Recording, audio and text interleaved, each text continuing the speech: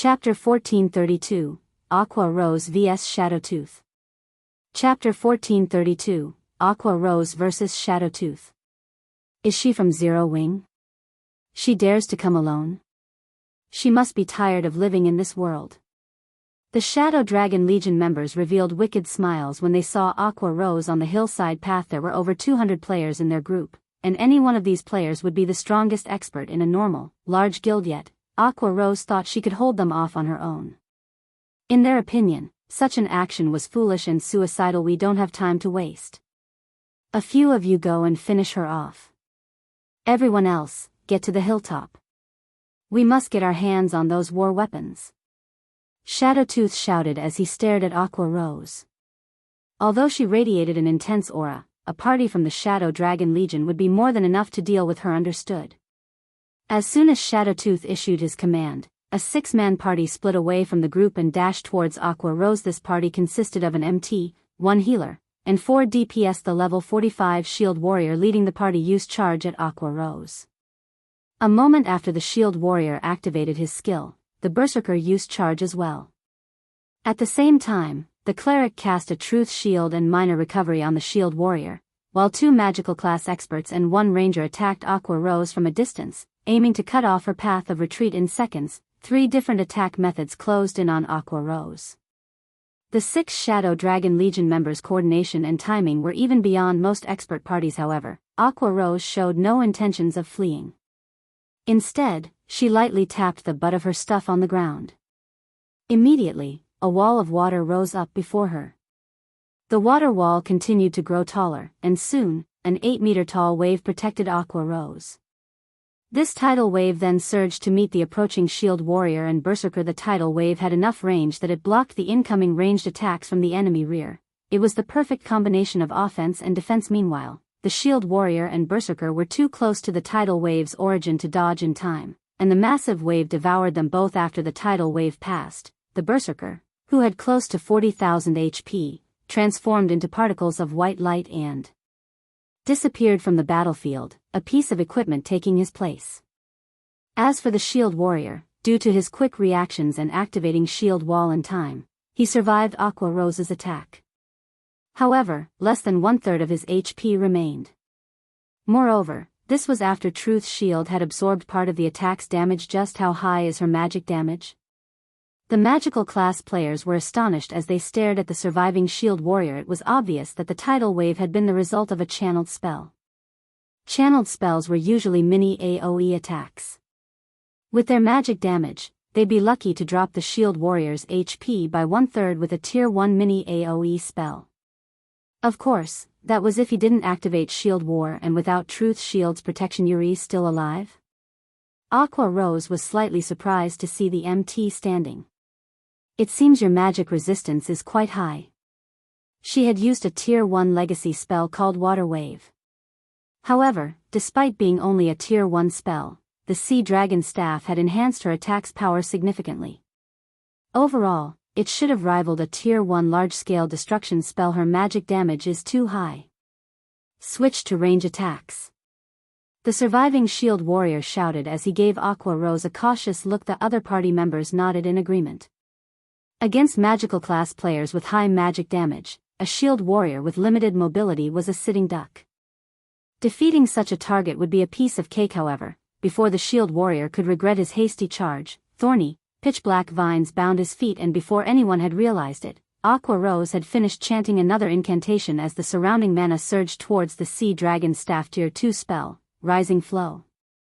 Aqua Rose waved her staff at the shield warrior and magical class players before her. Over a dozen jets of water streaked away from her, dancing and intertwining across 50 yards. It was beautiful. These jets' speed could even rival that of Shifeng's swords. Even the shield warrior, who had kept his guard up against Aqua Rose's attacks, only managed to block 3 jets of water before 5 others struck. The magical class players, the ranger, and the cleric didn't have time to attack since they had assumed the shield warrior had been the woman's only target. By the time they reacted, it was too late. Even the cleric, who had only been struck once, had died instantly with a single move.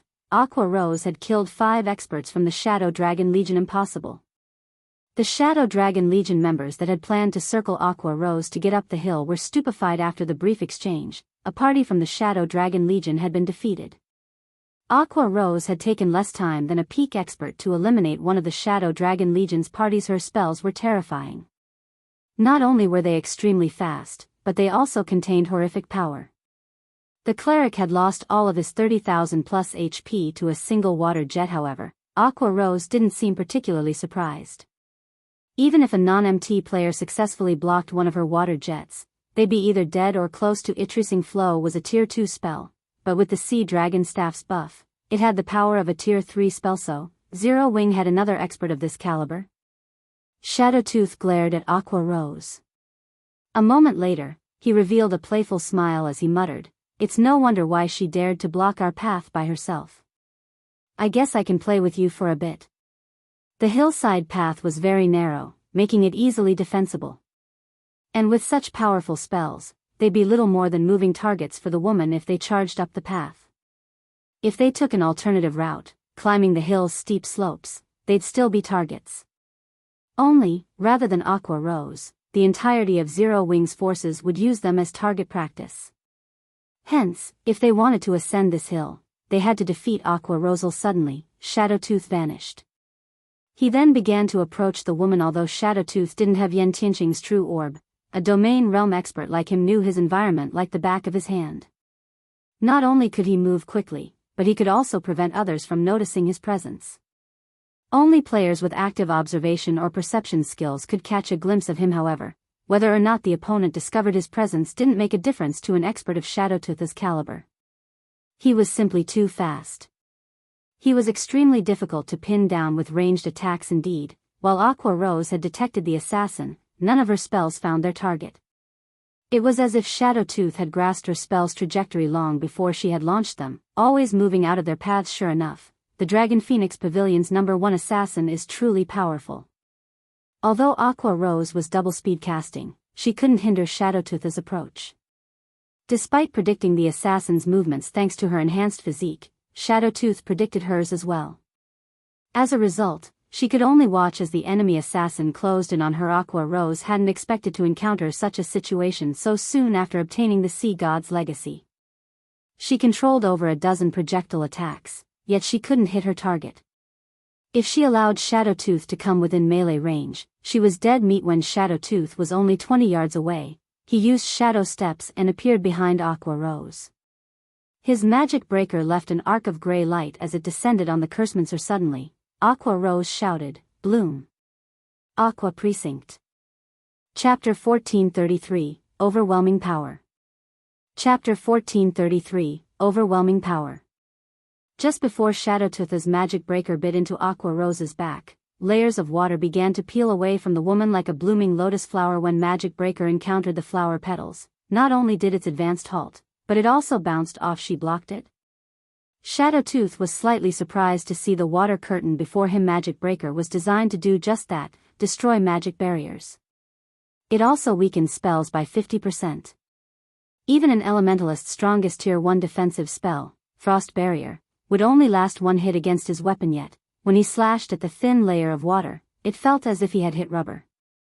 He couldn't pierce the water curtain no matter how hard he tried. With Aqua Rose in the center, the spell formed a pool of water with a 70-yard radius. Although the water was only knee-deep, Shadowtooth could feel it restricting his movements. Although he struggled, he couldn't adapt to the watery environment. It was as if the pool rejected his existence. Not only did his basic attributes immediately decrease by 30%, but his physique also visibly weakened. This move was none other than Aqua Precinct, a tier 2 legacy domain spell Aqua Rose had learned. However, since she was using the spell on land, it couldn't display its full potential. Even so, the spell would reduce all enemies' basic attributes by 30%, physique by 20%, and movement speed by 30%. However, the truly impressive effect wasn't its ability to weaken enemies. Rather, it was perfectly suited to both offense and defense. Unlike Ice Wall or Frost Barrier, which required incantations, Aqua Rose could easily form a maximum of 3 water curtains to protect herself with just a thought. Each water curtain had the properties of a tier 2 defensive spell. With all 3 layers, the water curtains could even block Tier 3 spells. Aqua Precinct's offensive capabilities were even more impressive. Although the attacks weren't AoEs, Aqua Rose could control a maximum of 12 water snakes to strike her opponents. Each water snake's strength was the equivalent of 140% of the caster's intelligence. Let's take this fight seriously. Standing on the water's surface, Aqua Rose smiled at Shadowtooth as she spoke. 12 8-meter-long water snakes manifested around the caster from afar. It looked as if Shadowtooth were facing 12 great lords. Aqua Rose's intelligence attribute had already been extremely high, but after obtaining the Sea God's Legacy and the Sea Dragon Staff, each of her water snakes possessed strength on par with a great lord of the same level. Moreover, unlike a great lord, the water snakes didn't have HP. As long as Aqua Rose was alive and her Aqua Precinct was in place, they would fight. If this were a naval battle, the 12 water snakes would have double the strength. Even a Tier 2 player with an active Berserk skill would struggle to defeat one. Impossible? What kind of spell is that? Just who is she? The watching Shadow Dragon Legion members were stupefied. The sight of these 12 serpents was petrifying. How was this a PvP fight? Shadowtooth was practically trying to solo a boss. Die. Aqua Rose showed no mercy as she controlled the 12 snakes to strike at Shadowtooth. As the water snakes flew towards him, Shadowtooth felt as if he were watching a massive waterfall pour down on his head. Immediately, Shadowtooth activated his Berserk skill and tried to avoid the approaching attacks. However, the water snakes were astonishingly fast. They crossed a dozen yards and reached the assassin almost instantly. As a domain realm expert, Shadowtooth had a perfect grasp of the snake's trajectories, but he wasn't fast enough to move out of harm's way in time. In the end, one of the snakes slipped past his defenses.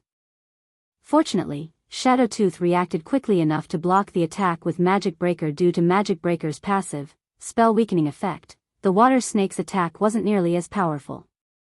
In the end, its attack was slightly weaker than a High Lord's of the same level. Although Shadowtooth's basic attributes had diminished, his strength after activating his Berserk skill could still rival that of a Lord-ranked monster of the same level. He didn't have much of an issue blocking the attack. Though the impact had slid him backward, he had only lost around 400 HP. It wasn't a considerable amount to an assassin with 44,000 HP in total. For a time, the two combatants engaged in a battle of attrition. Aqua Precinct was unlike other spells, where one only needed to invest mana when they cast the spell. Rather, the domain spell fed off of the user's mana to sustain itself. In exchange, the spell did not have a cooldown or duration. Players could turn it on and off freely. That wasn't to say that Aqua Rose could maintain the Aqua Precinct indefinitely or a long time. The spell consumed a frightening amount of mana every second. Based on her remaining mana, Aqua Rose had about 3 more minutes with the spell. Of course, she could drink an advanced mana recovery potion to restore her mana during the battle. Shadowtooth was in a similar situation. Although he continued to lose HP throughout the battle, each attack only devoured 300 or 400 HP. He could easily replenish the lost HP with an advanced regeneration potion. As a result, the battle was locked in a temporary stalemate. I didn't expect to find an expert like you in Zero Wing as well. No wonder that little girl is trying to recruit your guild. Shadowtooth constantly tried to close in on his opponent. While the battle raged between Aqua Rose and Shadowtooth, the fight stunned Zero Wing's members atop the hill. In their eyes, both players were absolute monsters. If any one of them had to face Aqua Rose or Shadowtooth, they'd likely die in an instant. Sure enough, a domain realm expert isn't easy to deal with. Shadowtooth's prowess even surprised Shurfong. Aqua Rose was a Tier 2 player and wielded the Sea God's Legacy, yet the assassin bridged the gap between their levels, tiers, and classes with his techniques. Aqua Rose only had a minor advantage.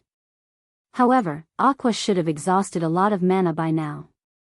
It's about time she took things seriously. Unfortunately for Shadowtooth, while techniques could supplement for one's flaws, there was a limit to how much they could help. Not even domain realm experts were an exception. Take things seriously. The Vice Guild leader isn't fighting with everything she's got. Fierce Snake was confused when he overheard Shurfeng's muttering. He had only ever witnessed a fight of this level when Zhao Yueru had faced Yen Tianqing. In fact, Shadowtooth was much stronger than Yen Tianqing. The fact that Aqua Rose, who didn't have a cataclysmic spell like Zhao Yueru's Frostflame Oblivion, could suppress a monster like Shadowtooth was astounding, yet Shifeng had indicated that she wasn't using her full strength even if he heard it from Shifeng. Fierce Snake found it hard to believe. As Fierce Snake struggled over the revelation, Aqua Rose took a deep breath. Suddenly, dark fog began to surround her body. The intensity of her aura skyrocketed. Could it be she hasn't activated a berserk skill? Shadowtooth's expression darkened when he sensed Aqua Rose's rampaging aura. During Shadowtooth's brief moment of surprise, a water snake managed to slip his notice. By the time Shadowtooth snapped out of it, he had no choice but to block the attack with Magic Breaker Boom. The impact threw the assassin over a dozen yards away, his HP decreasing by over 4,600.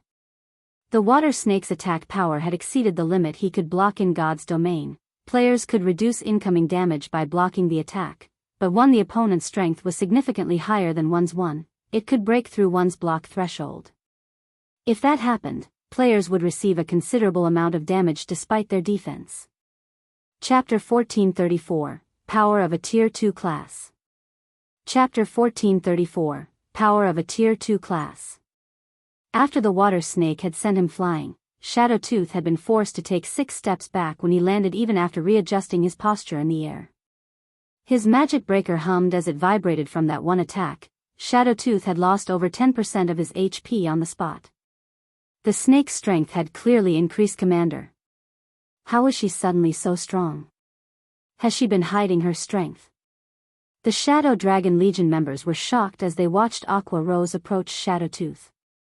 Despite having activated his berserk skill, Shadowtooth had failed to block an attack.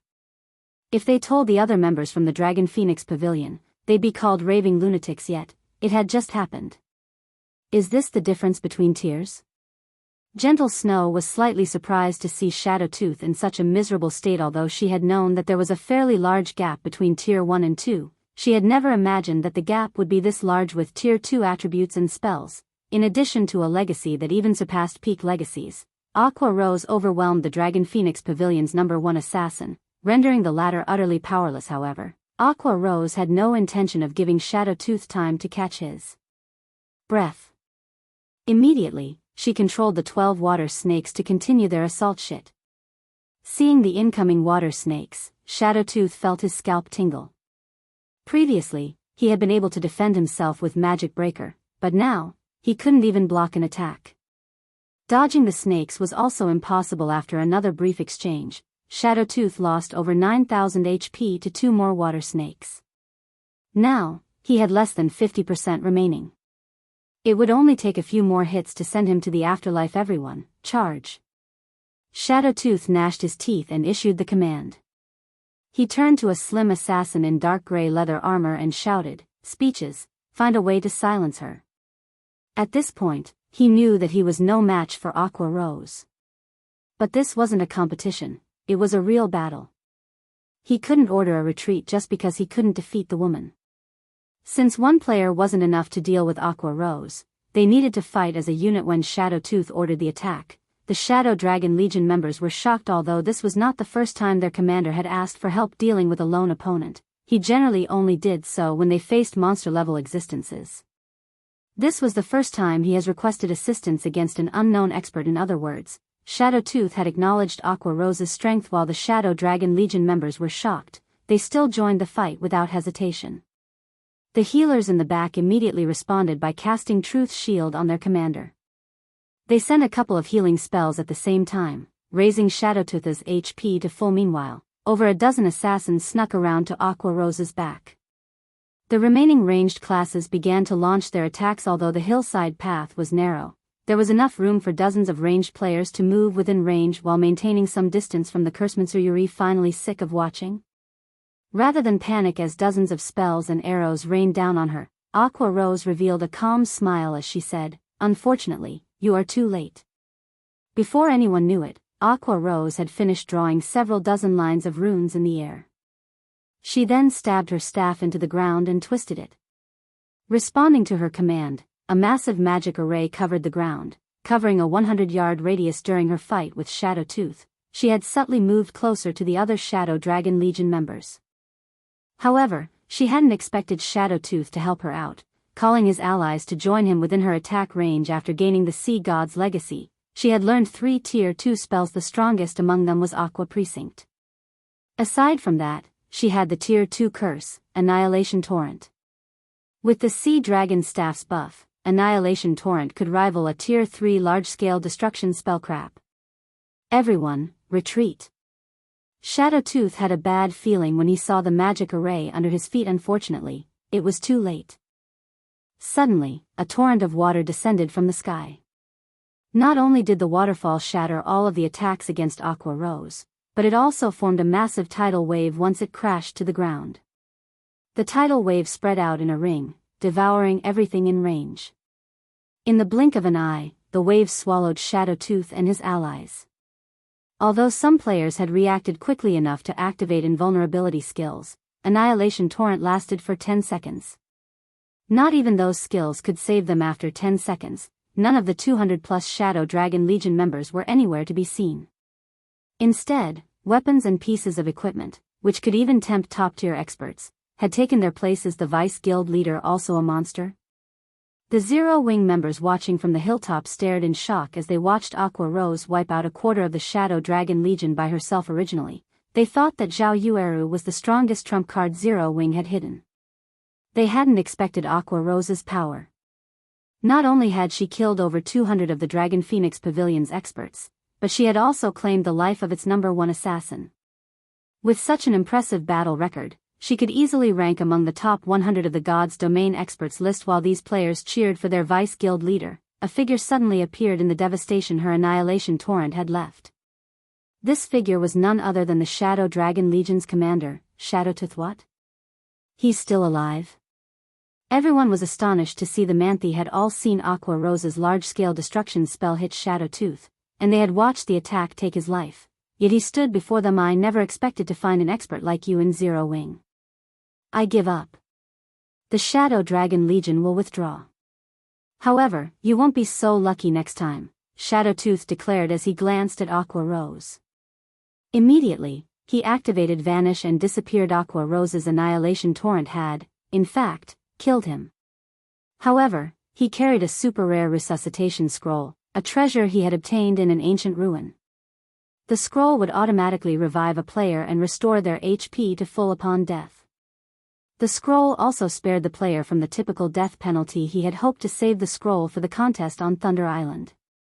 He had never thought that he would have to waste it in a place like this. He only had a total of 3 resuscitation scrolls. Among them, he had given one to 9 Dragons Emperor. Now that he had used one here, he only had one left. He couldn't afford to continue this battle with Aqua Rose. After all, the resuscitation scroll activated passively. It would activate as soon as the player carrying it died. It would not care about the player's desires. If she killed him a second time, he would lose this life-saving trump card. Shortly after Shadowtooth fled, the rest of the Shadow Dragon Legion followed. It was obvious that they had given up on this siege when Crimson Fox and his army, who had just reached the battlefield, saw the Shadow Dragon Legion's retreat. Confusion flashed in their eyes. What was happening? Chapter 1435, Slaughter. Chapter 1435, Slaughter. Why is the Shadow Dragon Legion retreating? Look. The Shadow Dragon Legion is missing a lot of members. What? The Shadow Dragon Legion actually lost to Zero Wing. Crimson Castle's members were stupefied as they watched the fleeing Shadow Dragon Legion.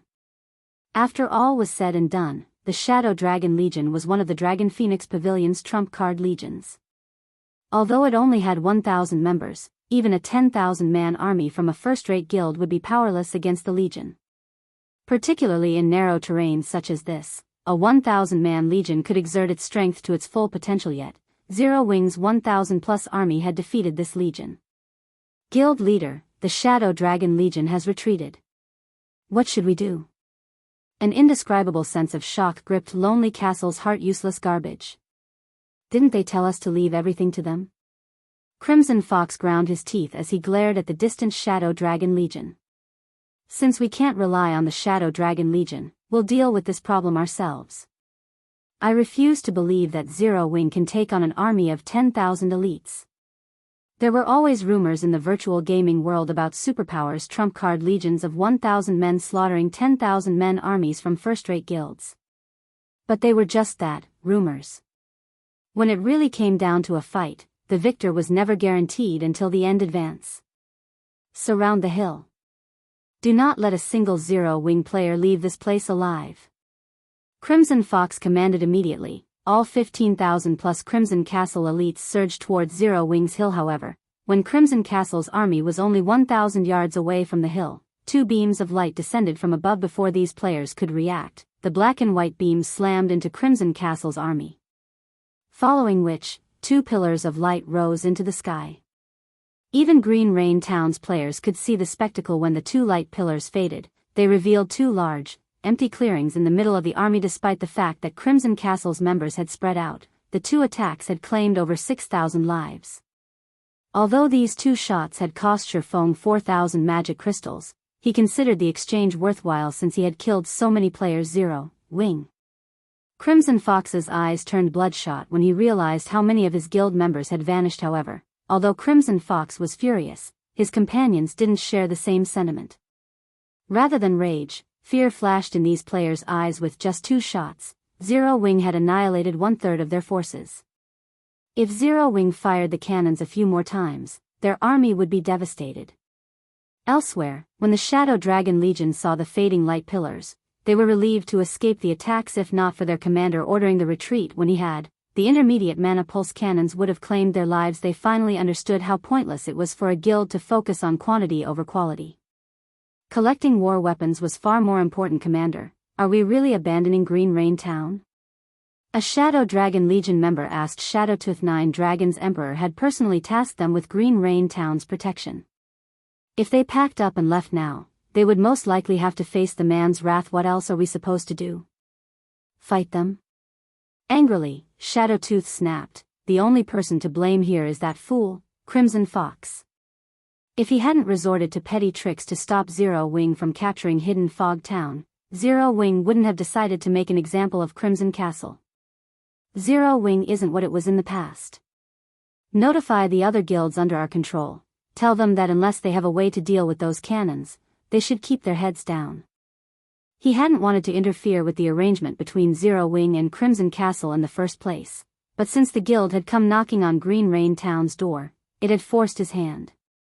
In the end, not only had he failed to stop Zero Wing, but he also lost over 300 Shadow Dragon Legion members in a few minutes. It had been a heavy blow to the Legion. What are you all afraid of? These kinds of attacks have a long cooldown. Zero Wing only has 1,000 players. If we finish them off quickly enough, they won't have a chance to fire those cannons again. Crimson Fox bellowed. Although the intermediate mana pulse cannons were powerful, he had a rough estimate of their cooldown. 4 minutes and 30 seconds had passed between the first attack and the second. In other words, the intermediate mana pulse cannon's cooldown should be 4 to 5 minutes long. This was more than enough time for a 10,000-man army to wipe out 1,000 players. Crimson Fox's reasoning shook his players from their frightened daze. Reclaiming their confidence, they dashed for the hillside paths. Guild leader, they're advancing again, Negative Life reported through the team chat. Good. Everyone, maintain your positions.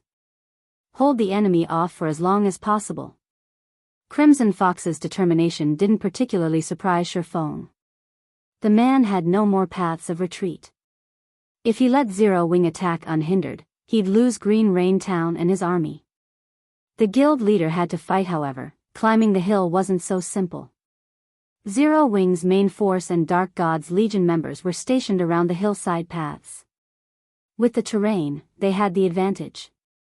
As for trading the established paths for the steep slopes, doing so was suicide. This was also Zero Wing's main reason for choosing this hill.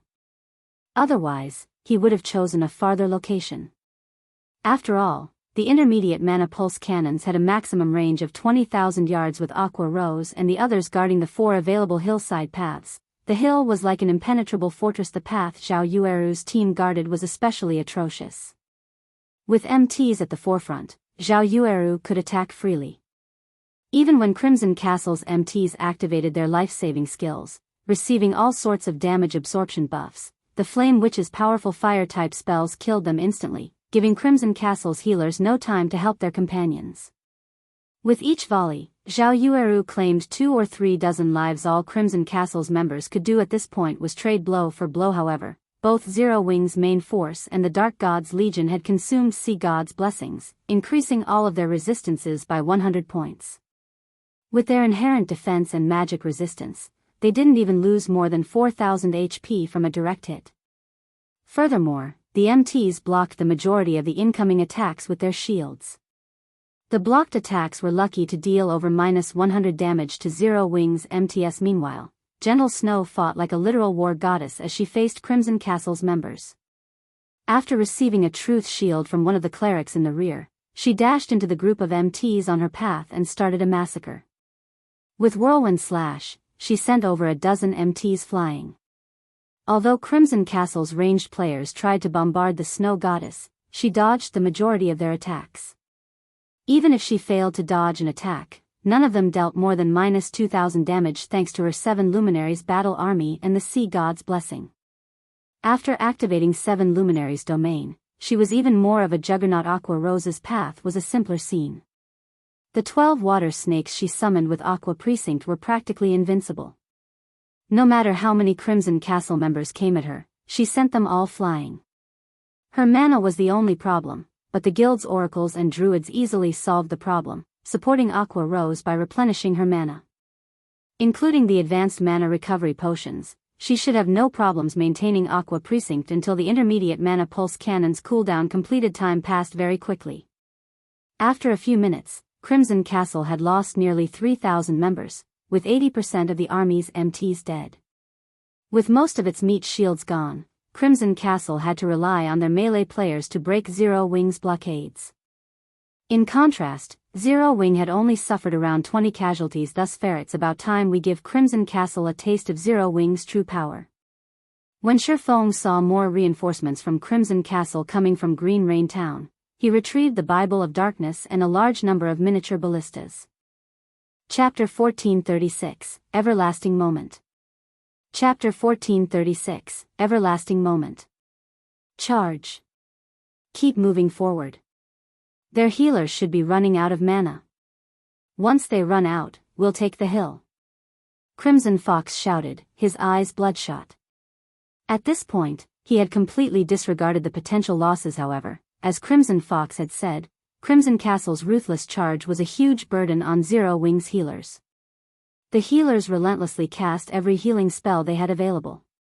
Their mana consumption rate was even greater than during a boss raid. In a normal boss fight, they only needed to focus on the team's MTs. Now, however, they had to heal everyone.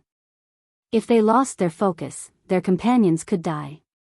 In fact, the 20+ casualties Zero Wings suffered so far were the result of something distracting the healers. Seeing Zero Wings' healers running low on mana, Crimson Castle's members grew even more fervent with their attacks. Zero Wings' members struggled. Fighting 10,000 pigs would be a challenge, not to mention 10,000 players with skills. If not for their superior combat techniques, weapons, and equipment, Crimson Castle's members would have already overrun the Hill Guild leader. Although we have 20,000 more members on the way, are we really going to duke it out with Zero Wing? Lonely Castle asked.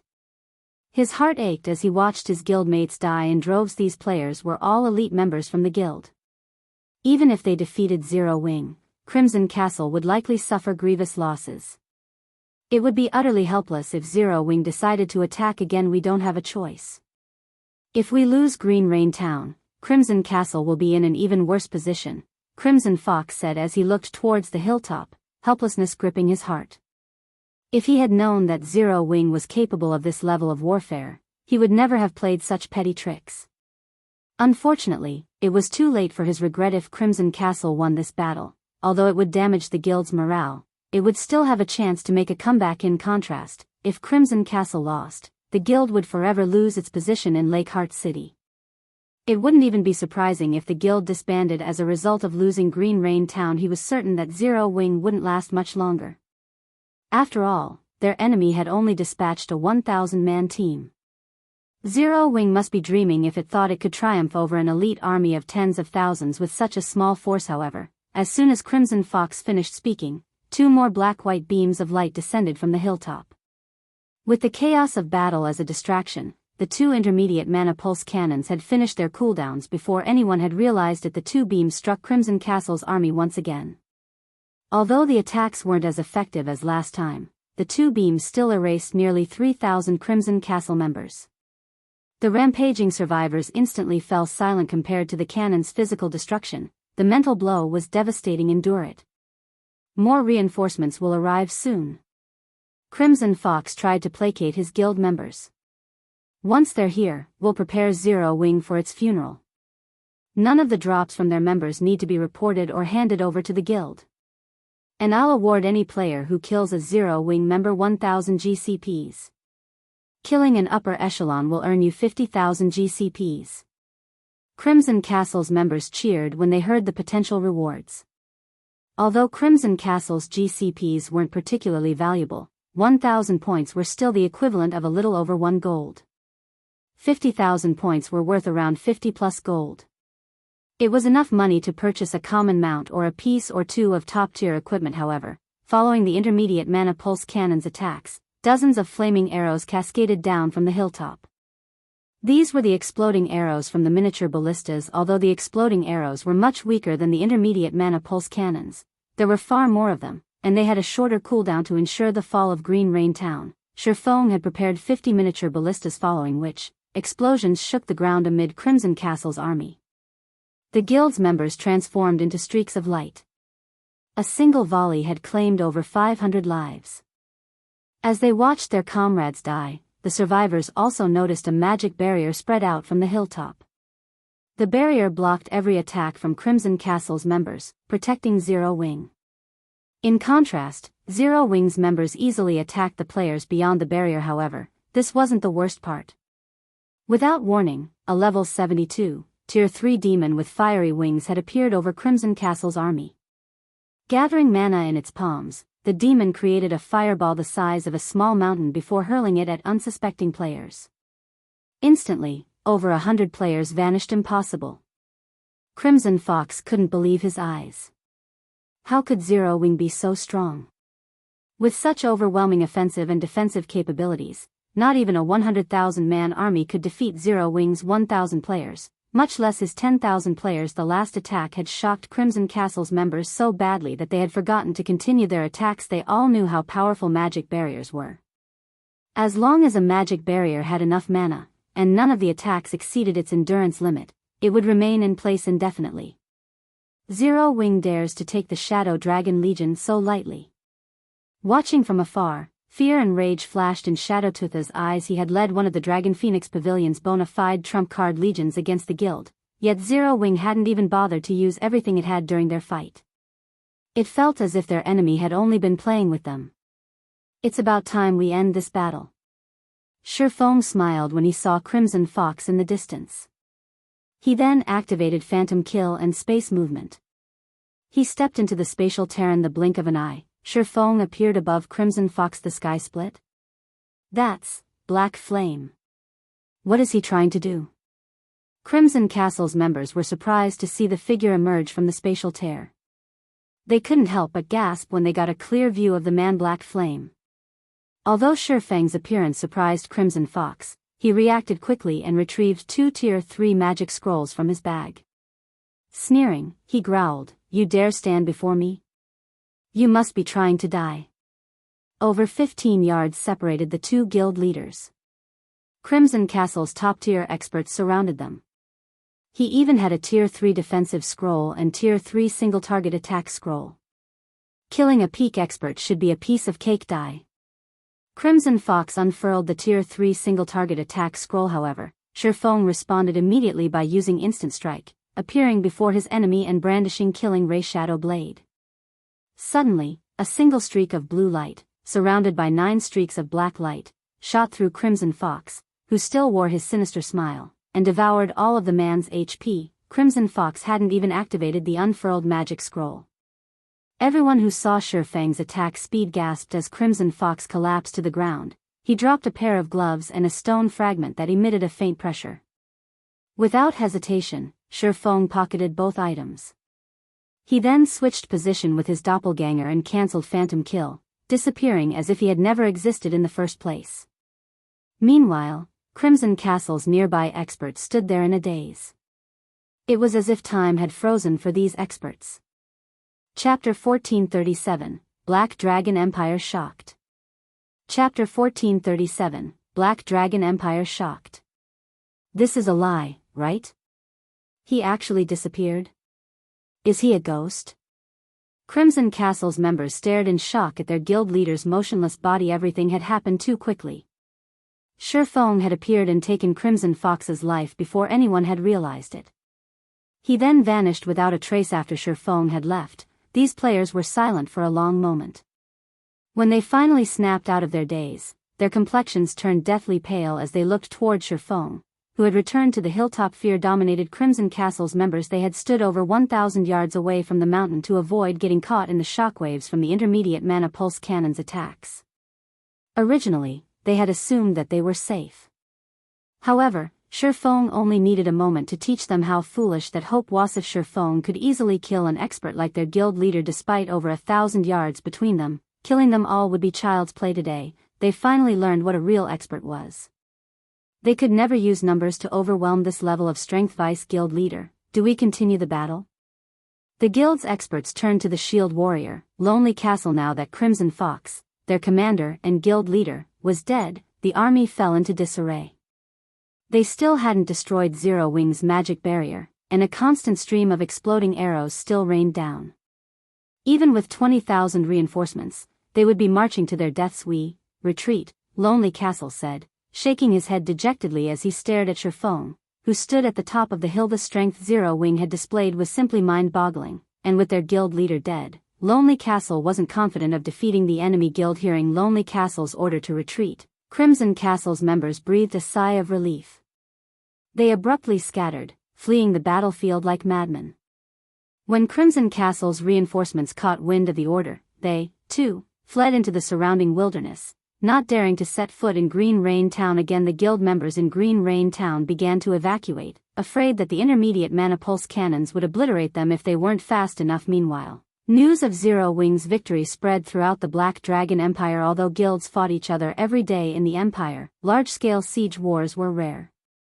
After all, no guild wanted to lose an advantage. These guilds avoided all-out wars unless absolutely necessary. Many of the Empire's players had been watching the battle between Zero Wing and Crimson Castle. Not even the latter's tens of thousands of elite members in Green Rain Town were a match for Zero Wing's 1,000-man team. No matter how they looked at it, the outcome was incomprehensible. Hence, news of the war had spread much quicker than usual. Did you hear? Crimson Castle was defeated. What's going on? Crimson Castle actually lost? Didn't Zero Wing only dispatch 1,000 players? That can't be possible, right? After all, Crimson Castle has an elite army of tens of thousands. They weren't a match for Zero Wing's 1,000-man team? Are Crimson Castle's members idiots? You guys might not realize it since you weren't there, but I watched the battle personally. Zero Wing had used some kind of war weapon to shatter the town's defensive magic array in a single hit and kill several thousand players instantly. The second-rate guilds that had allied with Crimson Castle pulled their forces from the town on the spot. Although Crimson Castle sent its army to meet its enemy, Zero Wing's war weapons wiped out one-third of its forces before Crimson Castle could even reach the guild. Zero Wing even used a fleet of miniature ballistas to bombard Crimson Castle's forces with flaming arrows. Against so many war weapons, not even several 100,000 elite players would have a chance, much less tens of thousands. The Black Dragon Empire's official forums burned with conversation. Some people had even uploaded battle videos of Zero Wing's assault on Green Rain Town. Everyone who saw the two massive craters in Green Rain Town was stupefied. At the same time, they also understood why Crimson Castle had lost. What a joke. With a few more attacks of that scale, Green Rain Town would fall to ruin. Crimson Castle hadn't had any hope of winning.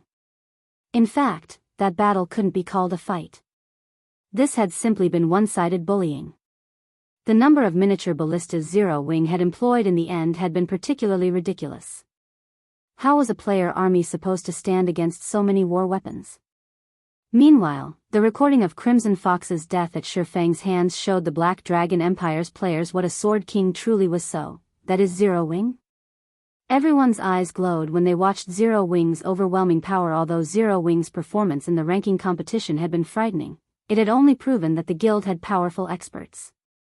To the Black Dragon Empire's players, Zero Wing had a long way to go before it could compare to the other large guilds' foundations. However, after watching today's battle, everyone believed that Zero Wing deserved the rank it won in the competition. With so many weapons of war, who would possibly dare provoke the guild? For a time after the momentous battle, more of the Empire's players tried to join Zero Wing. Now that they were certain of Zero Wing's rise in the Empire, they knew that it'd be far more difficult to join the guild if they didn't do so now. If they did not join now, it would become much more difficult to do so in the future. At the same time, the Empire's various large guilds held emergency meetings. The goal of these meetings was simple: notify everyone to avoid provoking Zero Wing under any circumstances. At the same time, they began to reorganize their priorities, focusing on exploring ancient ruins to obtain more war weapons. Shifeng had no idea that due to this war, he had taught these guilds an important lesson. The number of members a guild had would no longer be important in guild wars and siege battles. Defensive magic arrays and war weapons would decide victory. With these armaments, even a 1,000-man team could easily capture a guild town. Meanwhile, every player had fled Green Rain Town. Only the town's NPCs remained. Guild leader, are we going to take over Green Rain Town now? Gentle Snow's excitement grew when she saw the defenseless guild town. From the time they had arrived, the battle had only lasted a little over 10 minutes, and they had captured a guild town while only suffering minor losses. Moreover, Green Rain Town was in a resource-rich area. With this town, Zero Wing would have a much easier time collecting herbs and ores. No. We're going to destroy it, Shifeng said, shaking his head. But guild leader, it's a ready-made town. If we claim it, we can save on construction costs, Aqua Rose hurriedly advised when she heard Shifeng's plan. What a joke. It was clear that Crimson Castle must have invested at least several tens of thousands of gold. Moreover, Green Rain Town was a high-resource town. Many guilds would love such an opportunity. If not for Nine Dragons Emperor's secret support, the Empire's first-rate guilds would have long since tried to raid the town and claim it for their own. Yet, Shifeng wanted to abandon it. This was insane. There's no need to get caught up in this town. We have a much better option, Shifeng said, smiling. He then took a blood-red stone that radiated a faint pressure from his bag. This was the stone that had dropped from Crimson Fox's body. Chapter 1438, Frightening Harvest. Chapter 1438, Frightening Harvest. A better option? Gentle Snow looked at the blood-red stone in Shifeng's hand curiously. The stone was the size of a fist. If not for the faint pressure radiating from it, it would be easily mistaken for an ordinary red gemstone. This isn't just an ordinary stone. It's actually made of red luminary stone. Seeing the doubt on Gentle Snow's face, Shifeng smiled and explained, you know what red luminary stone is. It's far more valuable than magic crystals. It's also a superconductive ore, only second to the 7 Luminaries crystals. But what does this stone have anything to do with a resource town? Gentle Snow asked curiously. I haven't finished. This stone is made of red luminaire stone, but it's not complete. Originally, the Black Dragon Empire had created teleportation gates leading to 33 neutral maps outside of the Empire's borders. These locations were the reason the Empire had flourished during the past. However, the teleportation gates had been destroyed during a rebellion, and the teleportation cores that powered the gates had gone missing. This stone is one of those cores. With this teleportation core, we can construct a stable teleportation gate in a guild town within the Black Dragon Empire as long as we collect a bottle of temporal sand and 200,000 magic crystals. We can use the teleportation gate to travel to the neutral map recorded within the core. Shifeng explained the teleportation core in detail as he gazed at the stone in his hand. During the Black Dragon Empire's early days, the Empire had stood shoulder to shoulder with the 4 great empires. If not for the rebellion and the teleportation gate's destruction, the Black Dragon Empire would have been the 5th strongest empire in God's domain. The Dragon Phoenix Pavilion had obtained 7 of the 33 teleportation cores in the past. As a result, the pavilion had secured an abundance of resources and eventually grew to rival veteran super guild. Shifeng had never expected to obtain one of these cores by killing Crimson Fox. There were only 33 of these teleportation cores in the Black Dragon Empire, each one linked a high resource, neutral map. Due to the nature of these maps, teleportation arrays couldn't reach them.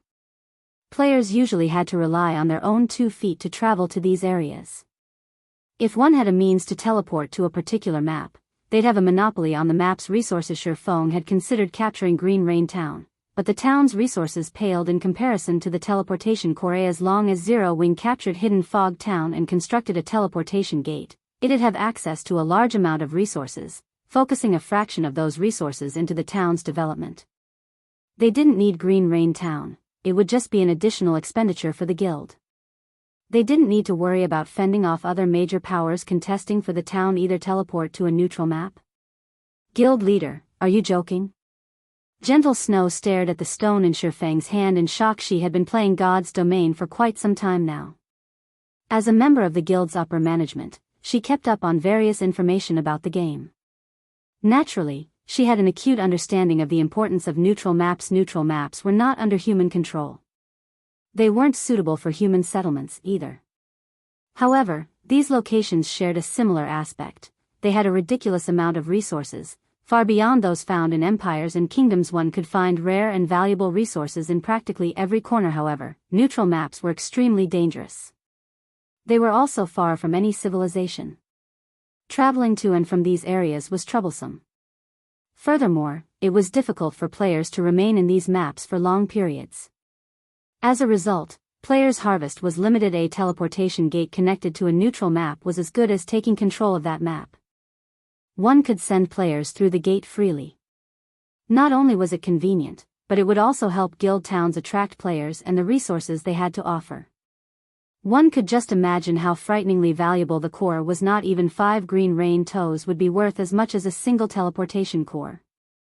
Once Zero Wing set up the teleportation gate, it could develop in the Black Dragon Empire without worry, even if it had to face fierce competition from the Empire's other large guilds. Take a look at it yourself. Shifeng then shared the teleportation core's introductory text with Gentle Snow. The text referred to the stone as a teleportation core, as Shifeng had explained. However, there was no mention of its connected location. It only stated that it could be used to construct a teleportation gate leading to an unknown location. After reading the introductory text, Gentle Snow began to search through Zero Wing's database.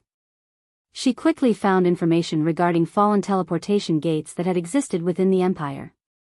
These gates had led to 33 different neutral maps. This discovery rendered Gentle Snow speechless. She even wondered if Shifeng were some kind of robot. It was astonishing how much information he knew. The information about the Black Dragon Empire's teleportation gates was fragmented. If not for Shifeng's explanation, she wouldn't have learned anything about these gates. Although the teleportation core was a wonderful item, there was a major problem: the bottle of temporal sand and the 200,000 magic crystals. She had never even heard of the temporal sand. Without the temporal sand, the teleportation core was just a paperweight. Leave the teleportation gate to me. You just need to worry about securing Hidden Fog Town and completing your Tier 2 promotion as soon as possible. You've seen the gap between Tier 1 and 2 for yourself. The sooner you complete your promotion quest, the easier leveling up will be. Shifeng said he was fully aware of the teleportation core's flaws. The required 200,000 magic crystals were enough to choke a first-rate guild. It was already difficult to make ends meet, much less save up. A guild would require a tremendous amount of time to collect so many crystals. The other problem was the temporal sand. Temporal sand was counted by the grain, and each bottle contained 500 grains. Every grain was extremely valuable. Each had sold for 20 gold or more in the past. During its peak, these temporal sand grains had even sold for over 50 gold each. Moreover, there wasn't nearly enough supply to keep up with demand. Aside from its relation to the teleportation gates, temporal sand gains were also used as valuable materials in crafting various epic items. When one used temporal sand in an item's production, not only could it increase the success rate, but it could also enhance the item's attributes. Moreover, the more temporal sand the crafter used, the greater the final product's enhancements would be.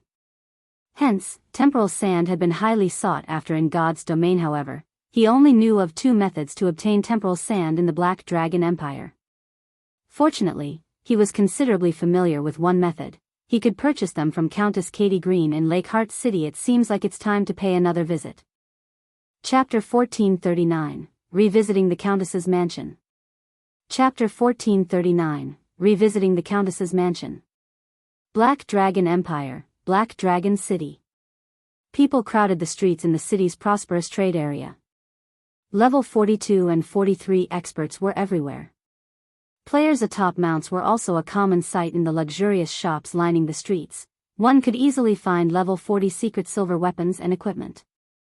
A few shops even had level 40 dark gold weapons and equipment on display in their windows. Although more players in God's domain reached level 40 by the day, level 40 weapons and equipment were still extremely rare. Many players that had reached level 40 had to continue using level 35 equipment. Players who obtained even a piece of level 40 secret silver equipment were overjoyed. As for level 40 dark gold equipment, such items were even hard to find in Kingdom's auction houses. Hence, seeing level 40 dark gold equipment on display in the shops here was incredible. Only, the level 40 dark gold weapons and equipment were ridiculously expensive. Their prices were at least 3 times higher than the market price. It was obvious that these shops had no intentions of selling the items, only using them for promotion. Meanwhile, an 8-story tall guild hall dominated the center of the trade area. From the building's top floor, a player could gaze upon the city as if they were its emperor. In the guild hall's top floor hall, Nine Dragons Emperor read a report he had just received from a subordinate. The players next to this intense player felt an intense pressure weigh on their shoulders. They felt as if they had been submerged in water, as they even struggled to breathe. Zero Wing. Nine Dragons Emperor's eyes were icy as he read the report. Does Black Flame think he can afford my enmity just because he has Phoenix Rain backing him up? Not long ago, Zero Wing had utterly destroyed both of the towns under Crimson Castle's control. Although most players didn't know that he, in fact, controlled both of the towns from the shadows, the Black Dragon Empire's various large guilds were fully aware of the fact.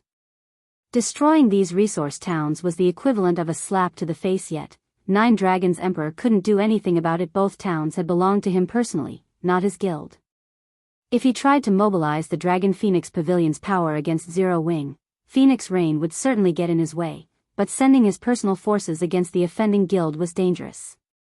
Zero Wing was no longer a monster to be taken lightly. Without the Dragon Phoenix Pavilion's foundations, neither the intermediate mana pulse cannons nor the movement-type defensive magic array would be easy to deal with. The guild had items that could cope with Zero Wing's war weapons, but they were under the Great Pavilion Master's control. Unless he became the next Great Pavilion Master, he wouldn't have access to these items. Marshal, tell Beast Emperor that I accept his offer, but I have one condition. He must help us destroy Zero Wing.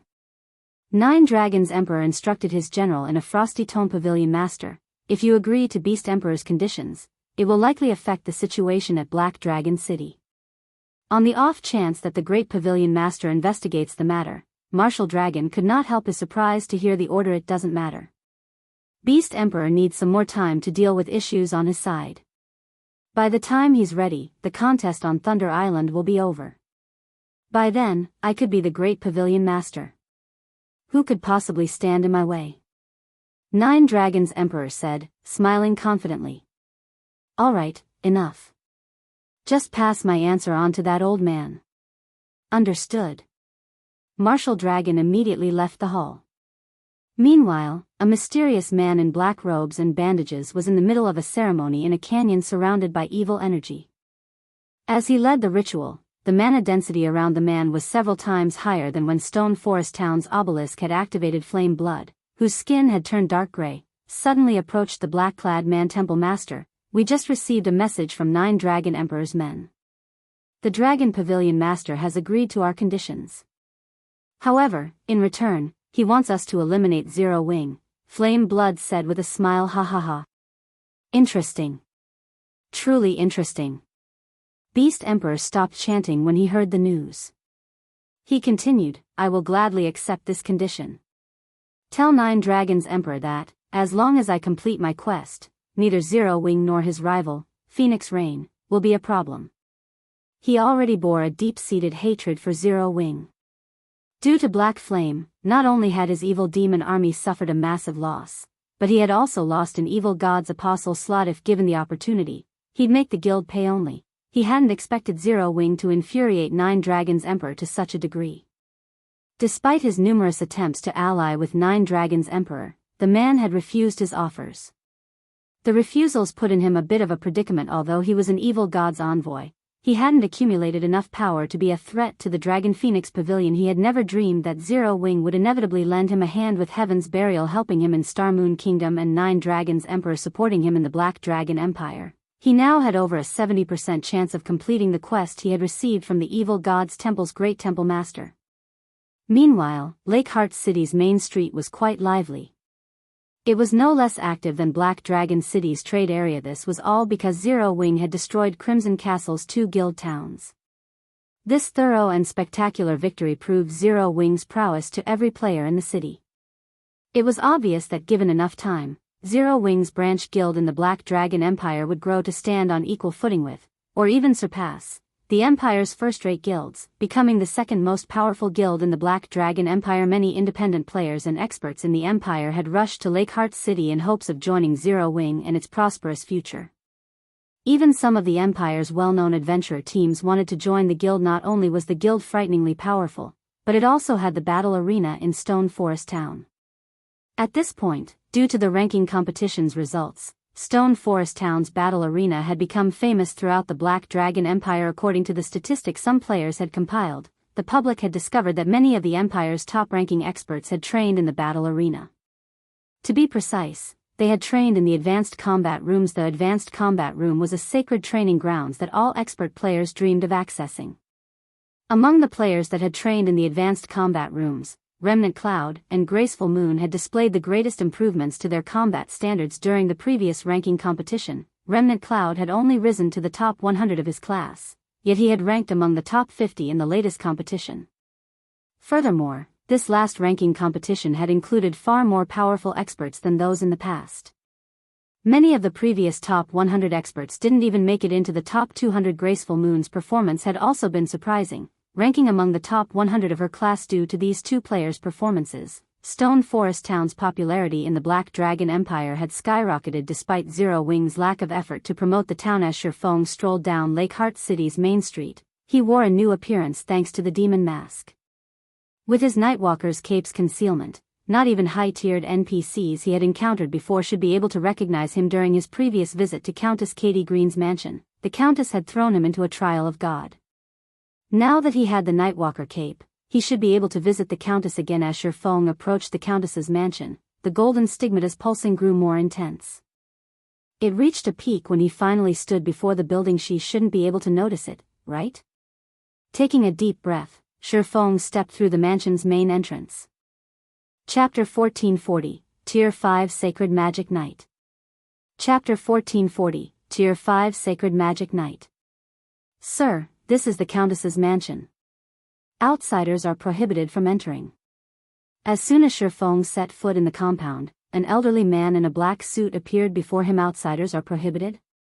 Shifeng was curious as he looked at the old man. Milton, Countess's steward, human. Level 140. HP 55,000/55,000,000. Although this was a countess's mansion, Countess Katie Green was the proprietress of many of the Empire's black market shops. She often had business with many NPC merchants. Hence, she never restricted entry to her mansion. He hadn't encountered a single servant during his previous visit, yet entry was now restricted. It was clear that the Countess had grown cautious. If he did not deal with this situation properly, he might further agitate the Countess. She might even move her base of operations elsewhere. Fortunately, he had the Nightwalker's cape. The Countess wouldn't easily see through his disguise. Hello. I've heard that the Countess is interested in mana stones. I have quite a few on hand. May I know if I can speak with her ladyship? Shifeng said as he revealed his Demon Hunter title. The Demon Hunter title granted him the authority of a world noble. As such, he enjoyed the status of a noble throughout all of God's domain's human territories. With this title, he could even gain access to a duke's home. So, you are Lord Demon Hunter. Please, follow me. Milton immediately adopted a respectful attitude upon seeing Shifeng's title. The old man then led Shifeng into the mansion in the past. Countess Katie Green had been quite famous in the Black Dragon Empire. There were two reasons for her renown. The first reason was Countess Katie Green's ownership of the black market in Black Dragon Empire's Abyss City. Abyss City was like Star Moon Kingdom's Evernight City in that it was also a dark city. Countess Katie Green's black market shop in the city offered players a variety of high-quality items, some of which could even tempt super guilds. However, it was not easy to purchase the items from this shop. To gain access, one first needed sufficient favorability with the Countess. Players would only be able to purchase items after becoming members of the shop. Meanwhile, the shop didn't accept coins or magic crystals as payment. Rather, one had to haggle and offer items of equal value. The second and most important reason for the Countess's fame in the Empire was related to her stock of temporal sand. Temporal sand was incredibly rare. Normally, players only had a chance of obtaining a few grains from super large-scale team dungeons. Depending on the dungeon's difficulty, the drop rate would vary. However, even normal mode super large-scale team dungeons were no walk in the park.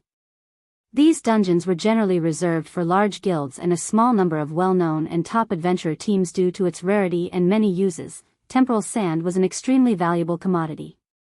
Normally, the various large guild reserved it as a strategic resource. Fortunately, one could purchase temporal sand from Countess Katie Green, but there was a limit of 100 grains per day. As for the exchange rate, a single grain of temporal sand cost 1 mana stone. This price was a testament to the grain's value. When players had realized this in the past, it had caused a commotion that had shaken God's domain. Eventually, though, the Dragon Phoenix Pavilion had monopolized this privilege. Since no one knew about temporal sand yet, this was a good opportunity for Shifeng to build up his stock. Luckily, he had accumulated quite a few mana stones thus far. As for the 7 treasures, he would cautiously investigate the matter. After all, as a countess in the Black Dragon Empire, her status was extraordinary. The Countess was a more powerful individual than he was. Naturally, one couldn't just open a shop in Abyss City without enough strength. Countess Katie Green was capable of rivaling Weissman, White River City's magistrate. Her combat power was at the peak of Tier 4. A measly Tier 2 player like Shifeng had no chance against the woman. A short moment later, under Milton's lead, Shifeng arrived before a quiet, elegant indoor garden on the mansion's 3rd floor. A beautiful woman in a luxurious, crimson dress relaxed in the garden center. She sipped from a teacup as she read an ancient tome.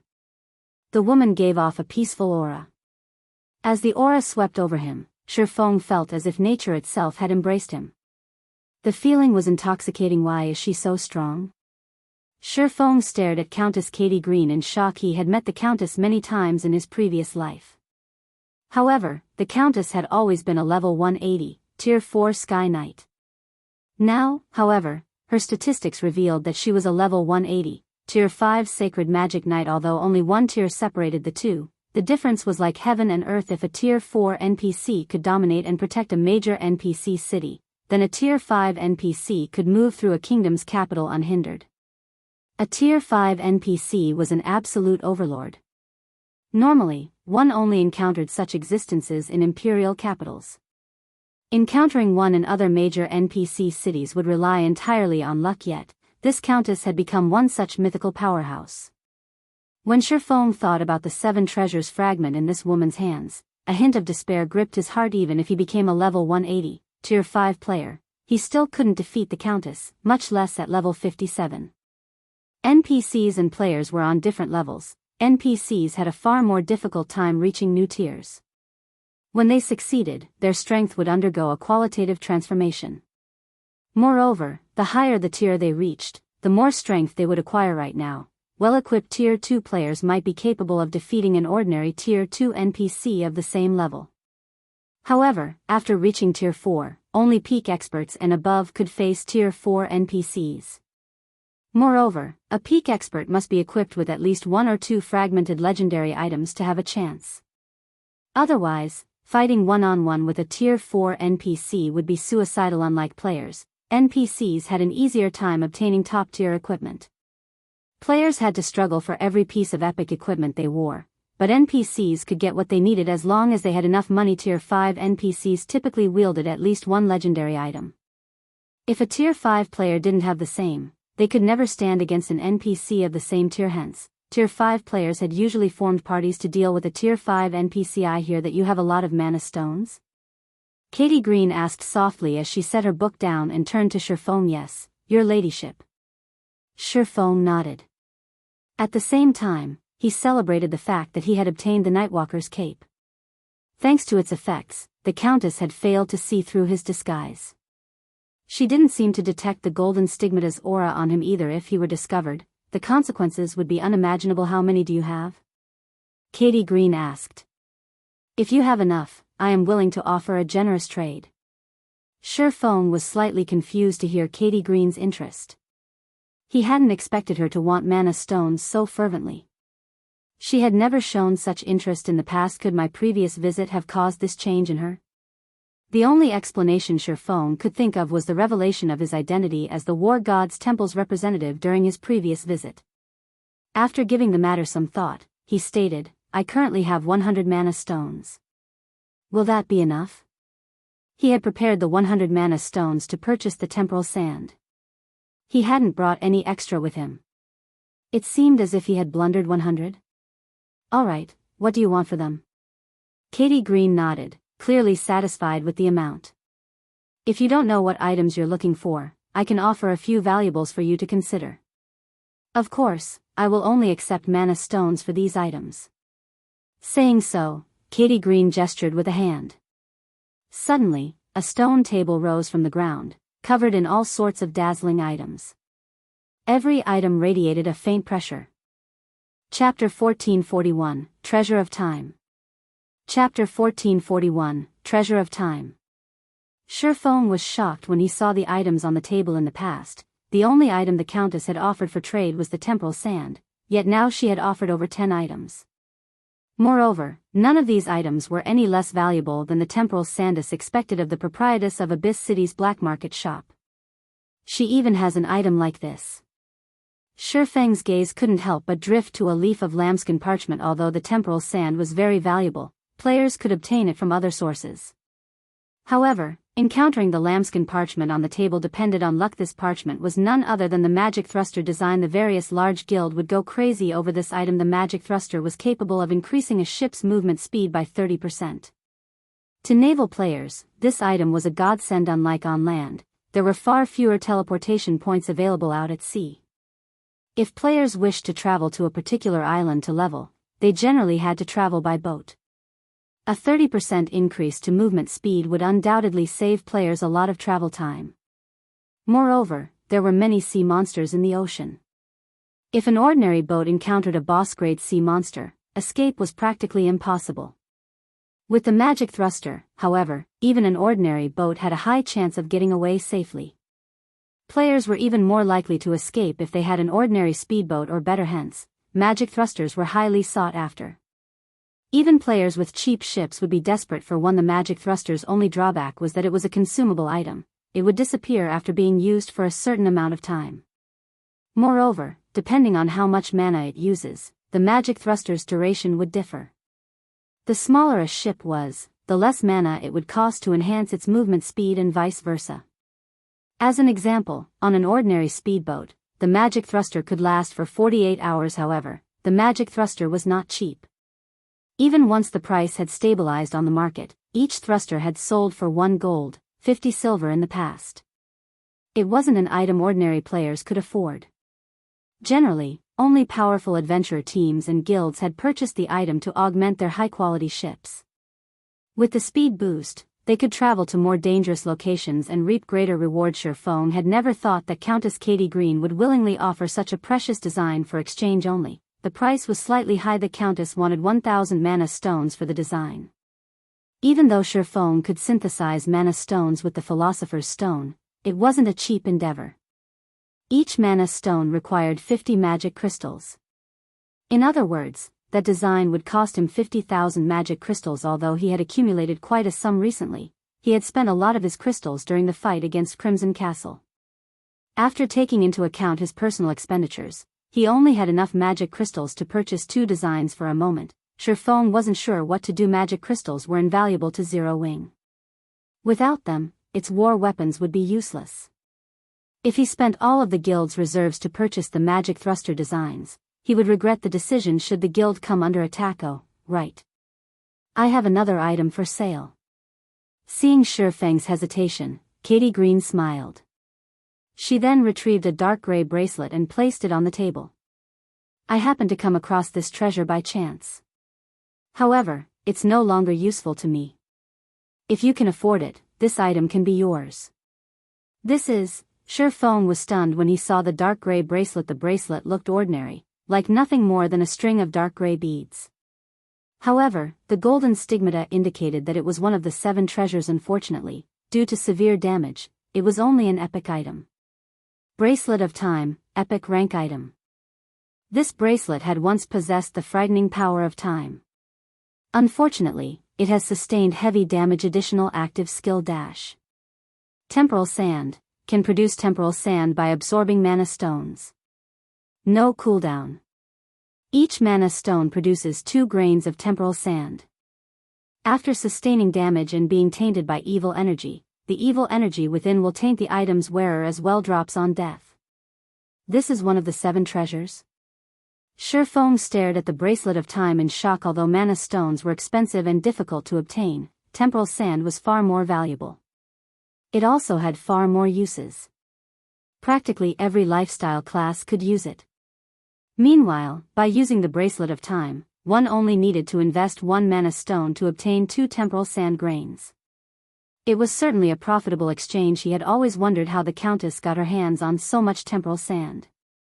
It turned out that it was thanks to one of the 7 treasures. However, it seemed that his previous visit had interrupted Katie Green's plans, forcing the Countess to collect a large number of mana stones and convert them into temporal sand as quickly as possible. However, the Countess's asking price was exorbitant. She wanted for 100,000 mana stones for the bracelet. Even if he had the Philosopher's Stone, synthesizing 100,000 mana stones would cost him 5 million mana stones. With Zero Wing's current net income, it would take months to save up that many magic crystals. As for stealing the Bracelet of Time, even if Shifeng had 100 lives, he would not dare do so. Countess, may I know if I can trade mana stones for these items if I visit you in the future? Shifeng asked. If Countess Katie Green had only offered this Bracelet of Time on a whim, it would be out of his hands. If she were selling it long term, however, he would have a chance to purchase it as long as he obtained the Manatite vein on Karna Island and maintained his hold on the rapidly developing Stone Forest town. He could collect 5 million magic crystals given enough time. He was only afraid that the Countess's offer was a one-time chance. Hearing Shifeng's question, Katie Green fell silent for a moment. Following which, she replied, the other items will be available in the future, but I don't want to hold on to this bracelet for long. I am prepared to sell it on the black market to the highest bidder in a month. If you can gather 100,000 mana stones before the auction, I'll sell it to you instead. A month, huh? Shifeng frowned. Although it was good news that the Countess wasn't only offering the bracelet right now, the time limit wasn't. Aside from giants like super guilds, collecting 5 million magic crystals in a month was a dream. The various large guilds spent a large amount of magic crystals every day. Even powerful first-rate guilds could only save 4,000 or 5,000 crystals per day. Unless he could save up around 170,000 magic crystals each day, gathering 5 million in 1 month would be impossible. As Shifeng racked his brain for a solution, Katie Green smiled and said, if you are interested in the Bracelet of Time, I can give it to you even if you don't have 100,000 mana stones.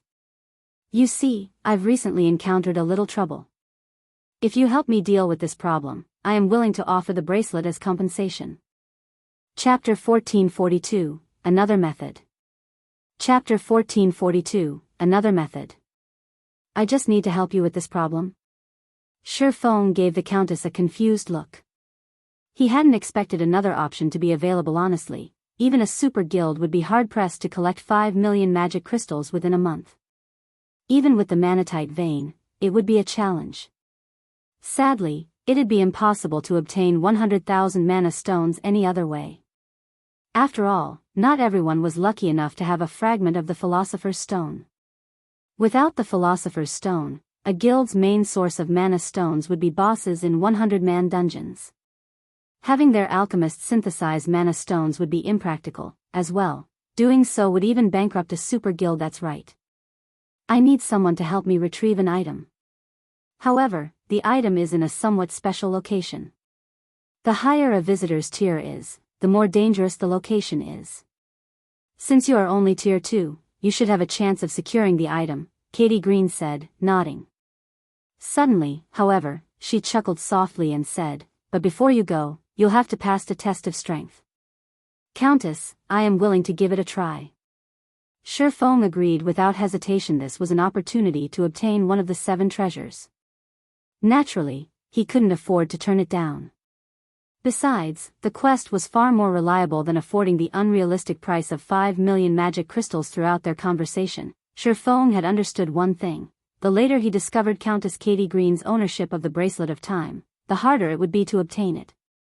She had already stated that the quest would become more dangerous as one reached higher tiers, lowering the player's chances of success. Good. Follow me. Katie Green then stood and walked towards a dark corridor in a corner of the indoor garden. The corridor was narrow, and the only light came from candles set in intervals. As they ventured further down the corridor, the air became colder. After walking for about 10 minutes or so, they arrived in an empty hall. A set of locked, steel doors loomed at the end of the room. The steel doors were entirely covered in frost. Even though Shi Feng's ice resistance was high, he was still cold. If a player with lower ice resistance came here, they'd freeze to death. Not bad. You've endured this far without my help. You have passed the first test. Katie Green nodded in approval when she noticed the cold barely affect Shi Feng. Your second test is next, a test of your combat power. As Katie Green spoke, a silver magic scroll appeared in her hands. She unfurled it and began to chant an incantation. Suddenly, a silver magic array appeared before the Countess, gathering the surrounding mana. A moment later, a 3-meter-tall humanoid creature manifested in the middle of the array. This humanoid figure wore silver armor and carried a greatsword that radiated frosty air. Unlike ordinary humans, dark green flames danced in the figure's eyes. Hell Knight, Undead, Great Lord. Level 57. HP 15,000/15,000,000. Kill this Hell Knight, and you will pass the second test, Katie Green said as she gestured towards the Hell Knight. System, you have accepted Katie Green's second test quest content. Clear the second test. Your reward will vary depending on your evaluation. Before Shi Feng could even read the system notification, the Hell Knight roared and unsheathed the greatsword from its back. It dashed straight for Shi Feng, giving him no time to prepare. The Great Lord-ranked Hell Knight crossed the 20 yards, separating them in the blink of an eye. Upon arriving before Shi Feng, the Hell Knight brandished its greatsword, the weapon transforming into 3 streaks of silver light as they flew towards the swordsman. The Hell Knight had completed the entire process as smoothly as flowing water. The Hell Knight moved like an expert with years of combat experience. There were no excess movements in its actions. High intelligence. Shi Feng was surprised to see the sword lights moving towards him. He had assumed that he'd have to face a weakened Great Lord, but the Hell Knight's combat techniques were clearly superior to ordinary Great Lords. The Great Lord had obviously reached the half-step refinement realm standard. In response, Shi Feng countered with killing Ray Dang. Dang. Dang. Sparks scattered as a series of clangs echoed throughout the empty hall. Shi Feng was forced back by 5 steps before he could stabilize his body. Meanwhile, 3 damages of over -1,500 appeared above his head. In contrast, the Hell Knight remained unharmed. Shi Feng's counterattack had only paused the Great Lord's attack. After the initial clash, Shi Feng knew that he was no match for the Hell Knight's strength. In fact, there was a large gap between them. What power! Shi Feng began to take this fight seriously as the Hell Knight charged towards him once again. He immediately executed void steps, vanishing. Although Shi Feng had only clashed with the Hell Knight for a moment, he had gained a rough prediction of the monster's standards. Not only did the Hell Knight have the strength of a Grand Lord, but its reactions and speed also ranked near the top among Great Lords of the same level. If not for his 3 fragmented legendary items, it would have already killed him. Not a bad technique. Unfortunately, it is useless against the Hell Knight. When Shi Feng had disappeared, Katie Green had been slightly surprised. However, she shook her head and chuckled. The Hell Knight wasn't a living being, and although it could see, it could also rely on its ability to detect living beings during a fight. Even if Shi Feng's footwork technique removed him from his opponent's sight, he couldn't erase his aura as a living creature. Unless he entered a different space entirely, the Hell Knight could keep track of him. Indeed, even after Shi Feng had vanished, the Hell Knight showed no signs of hesitation. The massive creature thrust its greatsword into the ground suddenly. Dozens of ice swords rained down from above, targeting a seemingly unoccupied location. Peng. Peng. Peng. Before the ice sword struck the ground, their trajectories diverted as if they had encountered an invisible wall. At the same time, Shi Feng reappeared. Each ice sword carried 100% of the Hell Knight's strength. As a result, Shi Feng lost a little bit of his HP each time he deflected an ice sword. In less than a second, he had lost over 20,000 HP while Shi Feng dealt with the descending ice swords. The Hell Knight pulled its weapon from the ground and ran at the swordsman. As it reached Shi Feng, it swung its greatsword skillfully, matching the timing of its swings with the final 8 ice swords. Each of the monster's swings targeted Shi Feng's blind spots. This must be his limit. Not bad. His score should be above 70. Seeing Shi Feng's HP near zero, Katie Green prepared to cast a buff. There was no doubt that the Hell Knight was strong. Even a peak, Tier 3 NPC of the same level would struggle in a fight against it, much less a Tier 2 player. She hadn't wanted to lend Shi Feng a hand until now because she wanted to see how long the player would hold his ground against the Great Lord. As for her requirement for killing the Hell Knight, she had merely said that to ensure that Shi Feng would fight with everything he had. Actually killing the Hell Knight would take a miracle. After all, the Hell Knight was an advanced combat servant she had obtained after plenty of trials. Every Count and Countess in the Black Dragon Empire longed for one themselves, but only she had control of an advanced combat servant. Just before Katie Green stopped the battle, a blue light flashed before the Hell Knight's descending greatsword. Suddenly, the Hell Knight flew through the air. Its remaining 8 ice swords shattered instantly. Golden, divine runes wrapped around Shi Feng's entire body, and his aura had undergone a heaven-defying transformation. This was none other than the Heavenly Dragon's power. Shi Feng hadn't intended to use Heavenly Dragon's power so soon, but the Hell Knight was far more powerful than he had expected. If he continued to hold back, he would only get himself killed. All right, let's begin the second round. Shi Feng shifted his gaze towards the Hell Knight, which had finally regained its footing, and advanced. Chapter 1443, Advanced Combat Servant. Chapter 1443, Advanced Combat Servant. After upgrading Heavenly Dragon's breath, not only did Heavenly Dragon's power increase Shi Feng's strength, but it also increased his agility. Shi Feng reached the Hell Knight almost instantly, brandishing Abyssal Blade and Killing Ray as he executed swords. Orbit. A galaxy of stars glittered around Shi Feng, intertwining as they bombarded the Great Lord, which had just gotten back on its feet. Although the Hell Knight's combat standards were at the half-step refinement realm, it was a child in Shi Feng's eyes. He easily grasped the monster's blind spots and attack trajectory. Shi Feng could have easily dodged the Hell Knight's attacks, but he had chosen to repulse them instead. Now that he had activated Heavenly Dragon's power, his strength was slightly higher than a Grand Lord's of the same level. Hence, he was stronger than the Hell Knight. If he chose to dodge the incoming attacks, he would only reduce his opportunities to deal damage. Boom. Boom. Boom. One sword light after another clashed with the Hell Knight's greatsword, the resulting impacts forcing the Great Lord back and preventing it from stabilizing its posture. After 6 consecutive attacks, the Hell Knight lost its grip on its weapon as the greatsword flew from the monster's hands. Shi Feng activated Flame Burst, a blinding glow enveloping his blades. He assaulted the defenseless Hell Knight with a series of devastating blows. 164, 878. Minus 331,478. Minus 332,015. All 15 attacks found their marks, causing the Great Lord's HP decrease at a tremendous rate. In an instant, the Hell Knight had lost 20% of its HP. Meanwhile, Flame Burst's terrifyingly destructive power sent the Hell Knight crashing into the frozen steel doors, and they shuddered upon impact. Taking advantage of the Hell Knight's incapacitated state, Shi Feng hurriedly activated Lightning Edge. He couldn't normally use the attack in a high-speed battle due to Lightning Edge's 0.5-second channeling time, but the injured Hell Knight had collapsed to the ground. He had more than enough time to activate the skill. Numerous silver sword lights danced before Shi Feng, the forming a silver river that flowed towards the Hell Knight, 244, 678. Minus 243,167. Lightning Edge's powerful assault incapacitated the Hell Knight once more. The Great Lord was defenseless as the countless sword lights bit into its flesh. After 5 seconds, the Hell Knight only had 2/3 of its HP remaining despite dealing 2 successful blows. Shifeng had no intentions on relaxing his offense. The moment Lightning Edge ended, Shifeng appeared before the Hell Knight and swung the Abyssal blade down towards the Great Lord. However, the Hell Knight quickly responded.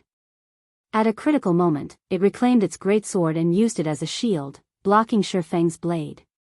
Unfortunately, while it had held off the Abyssal blade, it couldn't do anything about the 9 sword shadows that had appeared around Idier 2's skill, Shadow Blade.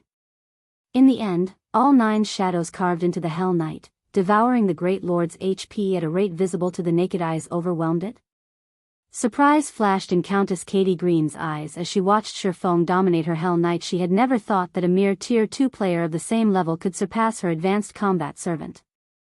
Not even she could have done so when she had been Tier 2. Soloing a Great Lord of the same level was difficult for a Tier 2 class.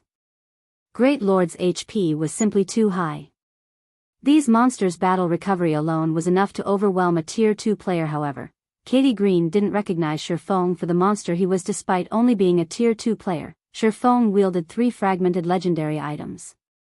Although none of them were weapons, their overall effects were astonishing. Moreover, the Hell Knight wasn't actually a Great Lord of the same level. After all, it only had 15 million HP. An ordinary level 57 Great Lord should have at least 40 million HP.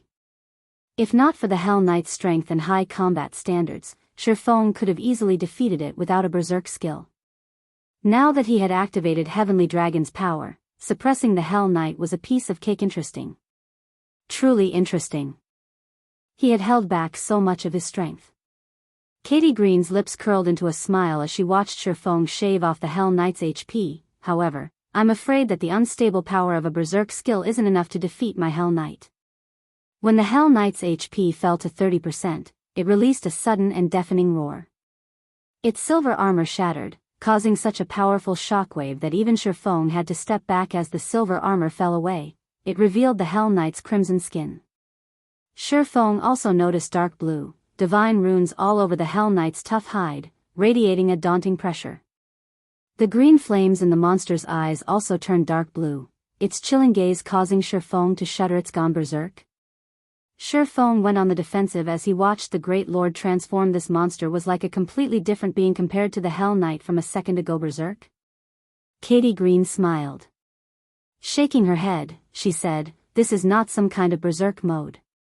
It is merely liberating its power. I specifically make the creature wear the armor to suppress most of its power." Advanced combat servants weren't like monsters and puppets. They fought their way to victory in the black market's death arena. Servants that won 20 consecutive matches in the arena became basic combat servants, while those that won 50 consecutive matches were intermediate combat servants. A combat servant would only rise to advanced rank after winning 100 consecutive matches. Hence, combat servants were generally stronger than beings of the same tier. Needless to say, a Tier 3 advanced combat servant was extraordinarily powerful. This was why the other counts and countesses in the Black Dragon Empire wanted their own advanced combat servant. However, advanced combat servants were incredibly expensive. Everyone was a combat genius. Most nobles couldn't afford one. They generally settled for a few intermediate combat servants. After the Hell Knight removed its armor, its attributes underwent a qualitative transformation. Its rank had also increased from Great Lord to Grand Lord. Without the armor, the Hell Knight's mobility increased as well. Now, its combat standards had reached the refinement realm. I wonder how long you'll last against it. Katie Green chuckled. So far, Shifeng had displayed more strength than she had expected. He had earned 100 points in his evaluation just by forcing the Hell Knight to abandon its armor. However, this had only fed the Countess's curiosity, and she wanted to see how far this player could go. So, this is the test to obtain one of the 7 treasures? Shifeng could not help his bitter smile as he watched the Hell Knight slowly approach. Having the power to solo a Grand Lord of the same level was ridiculous. Moreover, this Grand Lord's combat standards were on par with refinement realm experts. When the Hell Knight raised its greatsword, Shifeng took in a deep breath. Shouting, Shifeng activated Tier 2 Blade Liberation, his attributes skyrocketing once more. He then swung the Abyssal Blade to meet the incoming greatsword. When the two weapons collided, sparks illuminated the dark hall. The resulting shockwave sent dust and debris into the air. What? The Countess's mouth twitched when Shifeng blocked the Hell Knight's attack. He was still holding back. After the clash, the Hell Knight was forced to take 5 steps backward. In contrast, Shifeng hadn't moved an inch. He then dashed at the Grand Lord. Although Shifeng's strength wasn't as high as mythic monsters of the same level after activating twofold Berserk, he wasn't far from it. The Hell Knight, which was only a Grand Lord, was no match for him without using any skills. Shifeng effortlessly broke through the Hell Knight's defenses with only sword's orbit. As slash after slash split the Hell Knight's iron-like skin, the monster's HP plummeted. When only 1% of the Hell Knight's HP remained, a golden light enveloped the monster. The Hell Knight transformed into a stream of blue smoke that flowed back into the magic scroll in Katie Green's hands. System, congratulations. You have completed Katie Green's second test. Chapter 1444, Rewards of SSS-rank Evaluation. Chapter 1444, Rewards of SSS-rank Evaluation. Following the system notification of the test's completion, Shifeng received another system notification. System, Test Evaluation, 200 points. Test Evaluation Rank, SSS rank. Rewarding 20 free mastery points, 5 legacy skill points, 300 million EXP, and Countess Katie Green's favorability increased by 30 points. It's just a test, yet it awarded so many legacy skill points. The system notification astonished Shifeng generally. Players were lucky to get 1 or 2 legacy skill points after completing a high-rank hidden quest, yet he had received 5 points after qualifying for the quest. One could easily imagine the bountiful rewards from the quest itself. To think you would actually defeat my Hell Knight. You really are a shocking adventurer, Katie Green, who stood some distance away, said with satisfaction. I'm even more confident that you can get the item for me since you've passed my test. Take this as a gift. Saying so, the Countess revealed a blue gemstone with a chilling aura. The moment this gemstone appeared, the already chilly temperature dropped further. The surrounding mana gathered to the stone in a frenzy, forming a vortex. Is that the Azure Source Stone? Shifeng exclaimed when he saw the mesmerizing gemstone in Katie Green's hand. God's domain had many kinds of attribute gemstones. However, the attribute source stones were a rank above. Attribute source stones were worth thousands of gold. But unlike attribute gemstones, players could only equip one of each kind of source stone. Although attribute gemstones only increased a specific attribute source stones could increase 2 or more. Take the Azure Source Stone for example. Not only did it increase physique by 5% when equipped, but it also increased ice resistance by 20%.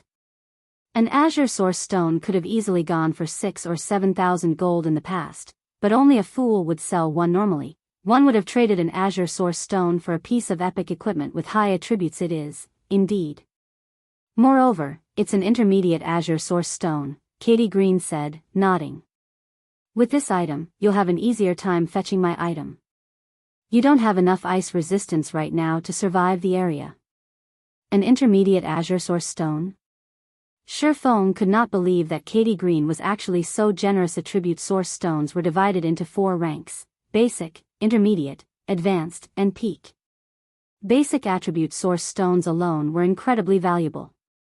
In the past, a top-tier expert would be lucky to equip 1 or 2 basic attribute source stones. Even after 10 years in God's domain, Shadow had only acquired a single intermediate attribute source stone.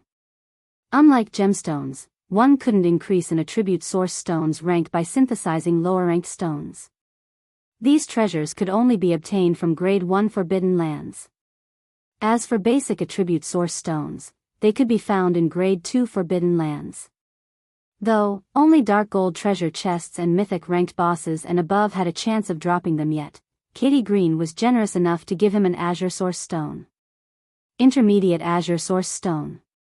Only one can be equipped at a time. Equipment requirement, level 50. All attributes plus 120. Increases physique by 8%. Increases ice resistance by 30%. The attribute bonus from one Azure Source Stone was already higher than that of top tier, level 50, dark gold equipment. Furthermore, it boosted physique and ice resistance after receiving the intermediate Azure Source Stone. He replaced one of his tier 3 strength gemstones without hesitation. What Shifeng didn't know was that the Countess had intended to give him the basic Azure Source Stone before he had surprised her with his performance. Not only had Shifeng's basic attributes increased after equipping the Source Stone, but his 5 senses sharpened as well. When he had first entered the hall, he had felt slightly cold, but now he didn't feel it at all very good. Now, I'll send you to the Ice Crystal World. Once you're there, collect 10 eternal ice crystals for me. Bring them back, and the Bracelet of Time is yours, Katie Green explained, nodding in approval as Shifeng relaxed, no longer affected by the room's temperature. System: you have accepted Countess Katie Green's epic ranked main storyline quest, Ice Crystal World. Quest content: collect 10 eternal ice crystals from the Ice Crystal World quest reward, Bracelet of Time. Why is this an epic ranked main storyline quest? A frown pulled at Shifeng's lips when he read the system notification. Main storyline quests could significantly affect a kingdom or empire. These effects could be beneficial, but they could also be damaging. They were far more difficult than other quests of the same rank. Although the quest location wasn't a forbidden land on the God's Domain continent, the Ice Crystal World was a forbidden land. Only now did Shifeng understand why Katie Green had told him that the higher one's tier was, the more danger they would face in the quest location. The Ice Crystal World was a world of its own and highly opposed to visiting lifeforms. The stronger the lifeform was, the more rejection they would face. Upon entering the world, various aspects would attempt to suppress the newcomer. At the same time, foreign lifeforms entering this world would possess unique auras. Meanwhile, the stronger this aura was, the easier it would be to attract the old monsters of the Ice Crystal World. Not even Tier 5 NPCs were a match for those old monsters. Tier 6 gods weren't even allowed to enter. Alright, I'll open the teleportation gate now. I can only maintain the gate for 1 or 2 seconds, so you need to be fast. Otherwise, you'll have to wait another month before I can open the gate again, Katie Green warned Shifeng. In other words, Shifeng only had one opportunity to challenge her quest. If he failed, he would have to earn 5 million magic crystals to purchase the Bracelet of Time. I understand. Shifeng nodded. Inwardly, though, he felt some contempt towards the Countess. Other players might not know what eternal ice crystals were, but he did. It was rumored that the eternal ice crystal contained eternal power. Eternal power was crucial in helping NPCs reaching tier 6 inches. The past, many players with dark gold personal guards had only been able to upgrade their NPCs to tier 5. It was due to the lack of eternal power that these guards had never crossed that final hurdle. Hence, items containing eternal power like the eternal ice crystal had been priceless in the past. One could only have traded rare materials or items of equal value for them. Yet, this woman wanted him to obtain eternal ice crystals from the Ice Crystal World.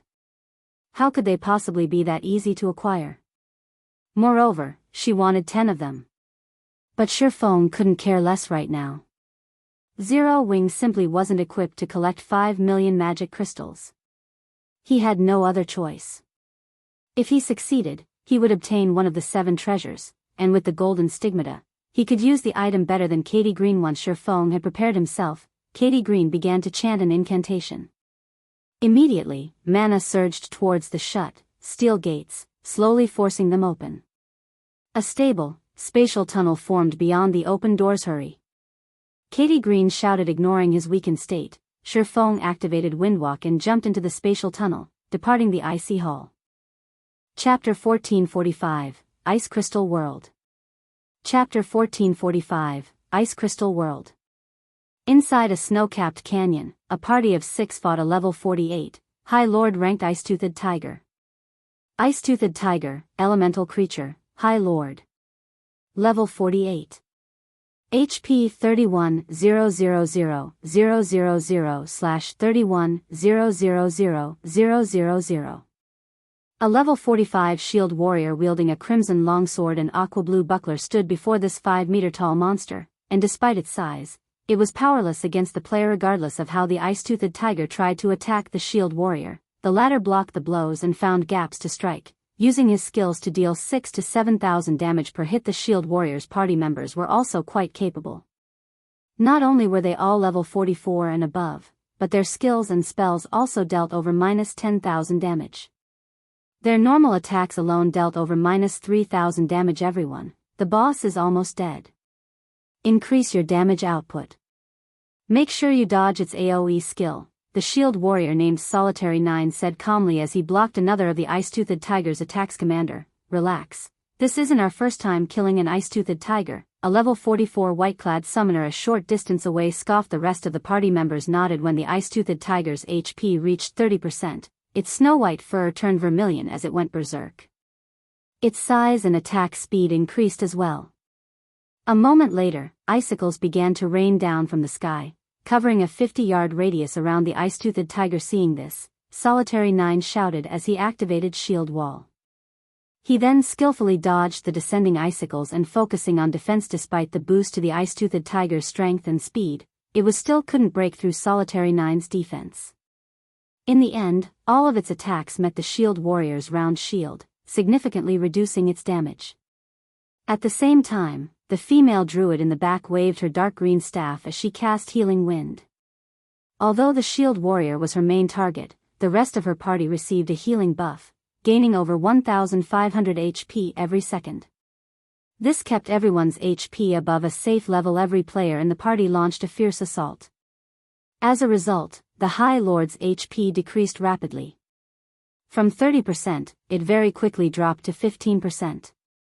When the High Lord's HP reached 10%, these players launched every skill they had. When the ice-toothed tiger only had 2% of its HP remaining, several scorching flame spears flew in from a distance, striking the High Lord and devouring its remaining HP. As the ice-toothed tiger collapsed, it dropped 5 items. Confused, the party members turned towards the flame spears. Origin a 20-man team stood in the snow some distance away.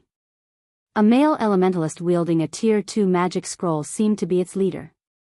This elementalist smiled at the 6 party members. Featherwind, what is the meaning of this? Solitary 9 demanded with an ugly expression. What is the meaning of this? The elementalist named Featherwind chuckled. Isn't it obvious? I'm kill stealing. What else would I be doing? Our guild leader admires you and has invited you and your adventurer team to join our matchless family. If you decline, the Aurora Sword Adventure team will never again find any success in Cold Wind City. The female druid named Xianxia growled from behind Solitary 9, you guys are going overboard. Since Big Brother Solitary has already determined that we won't get involved with the struggle between your guilds, we won't join either side. Because of Matchless Family's harassment, their adventurer team had ventured to this deserted area to level, yet these people had followed them so far from Cold Wind City to steal their boss overboard? Featherwind laughed. Winner takes all in this place. Now that the competition over Cold Wind City has reached its peak, our guild leader will not allow any mishaps. Of course, our guild leader highly values experts like Brother 9. If Brother 9 joins our guild, he'll at least become the lead MT for one of our main forces, yet our guild leader has waited for so long, and still Brother 9 refuses. Since we can't recruit you, we'll make sure no one can have you. This is your last invitation. Brother 9, will you join us or not? You. How can you do such a thing?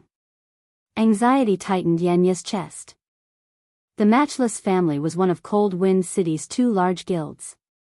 It had plenty of experts under its command. If it really decided to move against their Aurora Sword Adventurer team, the consequences would be unimaginable. Brother 9, before you answer, think this through carefully. Otherwise, the people around you might have some unexpected accidents. Who knows? If they're not careful, they might even fall back to level 0, Featherwind threatened. Smiling Xianxia and the other party members' expressions darkened. Although they were strong, Matchless Family had too many experts. If they were ambushed, they would definitely die. But they couldn't leave Cold Wind City. In the end, this merciless guild would pick them off. Aren't you afraid that we'll just join Centurion Dynasty? Solitary 9 asked, his tone as cold as the snow beneath his feet. One of Cold Wind City's 2 large guilds was Matchless Family, while the other was Centurion Dynasty. It was due to the competition between these guilds for control of the city that the Aurora Sword suffered. You're free to join those bastards, of course, but don't think that you'll leave this place alive. As Featherwind finished speaking, he waves his hand. At the same time, he pulled an ancient, pitch-black scroll, which radiated a heart-rending evil, from his bag suddenly. Over 100 players from Matchless family began to appear around Solitary Nine's party.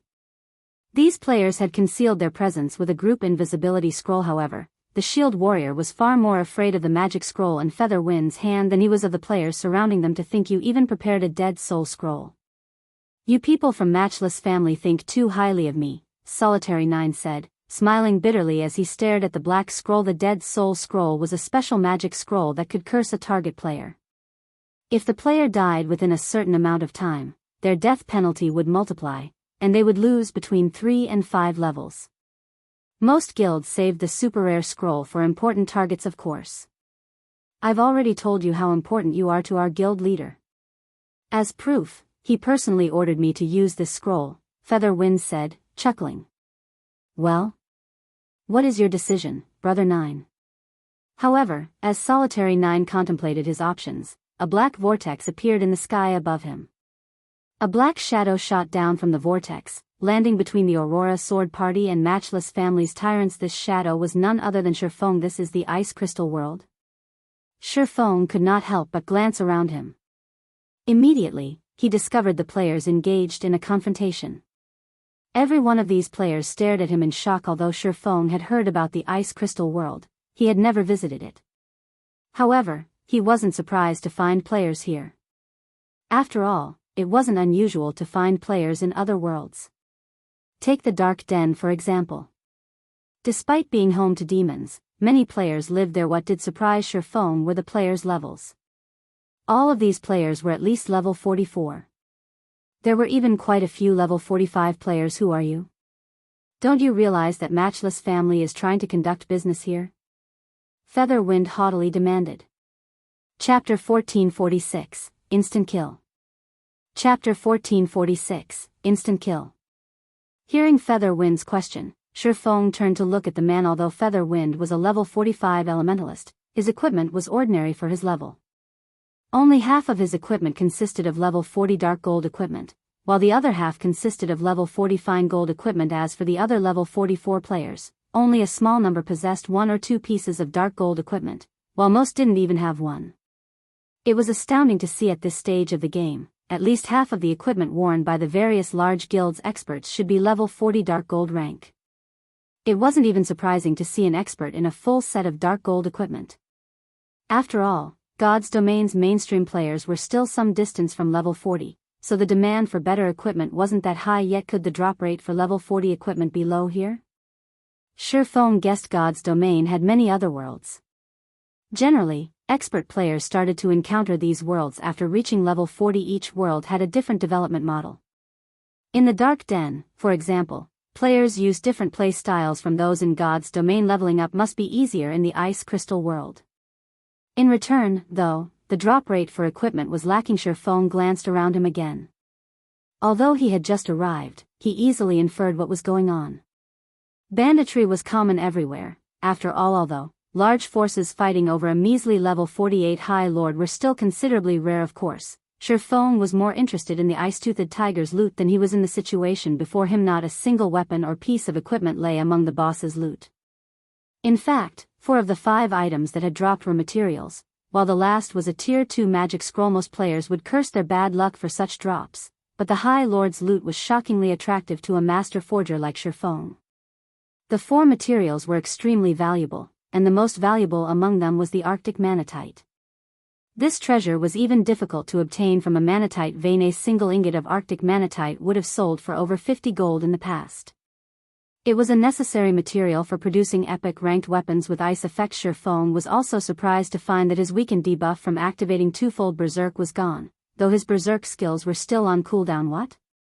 Didn't you hear what I just said? Featherwind's gaze turned frosty as he glared at Shifeng. He had only asked for the swordsman's identity due to his sudden appearance. Even with his observation skill, Shifeng's data listed as unknown. Since he was dealing with an unfamiliar player, he had mentioned his guild's name to gauge Shifeng's reaction. Matchless family was one of Cold Wind City's 2 major guilds. Everyone in the region recognized the name. The only power capable of competing with the guild was Centurion Dynasty. However, Shifeng seemed unaffected. The man even ignored him, Matchless Family's vice guild leader. This was the first time he had encountered this situation since joining God's domain, let alone Solitary 9, Aurora Sword's commander, even Sky Slicer, Centurion Dynasty's guild leader, would not dare to disregard his existence. Is this guy a fool?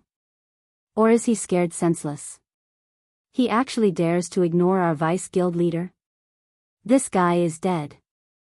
After angering our vice guild leader, he'll probably have to delete his account.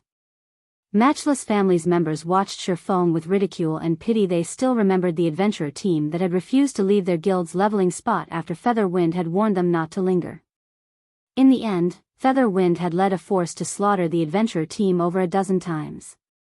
Those players had only lingered for about 10 seconds. Now, the mysterious man before them ignored Featherwind entirely. Not even the heavens could save him now. Suddenly, Solitary 9 sent Shifeng a whisper, "Friend, you best reply to his question and get out of here. He is the vice guild leader of Matchless Family. He can easily eliminate anyone in Cold Wind City." Cold Wind City? The vice guild leader of Matchless Family? Shifeng turned to Featherwind in surprise. Hearing Solitary 9's warning, he realized that this world wasn't like the Dark Denver. This world had NPC cities, and by the looks of it, this Matchless Family guild seemed to rule over Cold Wind City. However, the fact that a large guild's vice guild leader wore such poor equipment shocked Shifeng. Even the upper echelons in Star Moon Kingdom's large guilds were fully geared in level 40 dark gold equipment, much less the vice guild leaders. It seemed that the equipment standards here were far more than a little inferior to those in God's domain. It's too late for you to realize your mistake. When Featherwind saw Shifeng's surprise, he sneered and said, "I'll bury you alongside Solitary 9 and the others." Saying so, Featherwind activated the Dead Soul Scroll. Suddenly, a magic array appeared above Shifeng and the party from Aurora Sword. They all felt an evil presence wrap around them, and a special debuff appeared in their status windows. Soul Lock. Death penalty multiplied. Effect will persist after player has died. Duration, 12 hours. The Dead Soul Scroll? Surprise flashed in Shifeng's eyes once again when he saw his status window. The Dead Soul Scroll was a super rare magic scroll and the best tool to destroy an enemy. Not only did the scroll lack side effects, but it was also an AoE, which made it impossible to dodge. If players died within the 12 hours, they would suffer a far more severe death penalty than normal. Meanwhile, the more times a player died during the debuff's duration, the heavier the penalty would become. Targets weren't even safe in NPC cities, and when they logged out of the game, the duration would pause until they logged back in. Only after 12 hours in God's domain would players be free of the debuff. Hence, the Dead Soul Scrolls were even as valuable as Tier 3 summoning scrolls. Most players avoid using them unless they had a deep hatred for their target. Friend, I truly apologize for this. I did not expect to drag you into my mess with Matchless Family. I'll do my best to open a path for you. Try to escape, Solitary 9 hurriedly said. He then turned towards his teammates and said, "You guys have to try to get away, too." He was a shield warrior. He could never escape so many players without some special tool. He could only help his allies get away. Commander. Big Brother Solitary? The other 5 party members worried for their commander. They were very familiar with Solitary 9's strength. If he focused on getting away himself, he had some hope, but he had given that up to help them escape. Should Solitary 9 die, it would take a very long time to recover the lost EXP and equipment. Escape? Shifeng smiled and shook his head. He then slowly approached Featherwind. What is he trying to do? Yenya watched this newcomer in confusion. Is not trying to beg for mercy, is he? What a fool. That's Featherwind. If begging for mercy worked, he wouldn't have killed so many players in Cold Wind City. Aurora Sword's members were flabbergasted as they stared at Shifeng. Featherwind was well known for his ruthlessness in Cold Wind City. He was a vicious person that never accepted apologies. What? You want to beg for mercy? Featherwind sneered at Shifeng as the man moved closer. As everyone waited for the swordsman's reply, Shifeng vanished. Where is he? Featherwind searched his surroundings. Everyone was stunned. They had never seen a swordsman disappear like an assassin in the next second. However, Shifeng reappeared beside Featherwind. Before anyone realized it, Two sword lights blossomed on Featherwind's mage robes. The man's vision darkened as his lifeless body dropped to the ground. Chapter 1447, Monster-like Mysterious Expert. Chapter 1447, Monster-like Mysterious Expert. Silence dominated the area as every player stared at Featherwind's motionless corpse. Although Shifeng had not used any impressive techniques or skill, everyone was petrified. They even forgot to breathe. What just happened? The Vice Guild leader is dead? Just what did he do? Everything had happened so quickly that by the time they reacted, Featherwind, a top-tier expert and Matchless Family's Vice Guild leader, was already dead. He died. This is impossible. That's Featherwind we're talking about. He might not rank among the top 10 in Cold Wind City, but he is still a top-tier expert in the top 20. How could an expert like that die so quickly? Even Lifeless Thorn, Cold Wind City's #1 expert, couldn't achieve such a feat. Could he be Lifeless Thorn? Lifeless Thorn is a berserker, that guy is a swordsman. There's no way he's Lifeless Thorn. Commander, do you know who that guy is? Even Aurora Swords members were astonished. One of Cold Wind City's top 20 experts had died in one hit. If news of this matter got out, it would shock everyone in the city. Solitary 9 stared at Shifeng in confusion, his mind spinning to figure which expert in Cold Wind City this man was. As for the possibility of Shifeng being from somewhere else, that was practically impossible. The only way in or out of the Cold Wind City region was through the Snow Rift, a forbidden land for players. Current players couldn't even enter the map, much less cross through it. This was why the city's players were so afraid of Matchless Family and Centurion Dynasty. Should they provoke either power, their life in Cold Wind City would become a living hell or end completely. However, no matter how Solitary 9 racked his brain, he couldn't match any of the city's experts to Shifeng.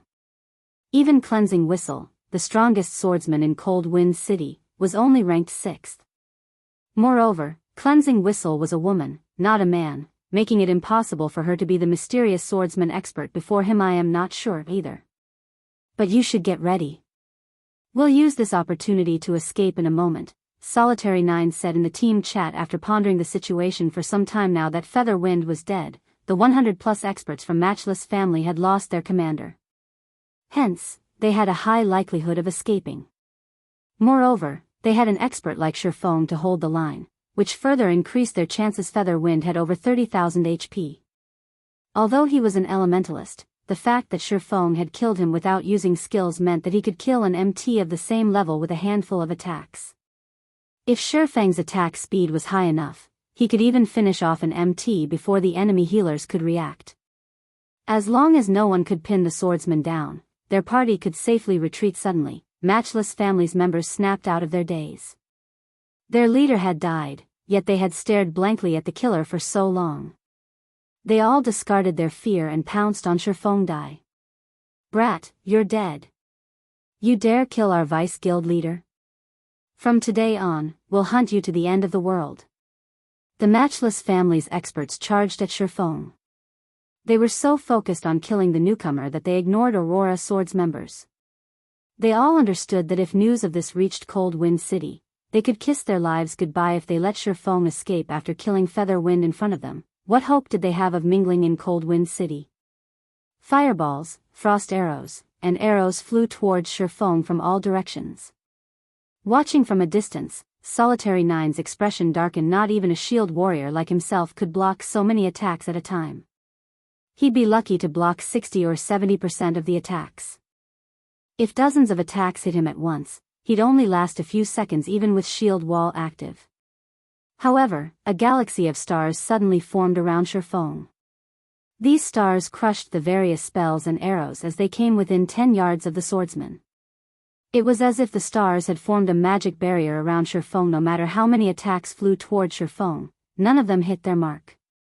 In fact, the bombardment hadn't even reduced Shifeng's HP by a single point. What kind of skill is that? Every player watching was stupefied. Meanwhile, after Shifeng had deflected a volley, Matchless Family's dozens of melee players moved in to strike charge. Chop. Shadow Assault. Flame Slash. One skill after another collided with Shifeng's sword's orbit. Ping. Ping. Ping. The moment these melee players encountered Sword's orbit, they were thrown backward like cannonballs. Some nearly lost their grip on their weapons from the powerful impact. Moreover, these melee players had lost a visible chunk of their HPs. Even the Guardian Knights and Shield Warriors lost over 2000 HP, and they had only received the damage from assaulting Shifeng with their shields. The other classes lost around 4000 HP. 4000 damage would even reduce an MT's HP by 1/10. How is this possible? Solitary 9 and his companions watched, dumbfounded. Don't be afraid of this trash. We have healers to recover our HP. I refuse to believe his skill can last forever. A member from Matchless family shouted to his team. The other members nodded in response. They eyed Shifeng from the sidelines, waiting until the duration of whatever skill he was using came to an end. What? You don't want to play anymore? Shifeng shook his head and chuckled when he saw his opponent's hesitation. Since you won't come to me, I'll come to you.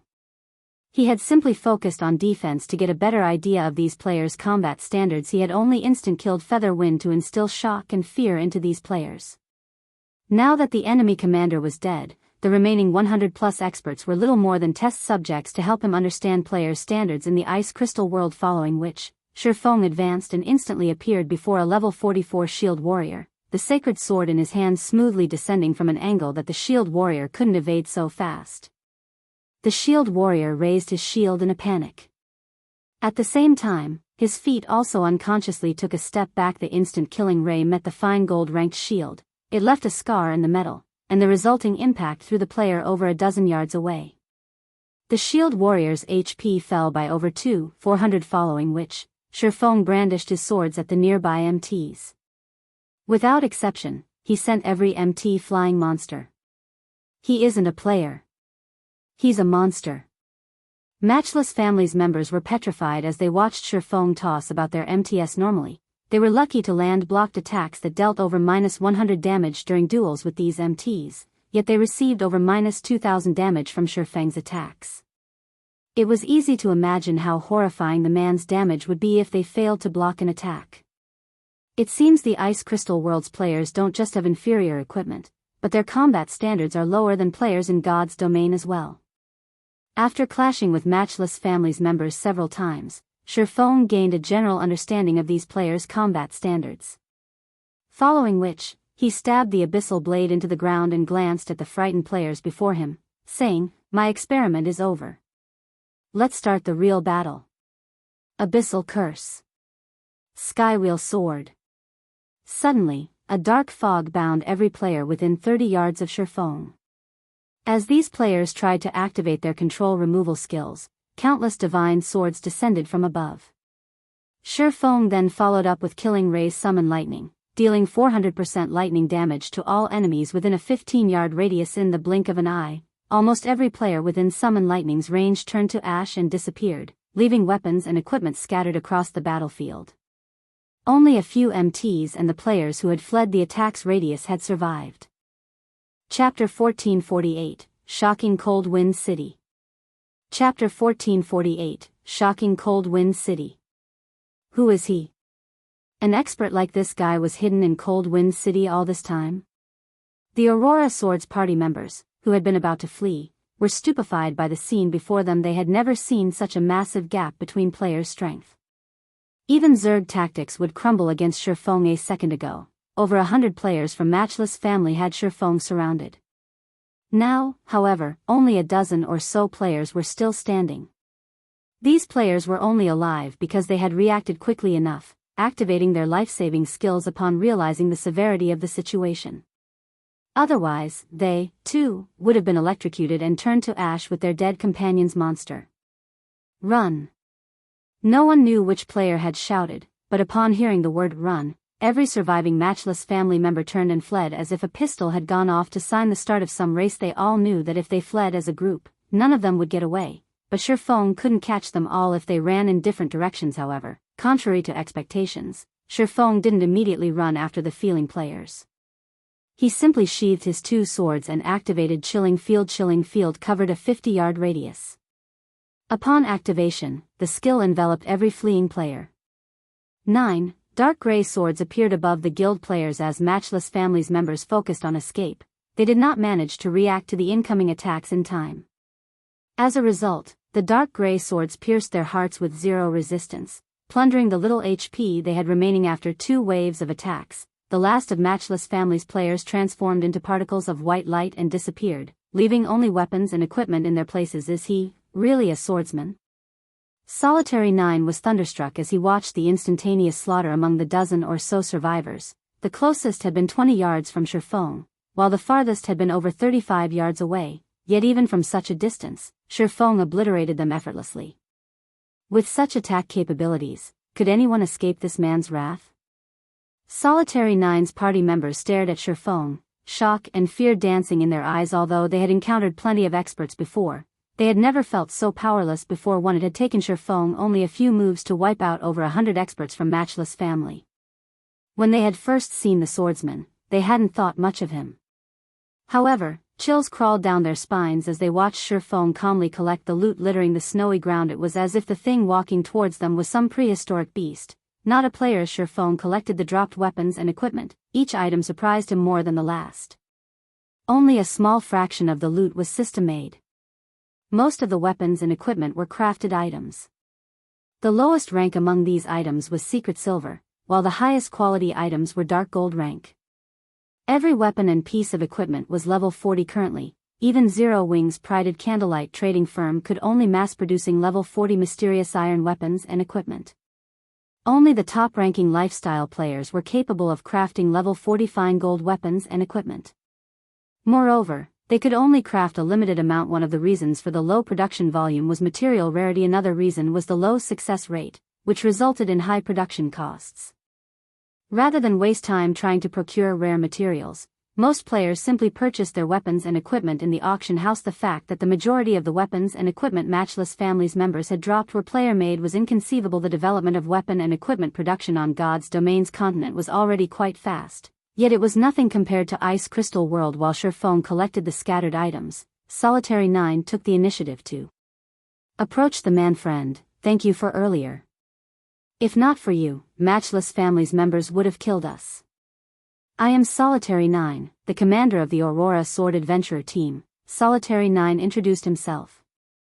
If you have any problems in Cold Wind City, please feel free to contact me. Although Aurora Sword wasn't one of Cold Wind City's top adventurer teams, it was relatively well known. The team had over 100 members in total, and although they were strong enough to make major changes in the city, they could deal with minor issues. The other party members nodded eagerly. They both feared and revered Shifeng. If they spread the news about what had happened here, it would cause chaos in Cold Wind City. Matchless Family was a peerless organization in Cold Wind City, yet Shifeng had slaughtered over 100 of its experts by himself. He was a monster-like existence. Countless players dreamed of befriending an expert like him. Cold Wind City? After giving the matter some thought, Shifeng asked, "Can you tell me a little about the situation in Cold Wind City?"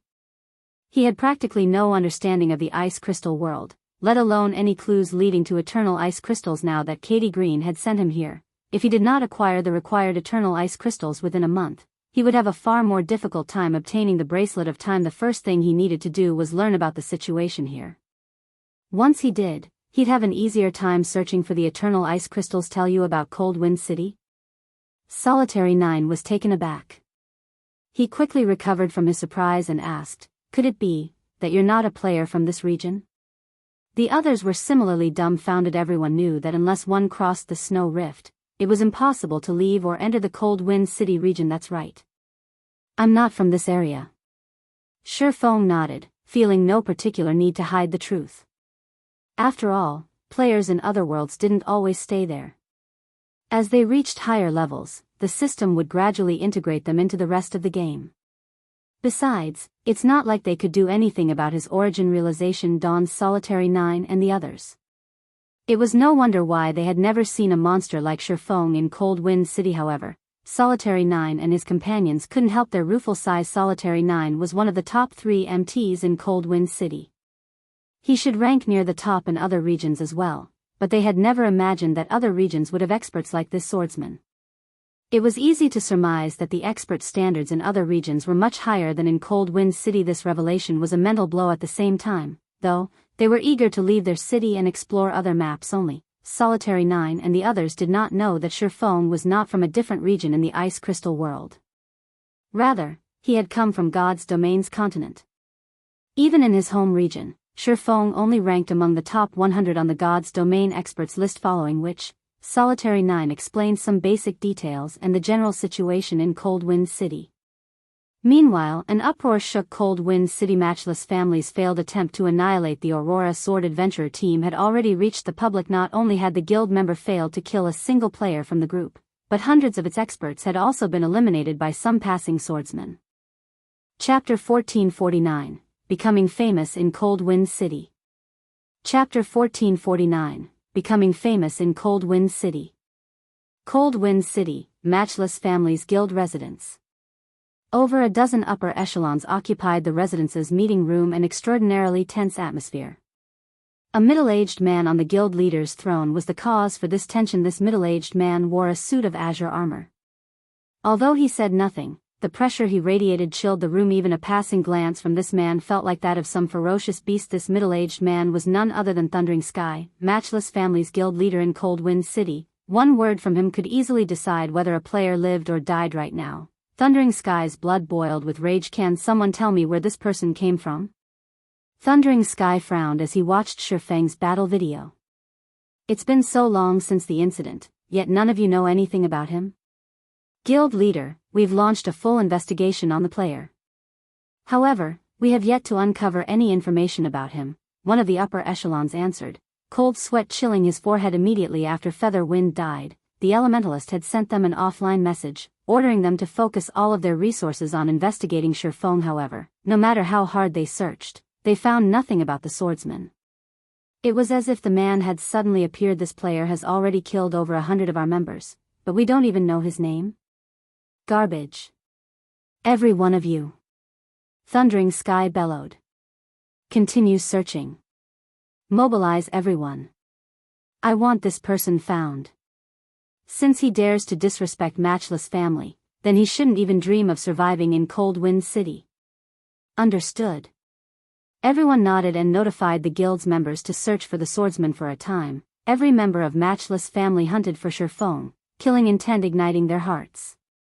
Centurion Dynasty also held a meeting to discuss the situation. Interesting. Truly interesting. That person actually annihilated Feather Wind's expert team. I don't think even Lifeless Thorn could do that, Sky Slicer, Centurion Dynasty's guild leader, said, laughing as he watched Shifeng's battle video. Matchless Family had been humiliated.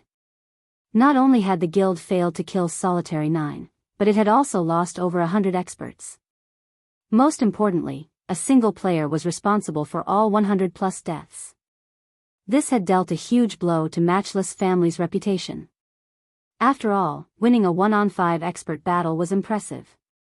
Even an expert like Lifeless Thorn should only be able to handle a dozen or so experts at a time. Yet, Shifeng had faced over 100 experts, and his victory had been overwhelming. Naturally, anyone who watched Shifeng's battle video would realize that the man was very powerful. However, those who had only heard about the massacre would assume that Matchless Family's experts were nothing but paper tigers. Suddenly, a female elementalist in white mage robes asked, Guild leader, what should we do next? Since the Matchless Family wants to kill this player, we have to do the opposite, Sky Slicer said, laughing. Rain, find him. Tell him that the Centurion Dynasty would like to welcome him with open arms. What if he refuses? Swirling Rain asked. Refuses? Sky Slicer snorted. That's not an option. We're talking about Matchless Family, after all. Even if he is strong as an individual, he can't take on the whole guild. He'll only be safe if he joins us. Understood. Swirling Rain then bowed and left the meeting room. Both of Cold Rain City's large guilds began their search for Shifeng. Meanwhile, the city's players were dumbfounded. What's going on? This person is awesome. Both large guilds are actually offering a high price for information about his whereabouts. Not even Lifeless Thorn has ever elicited such a reaction. There's no helping it. Although Lifeless Thorn doesn't belong to any guild, his adventurer team, Waveheart, is a top adventurer team with over 3,000 members. It has over 300 experts. 3 of the city's top 10 experts belonged to the adventurer team, as well. The guilds would have to weigh their options seriously before moving against Lifeless Thorn. That's right. This player is doomed. He killed so many of Matchless Family's players. The guild won't rest until they kill him back to level 0. Both guilds are offering such a high price. They're already offering 2 gold for any information about the man's current location. The independent players on Cold Wind City's streets quietly discussed the new player, every one of them admiring Shifeng's courage in Cold Wind City. No one, aside from Centurion Dynasty, dared to provoke Matchless Family. Independent players often resented the 2 large guilds. Unfortunately, since both guilds were so powerful, they had no choice but to endure their suffering. Hence, when they had heard the news of Shifeng slaughtering over 100 experts from Matchless Family, they quietly celebrated as the city's players chatted about the recent events. 7 players arrived in the teleportation hall. These players were none other than Shifeng and the party from Aurora Sword. After Solitary 9 had offered a general explanation of Cold Wind City, Shifeng had decided to pay the city a visit. Hence, Solitary 9 had given Shifeng a few return scrolls for Cold Wind City so that he could return via teleportation alongside his people. Cold Wind City was the only NPC city in this particular zone. The city's player population exceeded 2 million, and each of the large guilds had over 100,000 members. It was why the 2 guilds were able to rule over Cold Wind City. If Shifeng wanted to find more information about the Eternal Ice Crystals, Cold Wind City's library was undoubtedly the best place to do so.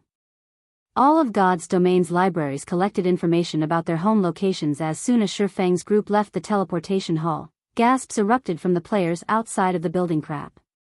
Isn't that the expert that killed the Matchless Family's experts? What? Does he not know that the guilds have mobilized their forces to find him? He must be insane. He actually ventured into the city. Does he think Matchless Family is afraid of attacking him within the city walls? That might be the case. Unfortunately, he's underestimated the guild. Some time ago, some guy had provoked a few of Matchless Family's members. In the end, they killed him over 10 times inside the city. The matter was only resolved after he paid the guild 10 gold and every weapon and piece of equipment he had. Quick!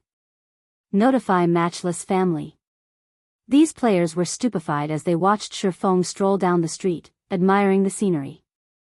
From time to time, Shifeng even entered a shop to browse its merchandise. After so recently provoking Matchless Family, this man dared to show his face in Cold Wind City.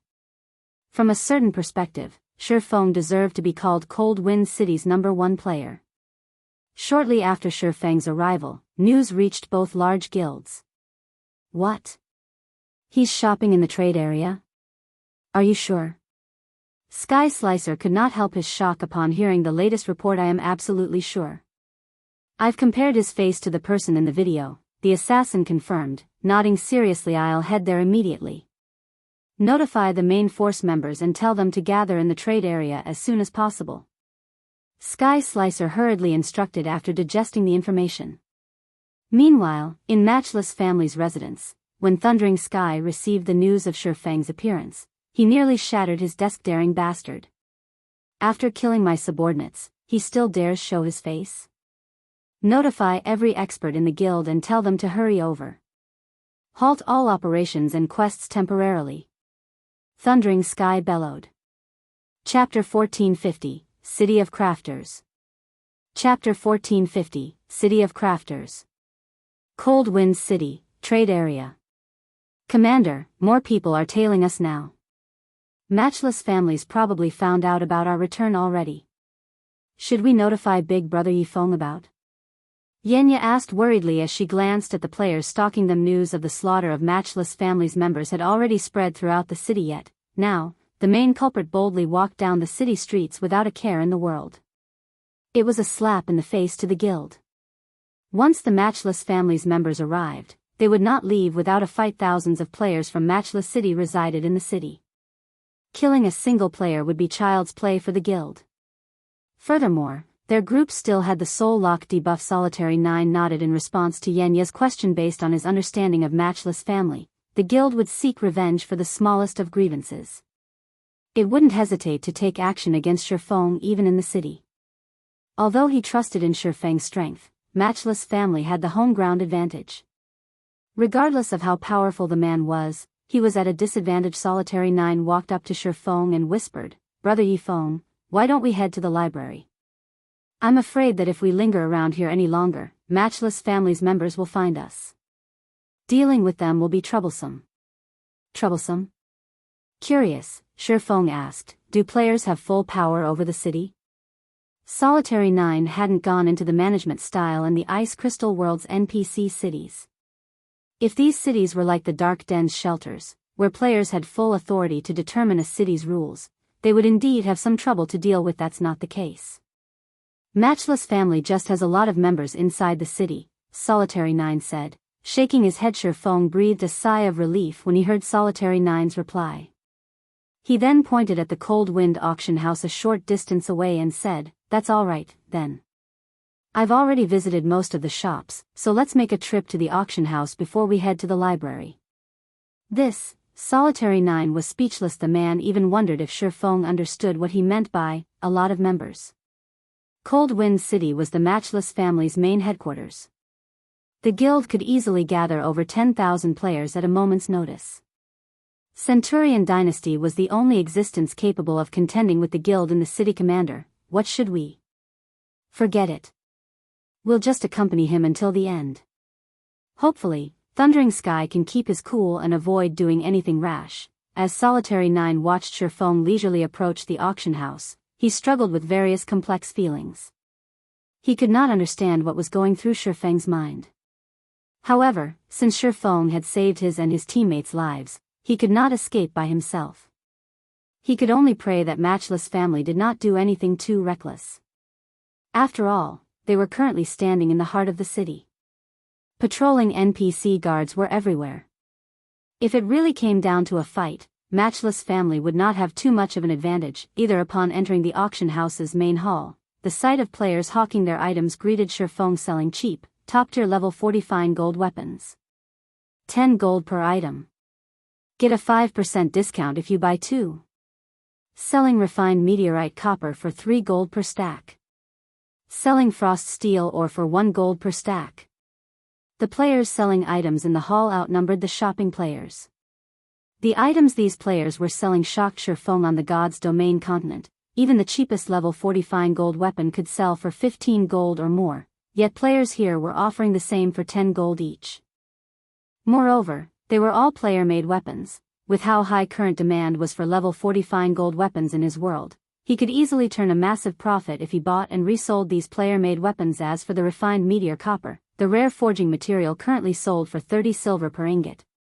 Moreover, it was very difficult to purchase. Each stack, containing 20 ingots, sold for 6 gold, yet these players were selling each stack for half that.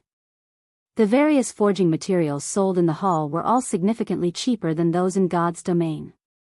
In addition, this world had an abundance of forging resources.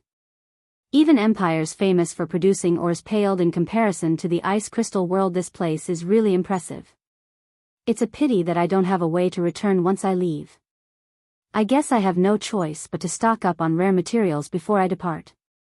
Shifeng sighed ruefully as he looked through the various items these players offered. If he could travel between the Ice Crystal World and the God's Domain continent, he could earn more income from reselling items than what he earned from Stone Forest Town.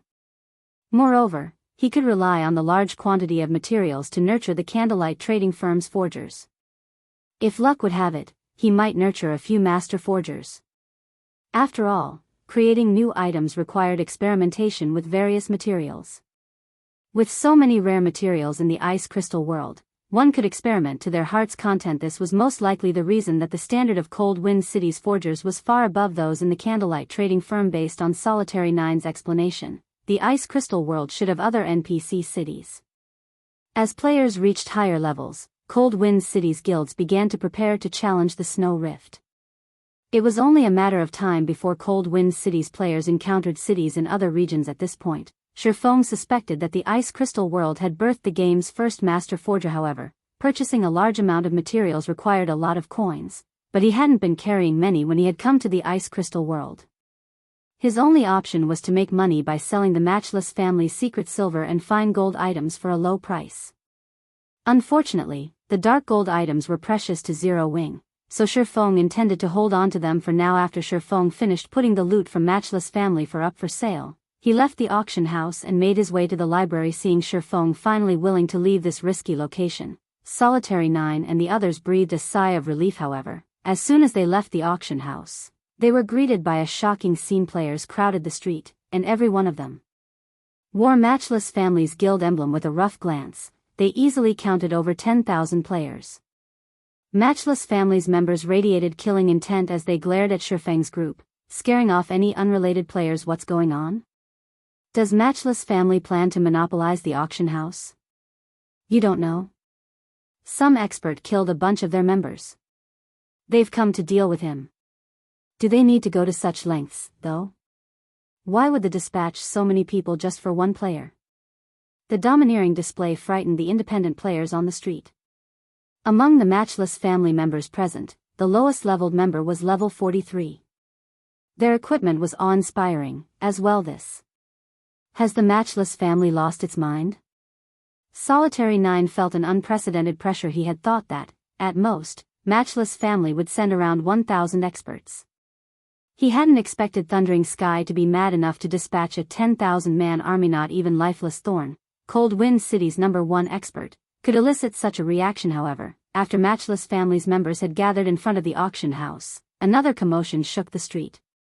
Another player army slowly approached from the other end of the street, and although this army was smaller than Matchless family's, it still included around 3,000 players. These new arrivals wore Centurion Dynasty's guild emblem. For a time, experts from both of Cold Wind City's large guilds stood before the auction house's entrance. Following which, both guilds' leaders pulled away from the crowd. Both men looked at Shifeng Yuri, the expert that killed Featherwind. Thundering Sky and Sky Slicer asked in almost perfect unison. The spectating players were stupefied. Chapter 1451, Obliterated. Chapter 1451, Obliterated. That guy is so amazing. Both guild leaders actually came looking for him. Just who is he? The distant spectating players were shocked to see the two men. Solitary 9, who stood behind Shifeng, was at a loss for words. Both Thundering Sky and Sky Slicer were top-tier existences in Cold Wind City. Normally, they were very difficult to meet, yet these two had gathered here due to Shifeng. That's right. What business do you have with me? Shifeng calmly replied to the guild leader's question. An army of 10,000 players might be shocking to ordinary players, but not even a million-player army could surprise Shifeng. Besides, they were still inside an NPC city. Good. I never thought you would have the guts to admit it. Thundering Sky's face twitched in anger as he glared at Shifeng's calm composure. I am Thundering Sky, the guild leader of Matchless family. Since you admitted to killing my guild's experts, that makes things simple. Hand over every item and piece of equipment you have and let me kill you once, then we'll consider the matter settled. Otherwise, bear the consequences at your own risk. Guild leader, aren't you letting this bread off too lightly? The guild leader's demand confused his upper echelons. They had assumed that Thundering Sky wouldn't rest until he forced this newcomer to delete his account. He had just offered to let Shifeng off with such a light punishment. Enough. I have my reasons. Thundering Sky shot his subordinates a withering glare, immediately silencing them. What these guild upper echelons did not know was that Thundering Sky was far more interested in Shifeng's weapons and equipment than he was in avenging Featherwind. After watching the swordsman's battle video, he realized that the man's basic attributes were ridiculously high. Not even Thundering Sky was confident of killing Featherwind in one hit. After all, Featherwind's weapons and equipment were considerably good. The Elementalist's HP was also over 30,000. PvP battles were different from those with monsters. A player's damage would scale down when they struck another player. Killing expert players of the same level was very difficult, yet Shifeng had done it. Moreover, he had thrown level 44 and 45 shield warriors with his normal attacks. His strength could definitely rival that of a great lord of the same level. With such powerful attributes, Shifeng had to have more than one top-tier weapon or piece of equipment. He might even have something Thundering Sky could use. However, if they killed this man while the soul lock debuff was active, Shifeng would only drop a few pieces of equipment. On the off chance that he had stored his items in the bank, they would lose any chance of obtaining them. Ha ha ha. Fellow friend, ignore this man's foolish demands. If you join Centurion Dynasty, I guarantee that no harm will come to you within the Cold Wind City region, Sky Slicer said as he sent a contemptuous glance at Thundering Sky before turning back to Shifeng. In addition, I'd like to offer you the position as our guild's main force vice commander. Insane. This is madness. I didn't hear wrong, right? Sky Slicer actually offered so much to an unknown expert. They haven't even been that generous to Lifeless Thorn. Sky Slicer's voice had been quite loud, so the spectating crowd had heard every word. The offer confused Thema Guild's main force was a guild's core of power. The main force generally only answered to the guild leader, not even vice guild leaders had the authority to mobilize the main force. Hence, the main force's commander was even more important than the vice guild leader. Although the vice commander wasn't as important, it was still a crucial role. Sky Slicer had offered Shifeng such an important position right off the bat. Slicer, do you intend to make an enemy of Matchless family? Thundering Sky shouted, enraged. Although he had expected Sky Slicer to oppose him, he hadn't expected the man to be so brazen about it. Have our guilds ever been friendly? Sky Slicer sneered. Their two guilds had fought countless battles against each other, and neither feared their rival. Now that he had an opportunity to suppress his rival's momentum and recruit a powerful expert, he couldn't miss the chance to kill two birds with one stone. Good. I'll take care of your Centurion Dynasty as well. Thundering Sky's expression darkened. Immediately, he commanded, everyone, attack. Yes. Let's see who is afraid of whom. Sky Slicer also commanded his guild members to fight. For a time, the Matchless family and Centurion Dynasty's members slaughtered each other inside the city. Due to so many players involved, the NPC patrols couldn't quell the incident quickly. They could only clear out the fighting players. Little by little both guilds' members fought with everything they had, fully intent on annihilating their enemy. Now that players were reaching higher levels, it was only a matter of time before they could raid the Snow Rift. To compete with guilds in other NPC cities, they first needed to deal with Cold Wind City's problems. Otherwise, they would have to face enemies on both fronts. The entire street had transformed into a battlefield. Spells and arrows blotted out the sky, and explosions and screams filled the air. Unfortunately, as Centurion Dynasty had brought fewer members, Matchless family quickly suppressed its players. As a result, the former guild's members were forced to retreat. Of course, Matchless family couldn't eliminate their rivals' members as Centurion Dynasty's reinforcements began to arrive. All Matchless family could do was push the other guild back. Shortly after the battle had begun, the dead players' weapons and equipment littered the street. Even experts were forced to use their life-saving skills. The weaker players died before they could even react as numerous attacks struck. The spectators were stunned. This fight helped them realize just how weak an individual was compared to a guild. Even the well-known adventurer teams were nothing. Very quickly, Sky Slicer was forced into a corner. Meanwhile, Matchless family's members surrounded the auction house. Do you think that we can't touch you just because Centurion Dynasty wants to lend a helping hand? Thundering Sky sneered at Shifeng, who had not participated in the battle. I guarantee you that no one can protect you in the Cold Wind City region. If you hand over all of your weapons and equipment now, I can still let you off the hook. If you try to retaliate, I'll eliminate you, Solitary 9, and his group hiding behind you. The watching crowd gasped when they heard Thundering Sky's threat. They all knew that Thundering Sky was a man of his word, but they hadn't expected him to be ruthless enough to target Solitary 9's group as well. However, as soon as Thundering Sky finished speaking, Shifeng, who had maintained a relaxed posture, unsheathed Killing Ray. He then casually walked towards Thundering Sky, who stood 50 yards away from him, as if he were just taking a stroll through his own backyard. What? He actually dares to defy Thundering Sky? Is he insane? Even Matchless family's members were stunned. Setting aside Thundering Sky's individual prowess, the man was surrounded by hundreds of his experts. These subordinates would likely kill the swordsman before he got close to their guild leader. You asked for this. Thundering Sky frowned. He hadn't thought this newcomer would be so foolish. He gestured with a hand and ordered, "Kill him." The instant Shifeng was within the ranged player's reach, over 100 spells and arrows flew towards him, forming a tight wall that left no room for Shifeng to dodge. However, Shifeng raised the sacred sword and swung it forward. Lightning edge. Suddenly, countless arcs of blue lightning streaked towards the incoming spells and arrows. In the blink of an eye, the lightning destroyed everything in a 50-yard cone. I am only one person.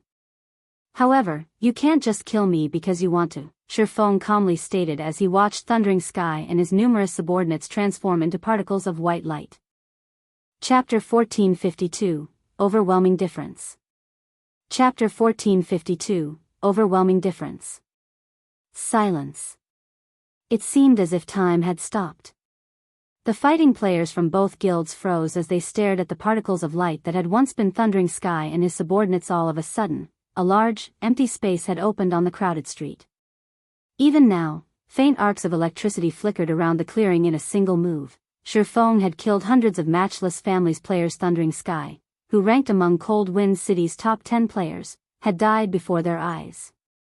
He hadn't even put up the slightest fight before he had died. It was hard to believe that an ordinary-looking swordsman with a blue longsword had been responsible for this when Solitary 9 and the others, who stood behind Shifeng, saw this. They could not help but gasp, the corners of their lips twitching slightly. They already knew that Shifeng was very powerful, but it now seemed that Shifeng hadn't taken his fight with Feather Wind seriously. Just who is this guy? The corners of Sky Slicer's eyes twitched as he stared at the empty clearing a short distance away. He wouldn't have been so surprised if Shifeng had been a magical class player. However, this was the first time he had seen a swordsman in God's domain possessing such a powerful skill. Moreover, this skill had such a short channeling time, giving the skill's targets no time to react. How is this possible? The guild leader died? Matchless Families members were at a loss. Everything had happened too quickly. He killed our guild leader. We can't let him get away. That skill must have a long cooldown. He can't use it again anytime soon. Kill him. Suddenly, Matchless Families members turned their attention away from Centurion Dynasty as they charged at Shifeng. A guild leader was directly connected to the guild's reputation. The fact that this man had killed their guild leader instantly humiliated every one of them. If they did not kill Shifeng right now, Matchless Families' reputation would suffer. This would severely impact their guild's development. Damn it. Matchless Families players have lost their minds. Tension gripped Solitary 9 as he watched the players swarm towards him. However, before the Matchless Families members reached their group, Shifeng pointed Killing Ray at the approaching crowd. Dragon Breath. Suddenly, a beam of white light shot forth. The white light vaporized any player it touched in the blink of an eye. Several hundred more players had died. After using Dragon Breath, Shifeng followed up with Dragon's Authority, inflicting the fear debuff on all enemies within a 50-yard radius, reducing their movement speed and attack speed by 40% for 1 minute. Everyone within the skill's range felt as if they had plunged into a muddy swamp. Following which, Shifeng activated Defensive Blade, increasing his attack range. He then took a step forward and vanished. Where is he? As the crowd recovered from the shock and fear Shifeng's Dragon Breath had inflicted, the man had disappeared. They could not help their growing confusion. However, before anyone had realized it, Shifeng had reappeared among Matchless Families members. He lightly swung his two swords at the nearby enemies. Boom. A tornado formed around Shifeng. Following which, all players within 15 yards of Shifeng collapsed, staring at their empty HP bars in a daze. Not even the MTs with high HP had escaped Shifeng's wrath. Following which, Shifeng advanced once again. This time, however, he didn't execute void steps. Instead, he left numerous afterimages trailing behind him as he moved forward. At the same time, he brandished his swords without a care in the world, slaughtering every player that came within 15 yards. None of the players within his range escaped death's embrace. In fact, they couldn't even block or dodge the swordsman's attacks. One after another, Matchless Families members transformed into particles of light.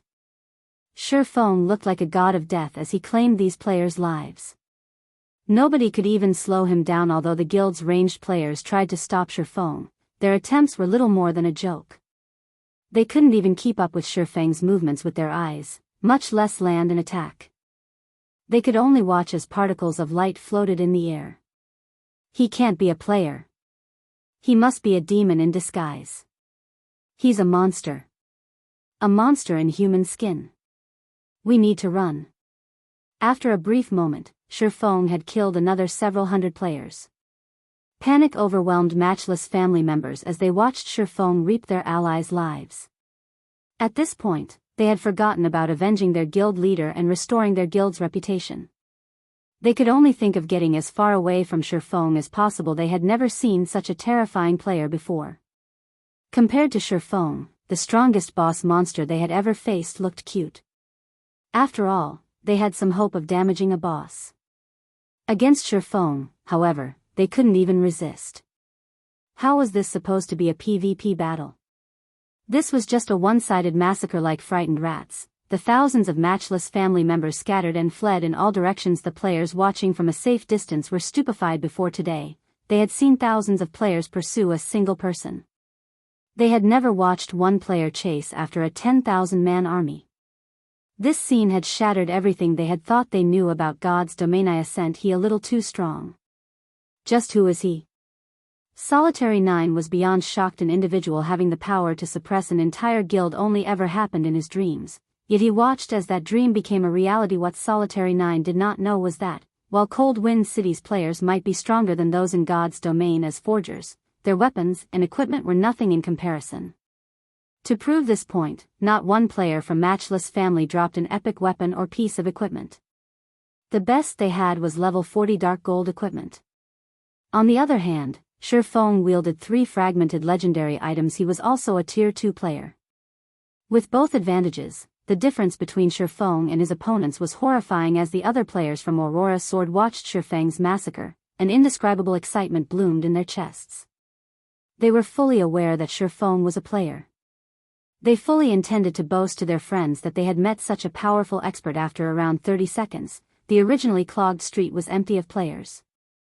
Only Shifeng and a bunch of weapons and equipment remained. The survivors from Matchless family had long since fled the battlefield. Despite so many items covering the street, none of the spectators moved forward to steam them. On the contrary, they distanced themselves from the loot, making sure that at least 100 yards lay between them and the nearest item. As for the NPC guards, they spared Shifeng little more than a glance before pursuing Matchless family surviving members in NPC cities. The NPC guards would target the side that attacked first. Matchless family members had teamed up before surrounding Shifeng. If any member of the team attacked, they would implicate the entire team in the crime. Hence, within a fixed amount of time, Shifeng could kill as many members of the team as he wanted without receiving any punishment from the system. Even if this mechanic hadn't existed, Shifeng could have simply found a secluded location and altered his appearance with the demon mask. With Nightwalker Cape's passive concealment effect, not even high-tiered NPC guards could touch him. After crushing Matchless family members, Shifeng didn't hurry to collect his loot. Instead, he smiled as he turned to Sky Slicer, who stood a short distance away, saying, "Guild Leader Slicer, now that the problem has been dealt with, may I know what business you have with me?" Chapter 1453, Unexpected Harvest. Chapter 1453, Unexpected Harvest. As Centurion Dynasty's members watched Shifeng walk towards them, their breath caught, and cold sweat drenched their backs. It felt as if a prehistoric beast approached, not a player, and they desperately wanted to turn and flee. One man had inspired thousands of Matchless family's members to run like frightened rats. If someone had told them of such a thing happening in the past, they would have laughed it off. Now, however, they could not find it in themselves to laugh. They had clashed with the other guild many times, and both were roughly on the same level. Since Shifeng could suppress Matchless family by himself, naturally, he wouldn't have any issues doing so to Centurion Dynasty. Sky Slicer wore an ugly expression. Had he known something like this would happen, he would not have poked his nose into the situation. "Brother Expert, I believe there has been a misunderstanding. I only came here to recruit you because I have a grudge against Matchless family. If I had known that Brother Expert was so powerful, I would not have meddled in your affairs. For this offense, I am willing to pay 10,000 magic crystals as compensation," Sky Slicer respectfully told Shifeng. His previous pride had faded like smoke. What a generous offer. Solitary 9 quietly exclaimed. In his opinion, Sky Slicer was insane to offer 10,000 magic crystals as an apology. Even a well-known adventurer team like Aurora Sword had only accumulated 2,000 magic crystals thus far. Meanwhile, magic crystals were an indispensable resource in Cold Wind City. For example, lifestyle players needed the crystals when producing weapons and equipment. To increase their production success rate, they would spend magic crystals on renting special workshops in their respective lifestyle associations. There was also the Divine Colosseum, and training there cost a lot of crystals. Magic crystals were nearly impossible to save, although there were quite a few ways to obtain magic crystals in Cold Wind City. Handing over 10,000 magic crystals would deal a considerably painful blow to Centurion Dynasty. However, Solitary 9 wasn't a guild leader, so he couldn't understand Sky Slicer's thought process. If an expert of Shifeng's caliber decided to target Centurion Dynasty and randomly ambush its main force or elite members, the guild would break under the loss. Moreover, Centurion Dynasty couldn't do anything to Shifeng. If such a situation lasted for a long time, it could cripple the guild. The 10,000 magic crystal offer also served to put some distance between Centurion Dynasty and Shifeng. 10,000 magic crystals. Shifeng was slightly confused. The resources in Cold Wind City were far more abundant than he had assumed. Both Centurion Dynasty and Matchless Family would only be third-rate guilds on God's Domain's continent. Giving away 10,000 magic crystals would likely bankrupt the guild. However, based on Sky Slicer's expression, he only felt a slight pang at the loss. When the guild leader saw the small frown forming on Shifeng's face, he realized that the other party wasn't particularly satisfied with the compensation. Gritting his teeth, he said, "If Brother Expert doesn't find the compensation satisfying, I can include this map as well." Saying so, Sky Slicer took out an ancient, tattered animal skin. Although the hide was quite old, it emitted a faint pressure. Although there was only a trace of this pressure, everyone seemed to fear it. "This is divine might?" Shifeng stared at the animal hide in Sky Slicer's hands in surprise. Divine might was an aura unique to gods. Any item that radiated the energy wouldn't be ordinary. Furthermore, this item had manifested in the ice crystal world. Although this otherworld's rank was quite high, it could only accommodate up to Tier 5 creatures. Tier 6 gods were barred from this world. The fact that such an item, once used by God, had manifested here made it even more valuable. "Brother Expert, what do you think?" Sky Slicer asked, smiling when he saw Shifeng's interest in the animal hide. He had obtained this animal hide some time ago, but although he recognized it as valuable, he had no way to reveal its secrets. Using it to appease Shifeng and improve his relationship with the man wasn't a bad trade deal. Shifeng nodded. His goal in traveling to the ice crystal world was to obtain eternal ice crystals, not to dominate Cold Wind City. He had no reason to clash with the local guilds. If not for Matchless Family's determination to pick a fight, he wouldn't have bothered with them. Hearing Shifeng's reply, Sky Slicer breathed a sigh of relief. He then handed over the 10,000 magic crystals and the animal hide. As for the weapons and equipment littering the street, Shifeng decided to sell the items to Sky Slicer for coins and various rare materials. Weapons and equipment took up an entire slot by themselves in a player's bag space. However, materials didn't. One slot could hold multiple articles of the same item. By selling the weapons and equipment for materials, Shifeng could maximize the number of items he brought back to God's Domain. Naturally, Sky Slicer was more than happy to accept Shifeng's offer. The Matchless Family members that had cornered Shifeng earlier consisted of the guild's elites and experts. Most of the players that had fallen to Shifeng had been experts. Hence, the weapons and equipment they had dropped were considered top tier in Cold Wind City. Through this transaction, Shifeng had obtained close to 8,000 gold in rare materials. If he resold these materials in his home world, he could easily earn over 20,000 gold. However, Shifeng wouldn't sell all of the materials even for a single payment of 20,000 gold. These rare materials could help the Candlelight trading firm's forgers improve quickly. The trading firm might even manage to nurture a master forger. After obtaining the materials, Shifeng quickly made his way to Cold Wind City's library. Meanwhile, news of Shifeng's triumph over the Matchless Family quickly spread throughout Cold Wind City, shocking the resident players. "That guy is so awesome. Not only did he suppress Matchless Family by himself, but even Centurion Dynasty treated him with respect. I wish I had half his strength." After this, Lifeless Thorn will have to relinquish his position as Cold Wind City's #1 expert. I wonder if this expert is accepting disciples. If he is or plans to start an adventurer team or guild, I'll be the first to apply. For a time, Cold Wind City's players heatedly discussed this newcomer. Meanwhile, a man wearing ice blue armor and wielding a purple spear faced off against a level 54, Great Lord ranked demonic frost wolf in the Snow Rift, Cold Wind City's forbidden land. Despite the Frost Wolf's upper hand in speed and strength, it was helpless against this indifferent man.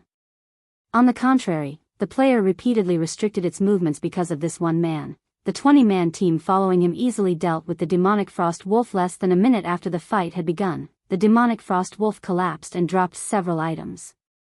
The team members watched as their experience bars rose quite a bit while the team rested. A heroic-looking female swordsman turned to the indifferent man, who rested with his eyes closed.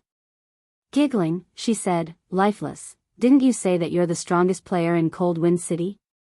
It seems that you have a rival now." "A rival?" Lifeless Thorn's eyes opened when he heard these words.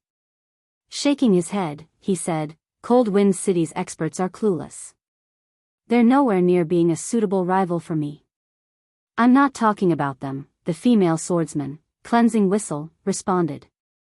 Revealing a leisurely smile, she said, "Weren't you boasting about how powerful you are? Do you think you can stand against 10,000 elites from Matchless Family? You've got to be kidding. You're talking about 10,000 elite players." Lifeless Thorn rolled his eyes. "Then why do you claim to be invincible in Cold Wind City? Here, take a look at this." Not long ago, a swordsman expert single-handedly suppressed Matchless Family's army. Centurion Dynasty even offered him a gift as an apology, Cleansing Whistle said, giggling as she sent a copy of Shifang's battle video to Lifeless Thorn. This is, although Lifeless Thorn wanted to refute Cleansing Whistle's words, he couldn't help his shock as he watched the battle video. How can there be such a powerful expert in the city? Well? Hadn't you said something earlier about the swordsman class being crap? Now you know how powerful swordsmen are. Cleansing Whistle said, feeling a little proud when she saw the man's shock. He is powerful. He is on an entirely different level than I am, Lifeless Thorn straightforwardly admitted. The assassin's admission stunned Cleansing Whistle. She had thought the news would shake Lifeless Thorn's confidence, allowing her to get some payback for his insults towards her class. Before Cleansing Whistle could say more, Lifeless Thorn stood and took a return scroll from his bag. "What are you doing?" Cleansing Whistle asked curiously. "Do you really have to ask?" "I'm going to look for that expert," Lifeless Thorn said, excitement flashing in his eyes. "Are you mad? We wasted all that time to get here, yet you're going back, just like that?" Cleansing Whistle was astonished. However, ignoring her words, Lifeless Thorn activated the return scroll. He then transformed into a streak of light as he left the snow rift.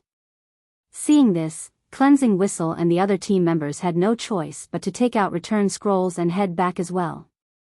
Meanwhile, in Cold Wind City's Nobles District, Shifeng impatiently took out the animal hide Sky Slicer had given him and carefully inspected as he traveled in an advanced carriage. Chapter 1454, Treasure that Surpasses Epic Rank. Chapter 1454, Treasure that Surpasses Epic Rank. It's no wonder why Sky Slicer couldn't do anything with this when Shifeng tried to inspect the hide. He was only able to learn its name, Tattered Animal Hide.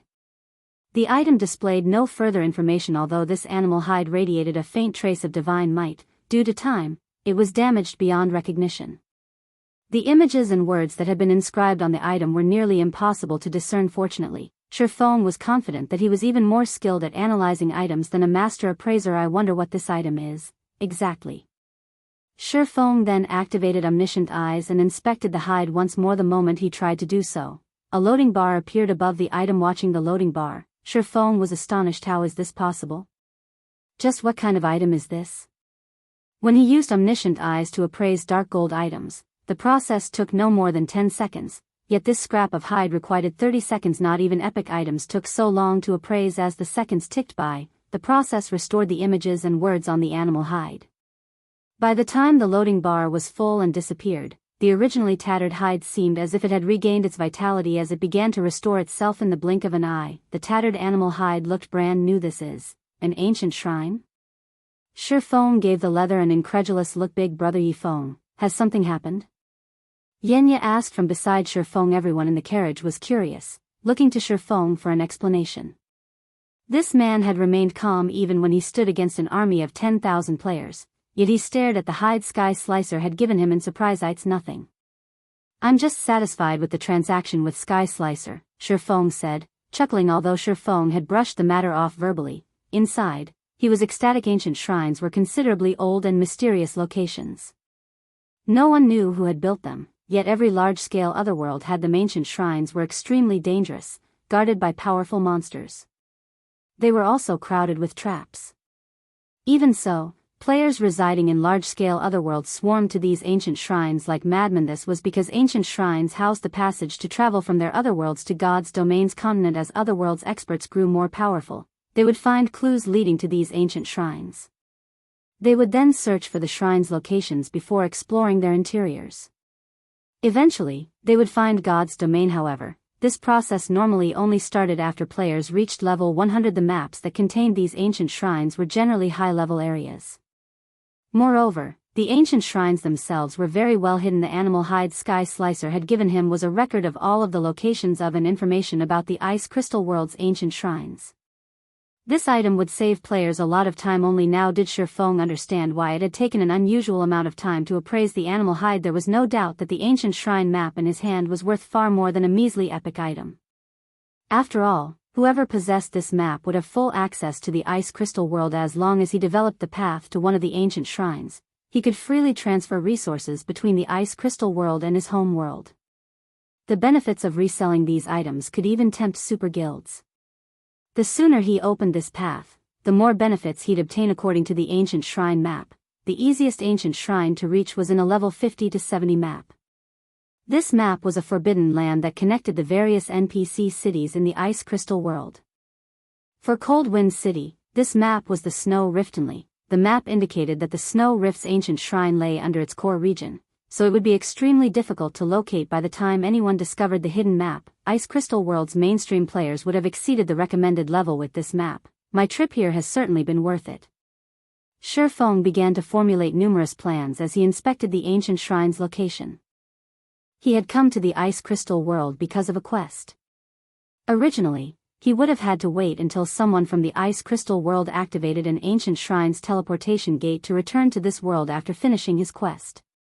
Moreover, that was dependent on whether or not the player who discovered the shrine would publish the teleportation gate's location. After all, he wouldn't be able to return to the Ice Crystal World unless he found another teleportation gate on God's domain's continent. However, things had changed. If he could activate an ancient shrine before he left, he would travel between worlds unhindered.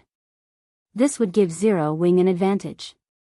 Moreover, unlike the Dark Den, where he could only take one person with him, the ancient shrine's teleportation gates wouldn't have such a restriction. Of course, he'd have to pay the teleportation fee. Incredibly powerful NPCs guarded ancient shrine's teleportation gates, and each of these NPCs determined the fees based on how much distance separated the two worlds. Generally, the fee ranged between 20 and 50 magic crystals per person. Although Shifeng had once encountered a gate that charged 1 mana stone per person. Usually, only independent elite and expert players could afford to travel back and forth between worlds. However, the cost was nothing compared to the potential profits guilds could gain. After all, every otherworld had its own specialty resources that were extremely rare in God's domain. If guilds had to pay a small teleportation fee to obtain these precious resources, they would be more than happy to part with the cost. Right now, opening a path to the ancient shrine was far more important than obtaining eternal ice crystals to Shifeng. As long as he activated the ancient shrine, he'd accept failing the quest and losing his chance to trade eternal ice crystals for the Bracelet of Time. He could simply rely on the Ice Crystal World's resources to earn 5 million magic crystals within a month and purchase the Bracelet of Time for the originally stated price. It seems I'll need to make a trip to this ancient shrine later. Thinking up to this point, Shifeng carefully inspected the information on the animal hide. No one should ever underestimate an ancient shrine. Based on his memories, an ancient shrine required a considerable amount of time to raid and conquer. And he was alone in the Ice Crystal World. It wouldn't be easy to clear a path. As for the eternal ice crystals, Shifeng intended to visit the library before making his decision. If he could find a way to obtain the 10 eternal ice crystals, he would save a massive amount of magic crystals. After looking at the ancient shrine map for some time, Shifeng felt his head ache. The ancient shrine in question would be extraordinarily difficult to raid. Only now did he understand why the various otherworlds' large guilds required a month to clear out a single shrine. Even a low-level ancient shrine, like the one located below the Snow Rift, was guarded by a level 70 mythic monster. Even the Snow Rift's final boss was a level 70, Grand Lord ranked 9-headed Earth Dragon. Although only one tier separated the two, the difference in strength was like heaven and earth alone. He could never defeat a level 70 Mythic ranked boss. When Shifeng finished examining the ancient shrine map, he turned to Solitary 9 and asked, Brother 9, would you to help me with something? Help you? Solitary 9 asked, confused. Yes. I wish to establish an adventurer team in Cold Wind City, Shifeng stated. Chapter 1455, Adventurer Team Established. Chapter 1455, Adventurer Team Established. Establish an adventurer team? Big Brother Yifeng, are you joking? For a moment, everyone in the advanced carriage looked at Shifeng in surprise, wondering if they had misheard. Shifeng had previously expressed his lack of interest in establishing his own force. He had only come to Cold Wind City from another region to complete a quest, yet this man had just stated that he wanted to establish his own adventurer team. They were both confused and excited to hear this. If Shifeng formed an adventurer team, it would undoubtedly flourish. In addition, during the previous battle, Shifeng had made a name for himself in Cold Wind City. He wouldn't have any issues establishing a guild, much less an adventurer team. They could already see players lining up to apply. What do you need our help with? Solitary 9 asked, practically glowing. He had already decided to join any force this man established. After all, Shifeng's strength and combat standards were far more impressive than his own. Watching Shifeng's battle had opened the doors to a completely new world for him. Unfortunately, Shifeng hadn't shown any interest in setting up his own force, so he hadn't asked the swordsman about it. He had only hoped to form a close relationship with the swordsman and find an opportunity to seek Shifeng's guidance now. However, he didn't need to do so. He could simply join Shifeng's adventurer team. His goal in establishing an adventurer team was to improve his combat standards by delving into God's domain's various ruins and dungeons. He did not like participating in the struggles between guilds. Most importantly, he had always hated the way Matchless Family and Centurion Dynasty had operated. Hence, he had established the Aurora Sword Adventurer team. He had thought that he and his companions could join Waveheart, Cold Wind City's #1 adventurer team, if the guilds put too much pressure on Aurora Sword. Fortunately, he didn't have to worry about that anymore. I'd like to ask your help in advertising and organizing the adventurer team's recruitment. After giving the matter some more thought, he continued, I don't need a lot of people for the team. 3,000 or 4,000 members will be enough. Official members will have to reach the Trial Tower's 5th floor at the very least, though the requirement will increase as time goes on. Cold Wind City had its own Divine Coliseum, and although it wasn't connected to those in other cities, it wouldn't affect players' evaluations. The 5th floor? Yanya's jaw dropped. Big Brother Yifeng, very few people in Cold Wind City will be able to meet that requirement. Most experts can only reach the 4th floor. Yenya was one of Aurora Sword's top-ranked experts, but even she had only recently made it to the 5th floor. Quality is more important than quantity. Of course, we could let players take another set of tests before joining the adventurer team, Shifeng said. He then took out the list of Zero Wing's test criteria when recruiting members, displaying it for Solitary 9 and his party. Not all talents in God's domain were powerhouses. Rather than only recruiting those who were already strong, they could also look for players with potential. Players with potential would become reserve members for the moment. Reserve members would then be tested and judged based on their improvement speed. They could become official members once they reached a certain standard. If not, they would have to resort to the primary test, reaching the Trial Tower's 5th floor. Although this 2-stage process was tedious, it helped Zero Wing avoid missing out on potential experts. Of course, there was a minimum requirement to become a reserve member. Players had to reach the Trial Tower's 4th floor at this stage of the game. The Trial Tower's 4th floor was still a fairly difficult hurdle for players. However, as player standards continued to improve, more of them would reach the 4th floor. If a player could not even reach the 4th floor, there was no point for them to take the test to become a reserve member. Even so, Shifeng's requirements stunned Solitary 9 and his companions.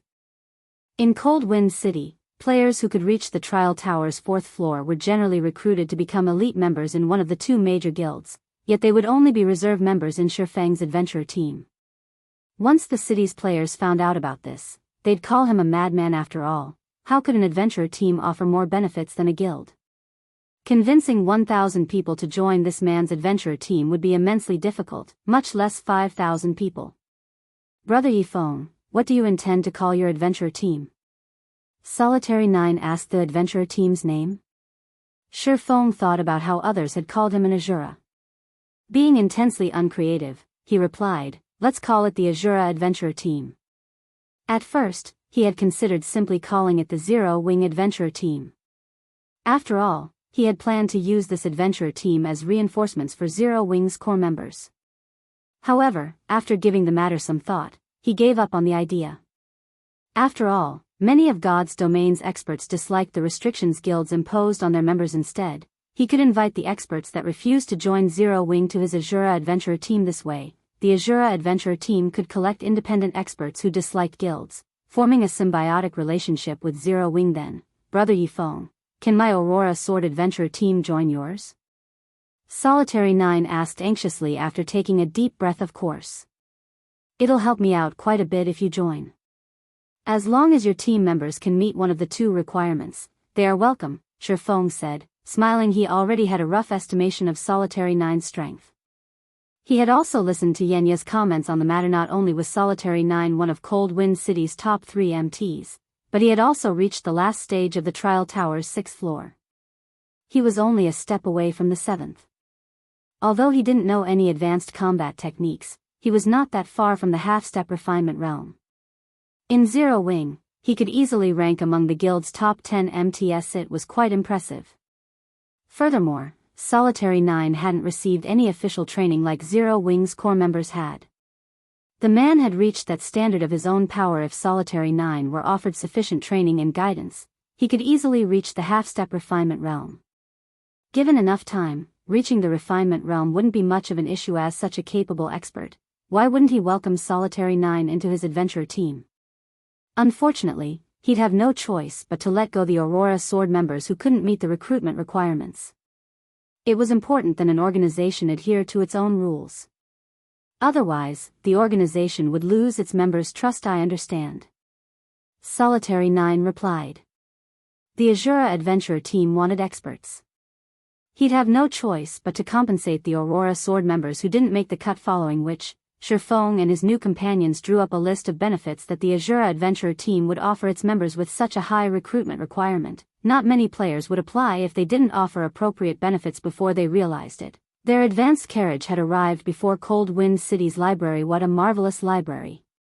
As soon as Shifeng alighted from the carriage, he could not help but stare at the mountainous building before him. Compared to White River City's library, Cold Wind City's was a giant. The building was well over 300 meters tall. It was large enough to fill 3 sports arenas.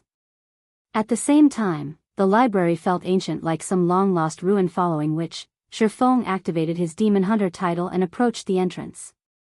The 4 NPC guards by the doors glanced at Shifeng as he passed by, showing no intention of stopping the swordsman elsewhere. Solitary 9 published the recruitment information for the Asura Adventurer Team on Cold Wind City's official forums.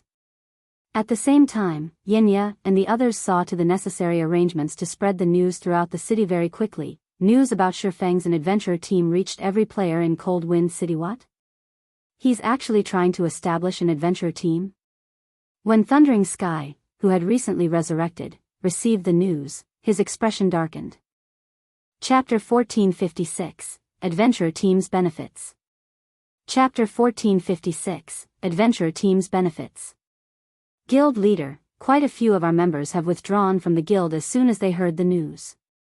If we don't do something to stop this, I'm afraid that we'll lose more of our members, Featherwind cautiously reported to Thundering Sky. The battle at the auction house dealt a massive blow to Matchless Family's reputation, and because of that, the guild had lost over 1,000 elites and experts. Yet, despite such huge losses, Matchless Family couldn't do anything about them. After all, the guild was utterly helpless against Shifeng. To make matters worse, Shifeng had decided to establish his own adventurer team. They couldn't afford to provoke Shifeng when he stood alone, but they could still avoid the man. Matchless Family had over 100,000 members. Even if Shifeng were more powerful, he wouldn't be able to damage the guild's foundations if their members spread out. If he had an adventurer team under his control, however, Matchless Family would likely have to face thousands of players in the future. It'd become even harder to deal with this expert. Damn it. Just who is he? Why haven't we heard of this guy before? Thundering Sky's expression twisted as he read the latest report. If not for Shifeng's sudden appearance, their plans wouldn't have been interrupted, and he would have secured his hold on Cold Wind City Guild leader. Should we contact those people? Featherwind asked softly. It can't be helped. At this rate, Cold Wind City will either end up in Centurion Dynasty's hands or the Asura Adventure team's. Since they've taken Cold Wind City from me, I won't let them have it either, Thundering Sky growled, a cold glint flashing in his eyes. Contact them. Tell them that Matchless Family is willing to join their guild. However, we require that they destroy Centurion Dynasty and the Asura Adventure team. Although Cold Wind City's players couldn't travel to other NPC cities right now, they could communicate with players in these cities offline. An upper echelon from Hecate, a large guild in another NPC city, had contacted Matchless Family, stating Hecate's interest in purchasing the guild initially. Thundering Sky had hesitated. After all, Hecate was far more powerful than Matchless Family, controlling more than 5 NPC cities. Hecate even ruled over Ice Crystal City, the Ice Crystal world's largest NPC city. Thundering Sky wasn't confident of Matchless Family's survival should it insult this massive guild. He had hoped to solidify his control over Cold Wind City before anyone cleared the Snow Rift. Even if his city were connected with other NPC cities, he'd more or less have the power to withstand outside forces. Now that he had lost any hope of becoming his city's overlord, joining Hecate was his best choice. Once the passage opened, with Hecate's secret support, Matchless Family would send both Centurion Dynasty and Shifeng to meet their maker. Understood. I'll see to it right away. Featherwind then logged out of the game and disappeared from the office. Elsewhere, after splitting up, Solitary 9 and the others took the 3,000 gold Shifeng had given them to purchase a considerably large plot of land from the city hall. They then visited the Adventurers Association to begin their residence's construction. Although the residence was not as luxurious as a guild residence, it could easily accommodate 1,000 people at a time. Hopeful applicants had already surrounded Asura's residence. Over 4,000 players waited for their evaluation, and this was only the beginning as expected of the adventurer team established by Cold Wind City's #1 expert. Asura's residence is even larger than Wave Heart's. That's right. I bet it won't be long before Asura becomes the #1 adventurer team in Cold Wind City. While the crowd waited for the application process to start, Solitary 9 emerged and posted the recruitment requirements at the entrance. As Asura's recruitment standards went public, many players were shocked. Is the Asura adventure team crazy?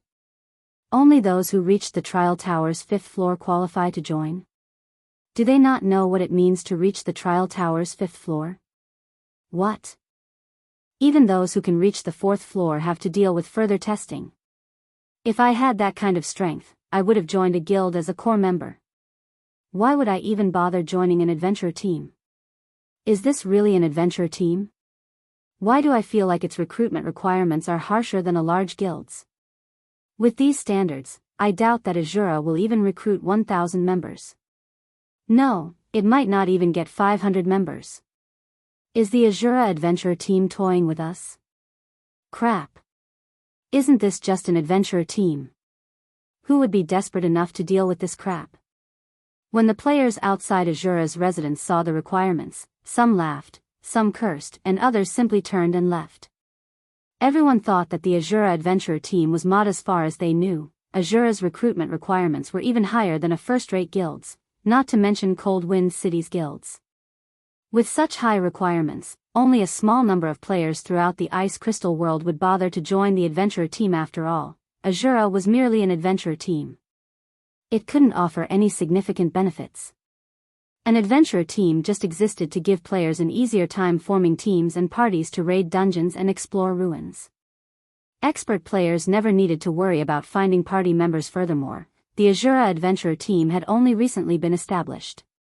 Even with an expert like Shifeng, without dungeon raid or ruin exploration results, expert players were less inclined to consider an adventure team commander. Players have stood outside our doors for quite some time now, yet only a few have applied. What should we do? Xianxia stated at the crowd outside in frustration. Xianxia, stop calling me commander. Now that we've joined the Asura adventure team, Yifeng is the commander. I am simply one of Asura's party leaders, Solitary 9 said. Regarding the recruitment issue, the commander has stated that if people don't apply, we'll reveal this benefit to the public. He had mentioned the possibility of this awkward situation to Shifeng, and after giving the matter some thought, the man had decided to raise the team members' benefits. Any official member of the Asura adventurer team could use contribution points to purchase dark gold weapons and equipment, as well as the opportunity to learn various combat techniques. What? Co-commander, is that true? Xianxia exclaimed when she heard this. Being able to purchase dark gold weapons and equipment from the adventurer team was already impressive. Even Cold Wind City's experts only had a few dark gold items on them.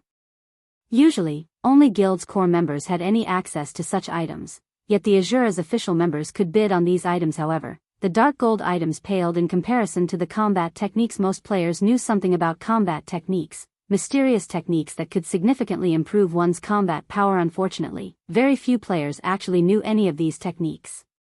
In fact, neither of Cold Wind City's two large guilds had any players that had learned a combat technique yet. The Asura adventurer team offered to teach its members various combat techniques. This felt like a dream. Emichim. The commander made the decision, so don't worry about it. In any case, publish the information outside. Solitary 9 nodded. He, too, had been surprised when he had heard Shifeng's decision, following which, Xianxia ran to the notice board outside the residence's entrance and published this shocking announcement. Chapter 1457. Clue to Evolution. Chapter 1457, Clue to Evolution. Cold Wind City's library. As soon as Shifeng entered the library, he felt as if he had just stepped into a different world. The library didn't contain any books whatsoever. Instead, the hall included a starry sky and organized shrubbery. Creeks and bridges snaked through the main hall. From time to time, one caught sight of glittering, translucent balls of water rising from the creeks before they dispersed into tiny drops. All of these creeks originated from a single location, the massive water ball hovering in the center of the hall. Not even Starmoon City's library was this beautiful. What an amazing library. It's fully automated with the use of magic water balls. The mana density is double that of outside. If players could practice their spells in here, their learning efficiency would double, maybe triple. Shifeng could not help his surprise when he sensed the building's mana. However, Shifeng was surprised to see only a few magical class players in the library. At a glance, he only counted 200 to 300 players. It was an abnormally small number for a library. What he didn't know was that one had to become a baron before they could enter Cold Wind City's library. If not for Shifeng's the Demon Hunter title, the level 180 NPC guards at the entrance would have chased him away. He didn't give the matter too much thought, though.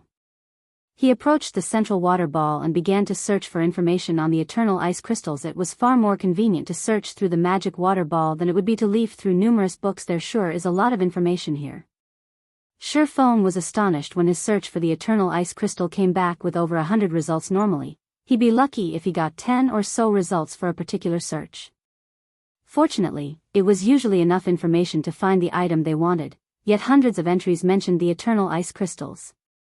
This almost guaranteed that he could find the crystal's location, following which, Shifeng browsed through the information. How is this possible? What Shifeng found shocked him. The eternal ice crystal was actually a mana crystal. Only, due to the ice crystal world's influence, the power of frost tainted these mana crystals, transforming them into eternal ice crystals. These crystals could be found in the ice crystal world's various forbidden lands, but only Great Lord ranked bosses and above had a chance of dropping them. Unfortunately, these bosses wouldn't drop complete eternal ice crystals. Rather, they had a very low chance of dropping ice crystal fragments. One had a 50% chance of successfully synthesizing 10 ice crystal fragments into one completely eternal ice crystal. No wonder she gave me a month for this quest. It's certainly not going to be easy.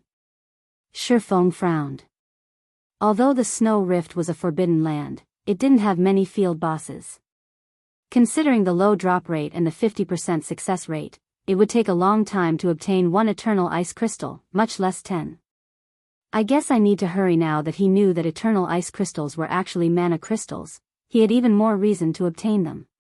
He also needed mana crystals to evolve the Abyssal Blade. Although the Tier 1 Abyssal Blade was plenty powerful, particularly when it came to compatibility rate, its basic attributes weren't quite on the level of top-tier epic weapons. He wanted to evolve the Abyssal Blade, but he hadn't found any mana crystals, so he had been forced to set the matter aside for some time. If he could evolve the Abyssal Blade once more, he'd be more confident of defeating the Ancient Shrine's Guardian boss armed with this new information. Shifeng was glad he had decided to establish an adventurer team in Cold Wind City. He wouldn't have had any hope of collecting enough eternal ice crystals in time if he were alone, following which, Shifeng left the library and hurried towards Asura's residence. Shortly after the Asura adventurer team had published the new benefits, the crowd outside the team's residence went into an uproar. What? Members can trade contribution points for combat techniques? Asura is actually willing to teach combat techniques. Not even the city's two large guilds offer that benefit. Although Cold Wind City had many experts, only a handful had learned combat techniques. These experts treated these techniques like family heirlooms, refusing to teach any outsider, but the general public knew how powerful combat techniques were. A player with a combat technique could easily defeat one without. Moreover, unlike skills and spells, players could improve their combat standards while they learned a technique. This was yet another reason that experts refused to teach others their techniques. They adamantly refused all sorts of payment for the training, yet the Asura adventurer team wanted to teach its members various combat techniques. The news stunned countless players. None of them doubted the validity of Asura's offer. As Cold Wind City's #1 expert, Shifeng certainly knew many combat techniques. There wasn't anything surprising about him teaching his members one or two of these techniques. Moreover, the more powerful an expert was, the more they would value their promises. After a short moment, players crowded the previously empty registration area. The crowd even included players who had yet to reach the trial tower's 4th floor. These players begged Solitary 9 to give them a chance and let them become reserve members for a time. Solitary 9 and the other players manning the registration area were incredibly busy. More players had come to apply than they had expected. Even 5th floor experts were rushing to put in their applications. Among these experts, many had been main force members from well-known adventurer teams or experts from the two large guilds. In less than 30 minutes, Asura had over 100 official members and 500 reserve members. Unfortunately, Solitary 9 rejected every player who hadn't yet reached the trial tower's 4th floor, telling these players to return after they did so. News of the Asura adventurer team's offer to teach its members combat techniques quickly spread throughout the city. It became a hot topic among these players, and many expressed their intention to join the organization. The city's two large guilds suffered headaches because of this. They had planned to ridicule Asura for its high recruitment requirements, but now, they were only frustrated over the new adventurer team. If Asura gathered enough experts and taught them combat techniques, there was no doubt that the adventurer team would become Cold Wind City's overlord. Guild leader, I've notified Hecate. However, more than 500 players have already joined Asura. At this rate, Asura will rule the city long before Hecate opens a path to Cold Wind City, Featherwind said, shocked as he overlooked the statistics he had recently received. This won't do. Go Anne. No. We'll go and find Waveheart. Even if we have to pay a high price, we have to form an alliance with the adventurer team and convince them to deal with Asura, Thundering Sky said as he stood. He had hoped to avoid allying with Waveheart to deal with Asura, but it'd be enough if the adventurer team helped Matchless Family survive until Hecate arrived. Guild leader, a report just came in. Waveheart's Lifeless Thorn has led a team to Asura's residence. By the looks of it, Lifeless Thorn plans to take action, Featherwind said, smiling coldly at the latest report. Lifeless Thorn was a battle maniac. Since his debut in Cold Wind City, not a single expert he had challenged had lasted more than 5 moves. Eventually, he had become Cold Wind City's publicly acknowledged #1 expert. Not even the city's main guilds could do anything against the man and were forced to ignore his existence. Making a move. Thundering Sky could not help but laugh. This is going to be interesting. Let's go. We're heading to the residence to watch this play out. Chapter 1458, Demigod-ranked expert. Chapter 1458, Demigod-ranked expert. Cold Wind City, Asura adventurer team's residence. As soon as Shifeng stepped out of the advance carriage, he was greeted by a sea of people crowding around the residence's entrance. It was even more lively than an imperial capital's auction house. Why are so many people here? Shifeng was confused to see such a large crowd. Around a dozen people stood before the registration area, the leader of which was a man in icy blue armor, holding a purple spear in his right hand. Although this man stood in silence, the surrounding players had distanced themselves from him, creating a wide, open space clearing aside from this man's companions. No player dared to move within 20 yards of him. I hadn't expected Lifeless Thorn to visit. Why do you think he's here? Do you really need to ask? He's here to issue a challenge. Lifeless Thorn was Cold Wind City's #1 expert. Now that someone has usurped his position, he must be here to reclaim his status. Indeed. I've heard Waveheart members talk about how bored he is because he hasn't been able to find someone who can put up a decent fight. He's been spending time in the Forbidden Land to open a path to other NPC cities so he can find new experts to challenge. This is going to be interesting. I wonder which of the two experts will win the duel. You can't figure that out on your own? Lifeless Thorn is definitely going to win. He's invincible in Cold Wind City. On the other hand, the mysterious swordsman has only made a name for himself recently. I wonder if that swordsman will accept Lifeless Thorn's challenge. The spectating crowd discussed the potential duel between Shurfeng and Lifeless Thorn. They all anticipated the fight between these two powerful experts. Guild leader, Lifeless Thorn has grown stronger again. He's replaced his old weapon, too. His last weapon was a top-tier, level 45, dark gold spear called Meteor Spear. It had been crimson red, and I've heard that Lifeless Thorn had found it in a dark gold treasure chest. It seems that he had earned quite the harvest from the Snow Rift, Feather Wind said, smiling as he gazed at the purple spear in the berserker's hand. That damnable swordsman is in trouble. Indeed. If Lifeless Thorn gets serious, not even Sky Slicer and I would have any hope against him. That's why Hecate's been urging us to do everything we can to recruit him. It's a pity that he isn't interested in joining a guild. I doubt he even would have joined Waveheart if not for the help in obtaining better weapons and equipment, Thundering Sky said as he tried to sort out a tangle of complex emotions. He had always treated Lifeless Thorn like the biggest thorn in his side, but even Hecate had warned him not to provoke the man now. Lifeless Thorn would finally be of some use to him. Lifeless, I already told you that our commander isn't here. Standing here is pointless. If you want to challenge the commander, I'll let him know once he's finished his tasks and returns. Solitary 9 growled, frustrated with Lifeless Thorn obstructing the registration area. Solitary 9 had personally experienced this man's power. The gap between them was massive. Despite being one of the top 3 MTs in Cold Wind City, he had only lasted 3 moves against Lifeless Thorn. From start to end, he had been powerless to retaliate. Moreover, their duel had been over a month ago. Now, Lifeless Thorn radiated an even more frightening feeling. With a single glance from the man, Solitary 9 felt as if he trudged through a muddy swamp, his movement growing sluggish on the surface. The 2 large guilds ruled over Cold Wind City. In reality, however, these guilds only operated as they wished because of Lifeless Thorn's disinterest in struggles over power and resources. Since the berserker blocked off the registration area, who would be bold enough to come forth to apply to Asura? That won't be a problem. I have plenty of spare time. If I can't face him today, then you can contact your commander and inform him of my challenge, Lifeless Thorn said, smiling. He can choose the time and place. It doesn't matter to me. 9. You know that Lifeless is a battle maniac. Once he has made a decision, nothing can stop him. Just contact your commander, Cleansing Whistle advised. In reality, she, too, was curious to see who would win a fight between Shurfeng and Lifeless Thorn. Lifeless Thorn might have claimed that he wasn't a match for the newcomer, but he was simply being humble. She was fully aware of the man's true power. Not only had he obtained the top-tier, epic weapon, Thunder Spear, but he had also obtained the Lightning Saint's legacy, a peak legacy. Even throughout the Ice Crystal world, Lifeless Thorn could rank near the top. How could he possibly lose to some unknown swordsman? You guys.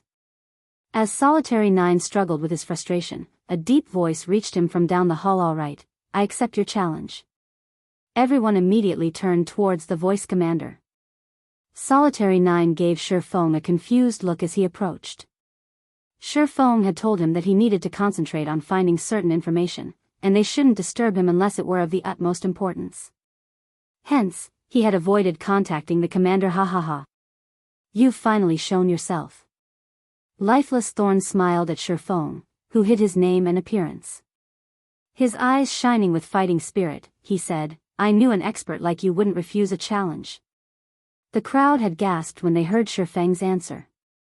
They hadn't expected the Asura adventurer team to accept the challenge. I'll agree to your challenge, but a simple duel would be too boring. Why don't we make a bet? Shifeng asked, smiling. Even during his previous life, he had heard of this man, one of the 12 sacred berserkers, Lightning Warrior. Lifeless Thorn had only been a step away from becoming a tier 6 berserker god. This player had become so famous in the past because he had provoked the super guild, King's Return. Although the guild eventually killed him, his defeat had been glorious. During the final battle, King's Return had dispatched 3 tier 5 players to suppress Lifeless Thorn, yet he had killed one of these tier 5 players before he had fallen. In the end, a tier 6, God-ranked expert had joined the fray, and Lifeless Thorn had faltered and died. Lifeless Thorn's rise to prominence had been extremely fast. Although he had been incredibly famous in his own otherworld, he had only become truly renowned after venturing to God's Domain's continent. Once there, he had caused quite the commotion as he had challenged and defeated one expert from the God's Domain experts list after another.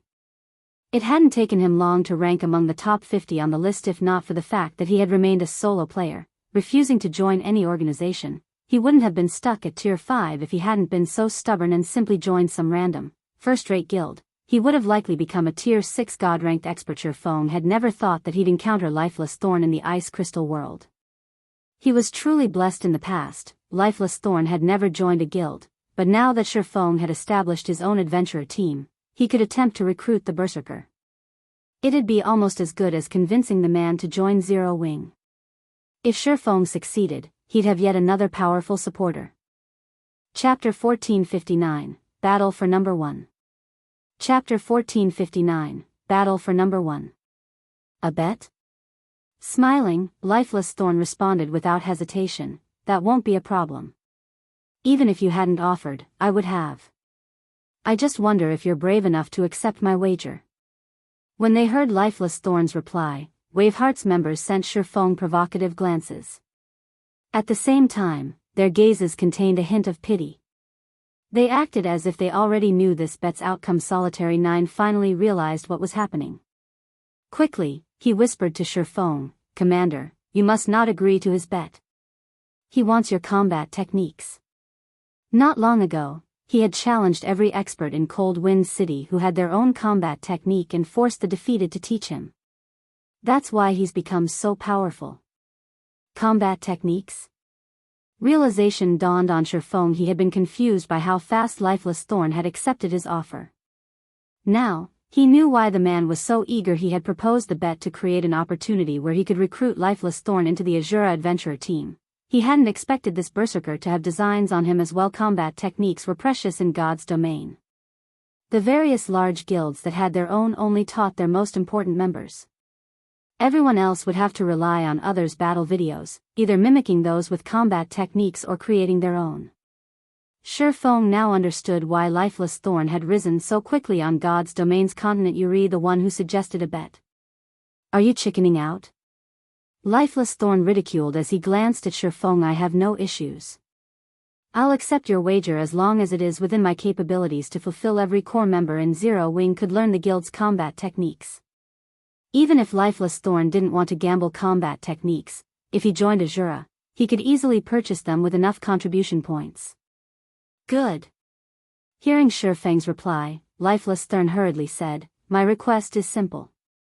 If I win, you teach me that special footwork technique you used earlier. If you win, you can ask for whatever you want."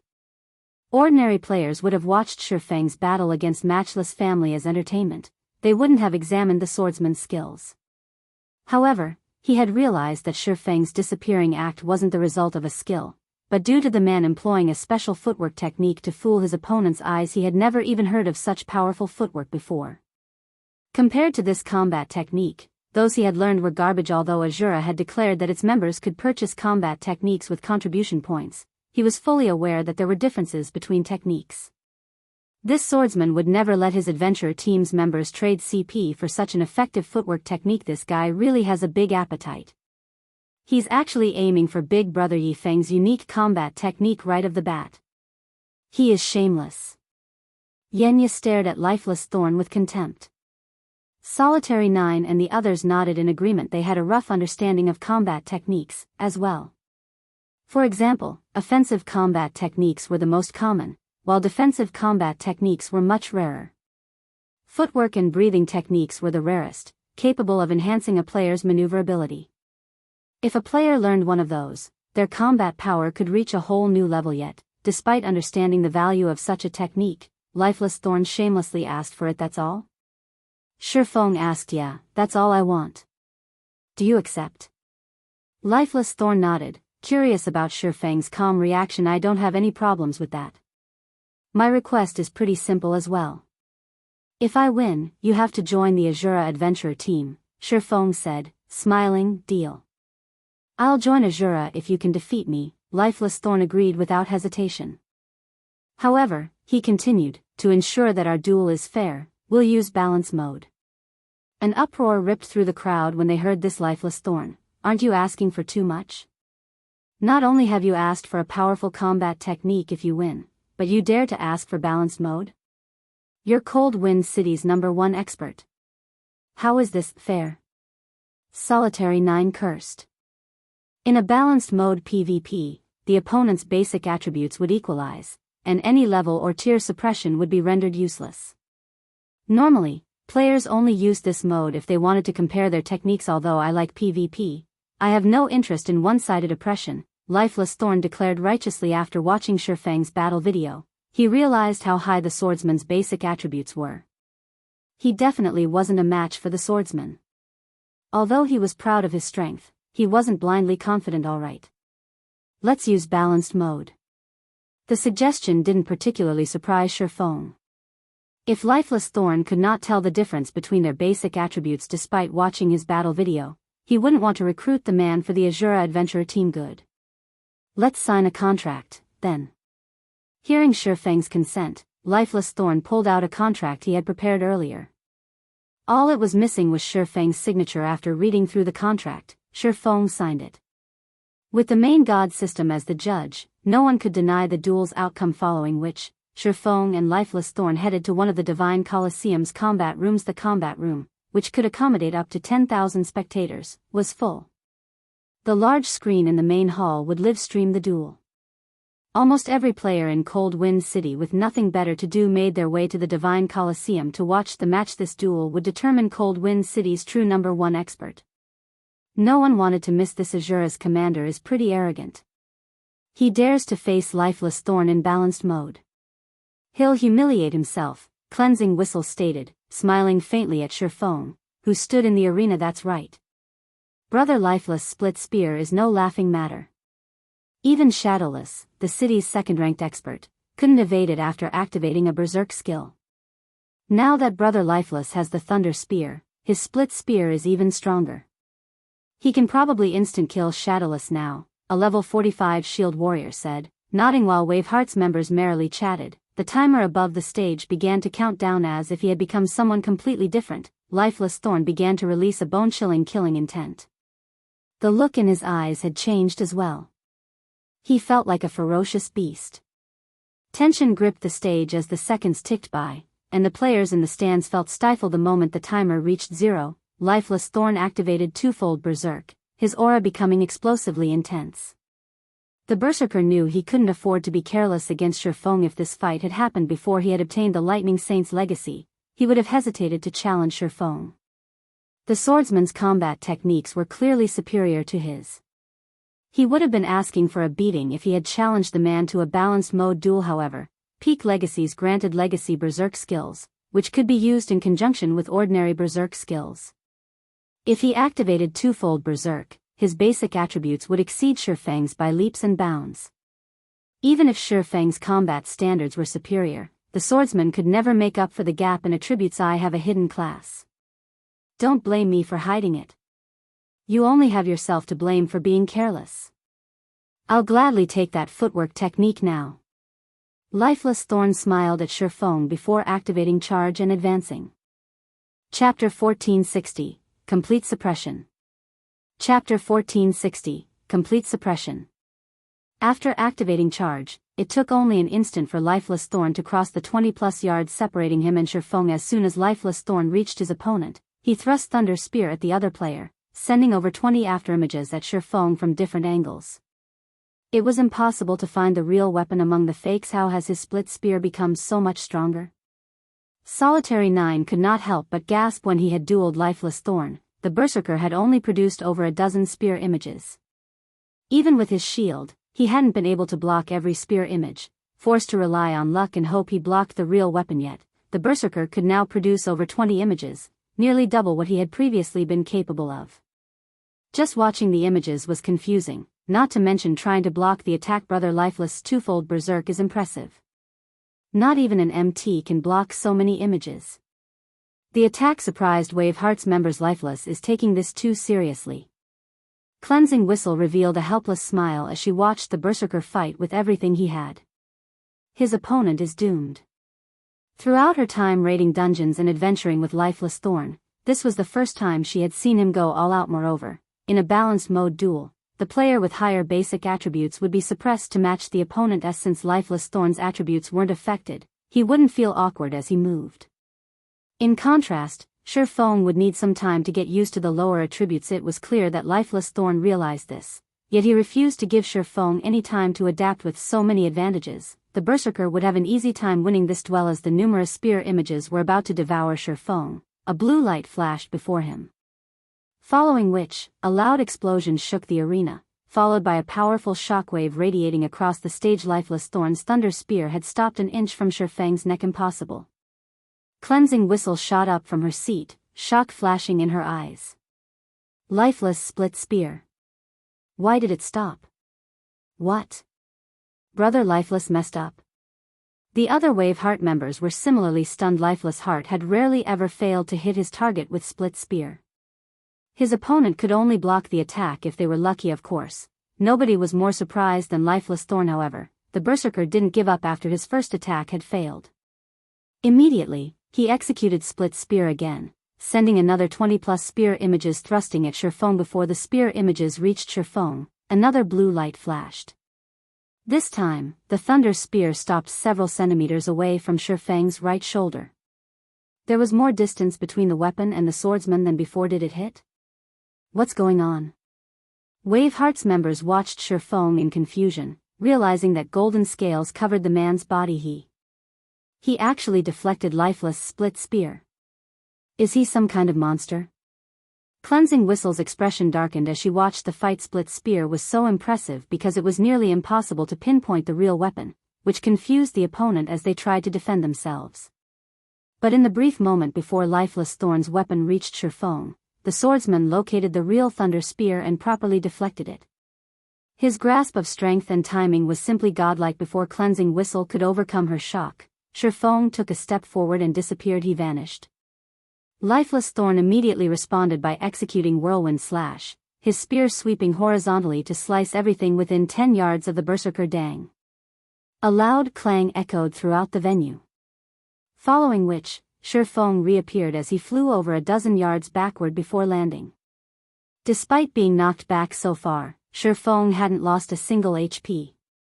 He had nullified Lifeless Thorn's horizontal slash with parry as expected of the Lightning Warrior. His reactions are so fast. Shurfeng smiled faintly as he glanced at the still vibrating killing ray. Split sword was Lifeless Thorn's trademark combat technique. He had used it plenty of times against the experts on God's domain experts list. However, the technique was still immature right now.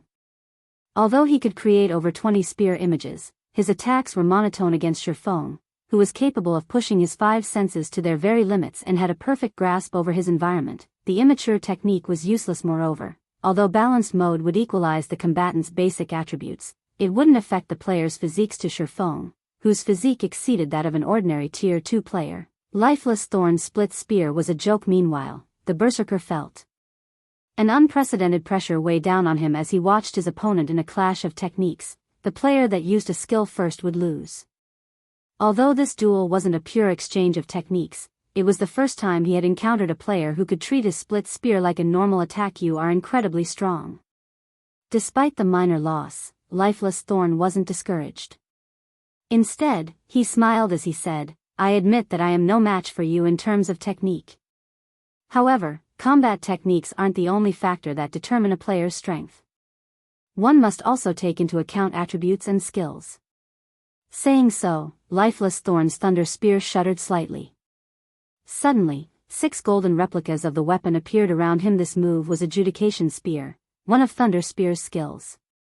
Every Adjudication Spear carried 100% of Lifeless Thorn strength. Moreover, he had complete control over the weapons and could use them alongside his Split Spear. The only downside was its 10-second duration. However, in a fight between experts, it was more than enough time. Guild Leader, Lifeless Thorn is really scary. Asura's commander will definitely lose, Feather Wind excitedly announced. Good. As expected of the publicly acknowledged, #1 expert. If Shifeng lost, Lifeless Thorn would be Cold Wind City's undisputed, #1 expert. The Asura adventure team's reputation would plummet, and although it would still pose a threat to Matchless Family, it wouldn't rule over Cold Wind City. As the upper echelons of Cold Wind City's large guild sighed with relief, Shifeng walked towards his opponent. You are correct. A player's strength doesn't solely depend on their combat techniques. Attributes and skills do play a factor, Shifeng said, nodding. He then activated Tier 2 Blade Liberation and 9 Dragons. Suddenly, the intensity of Shifeng's aura skyrocketed. At the same time, 12 Abyssal Blade Phantoms manifested around him. You have a hidden class as well? Lifeless Thorn was dazed as he felt the power of Shifeng's aura, his heart pounding madly. Suddenly, he lost his previous confidence. Twofold Berserk was his biggest trump card. With absolute power, he could easily overwhelm his opponents, even if his techniques were inferior. However, based on the man's aura, Shifeng's basic attributes were now much higher than his. His opponent's 12 Phantom Swords even outnumbered his prided Adjudication Spears. As Lifeless Thorn stared, Shifeng appeared before him and lightly swung Killing Ray Tier 2 legacy skill, Shadow Blade. Although Lifeless Thorn tried to defend himself, he was too slow, and 10 streaks of light, 1 blue and 9 black, struck him. Instantly, Lifeless Thorn's HP vanished, his body transforming into particles of light as he disappeared as if time had frozen. Silence dominated the combat room. Lifeless Thorn, Cold Wind City's #1 expert, had been defeated. Chapter 1461, Abyssal Blade Evolves. Chapter 1461, Abyssal Blade Evolves. Only after the system had announced the duel's outcome did the audience react. He won, just like that? So fast. I couldn't even see what he did.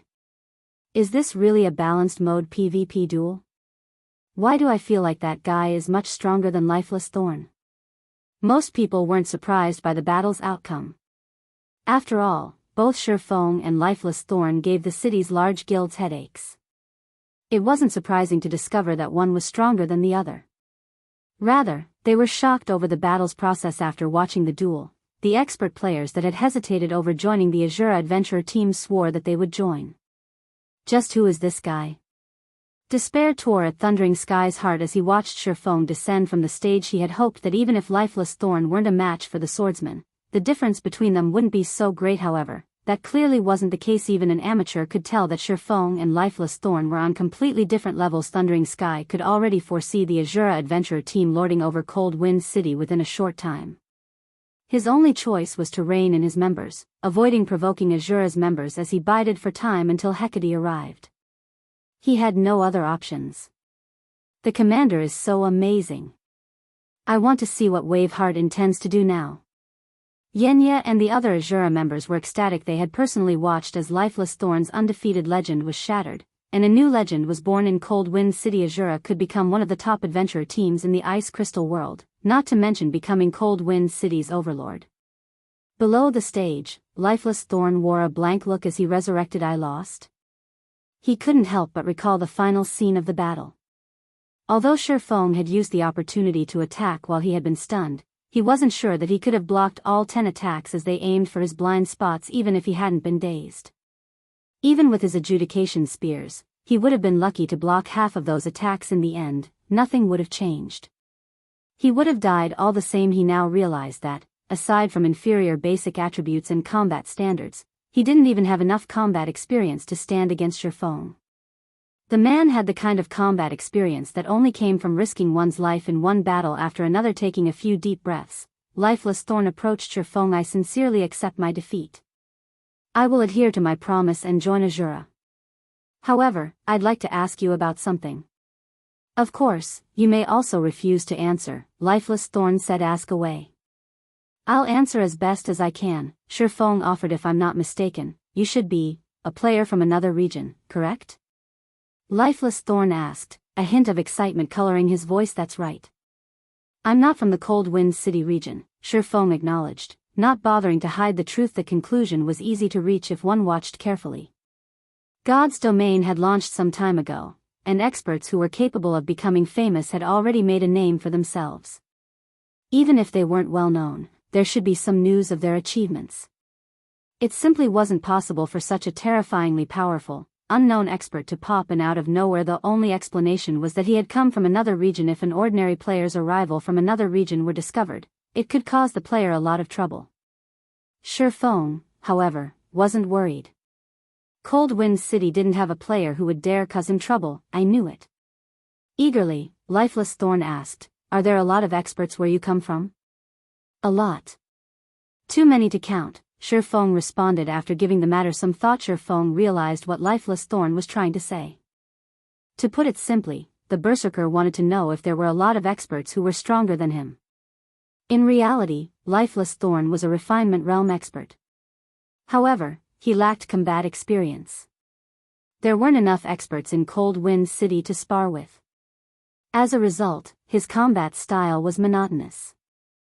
Although it was effective against weaker players, experts of the same caliber could easily overcome his attacks. Of course, Lifeless Thorn wasn't the only person in such a predicament. Solitary 9 and the other experts faced the same problem.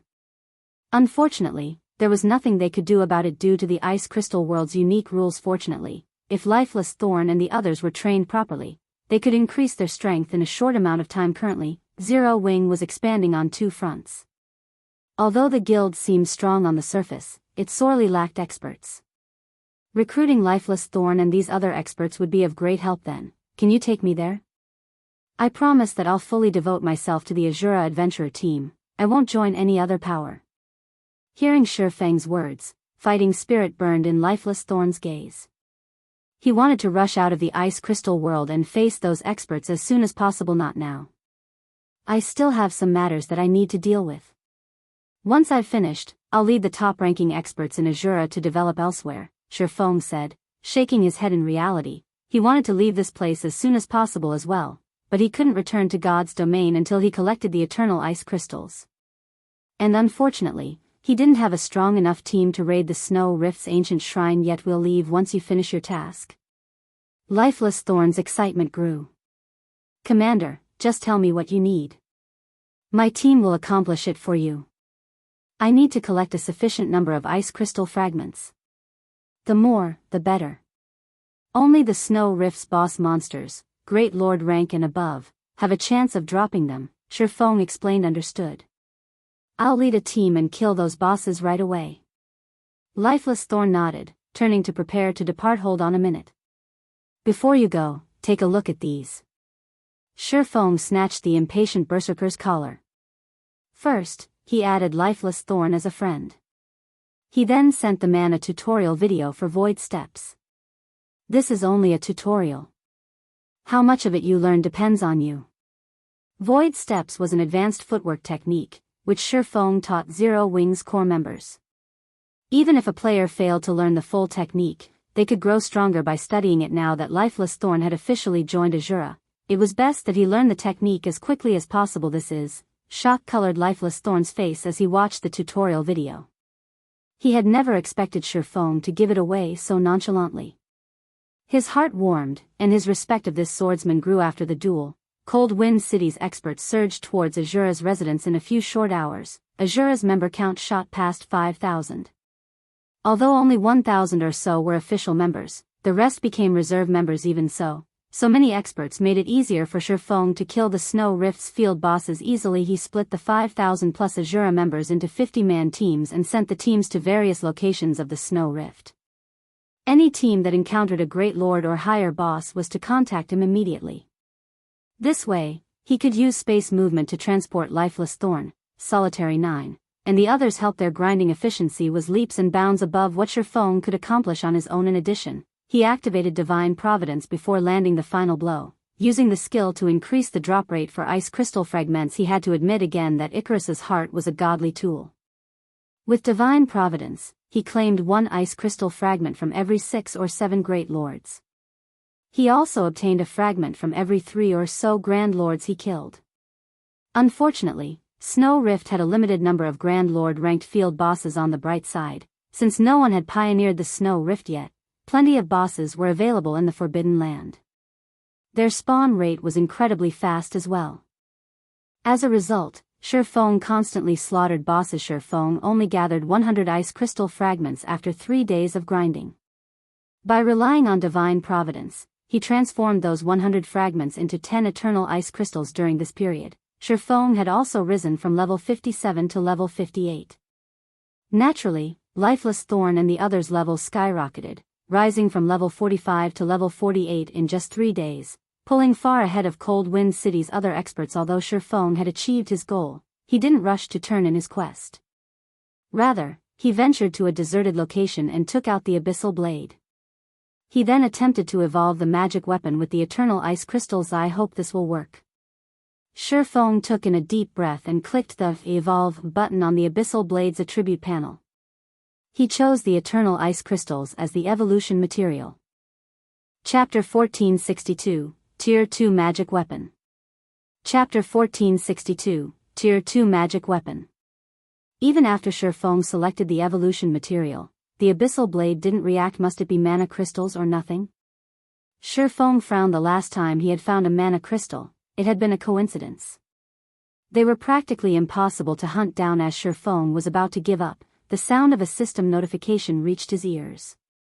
System, replacement evolution material detected, eternal ice crystal. Do you wish to abandon the power of frost contained within the eternal ice crystals and evolve the Abyssal Blade? Abandon the power of frost? Although he was confused, Shifeng ecstatically clicked continue. Suddenly, the 10 eternal ice crystals in Shifeng's hands shattered, 2 clouds of smoke, 1 black and 1 white, emerging from their remains. Following which, the black smoke entered the Abyssal Blade. In response, the Abyssal Blade leaped from its sheath and hovered before Shifeng, trembling as it released dragon roars that echoed throughout the wilderness. At the same time, blood-red runes began to surface around the weapon. When the blood-red runes covered the sword entirely, the weapon began to release a rapidly growing pressure. Rather than a sword, Shifeng felt as if he stood before an angry dragon. The pressure was so great that he even struggled to breathe. The phenomenon only began to weaken after about 10 seconds. Eventually, the Abyssal Blade returned to its peaceful state. After evolving, the Abyssal Blade's appearance had transformed slightly. Now, the sword was entirely pitch black. It also radiated a faint trace of black miasma. A black dragon coiled around the sword's hilt, and blood-red runes had carved themselves into the blade. Overall, the Abyssal Blade's new appearance looked evil. What powerful attributes! Shifeng exclaimed when he inspected the attribute panel.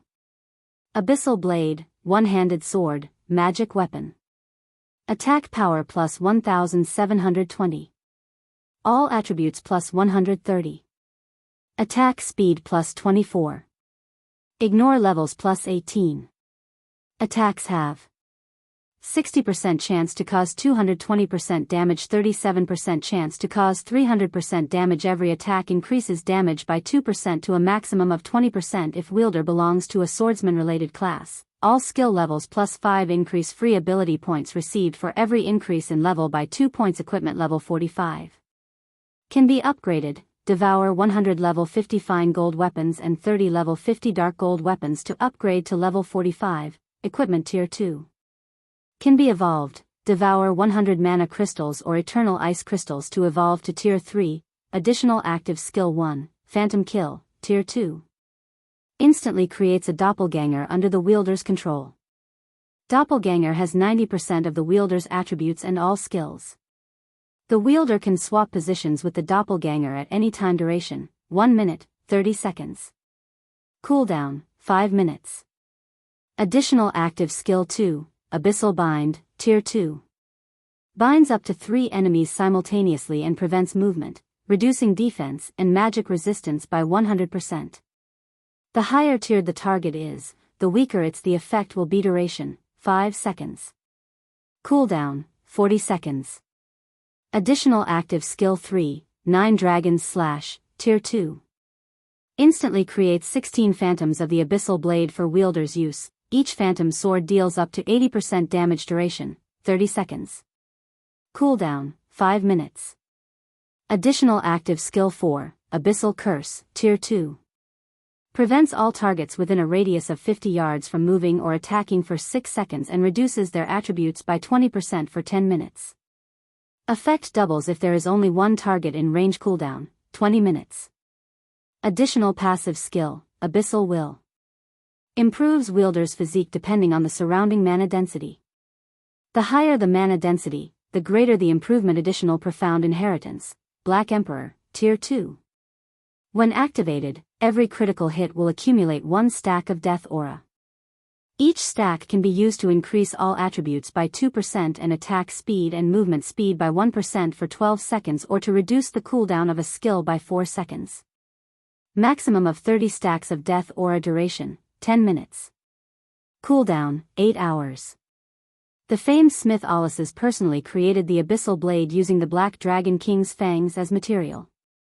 It is one of 36 famed swords, ranking 31st. However, the Black Dragon King himself has cursed this sword.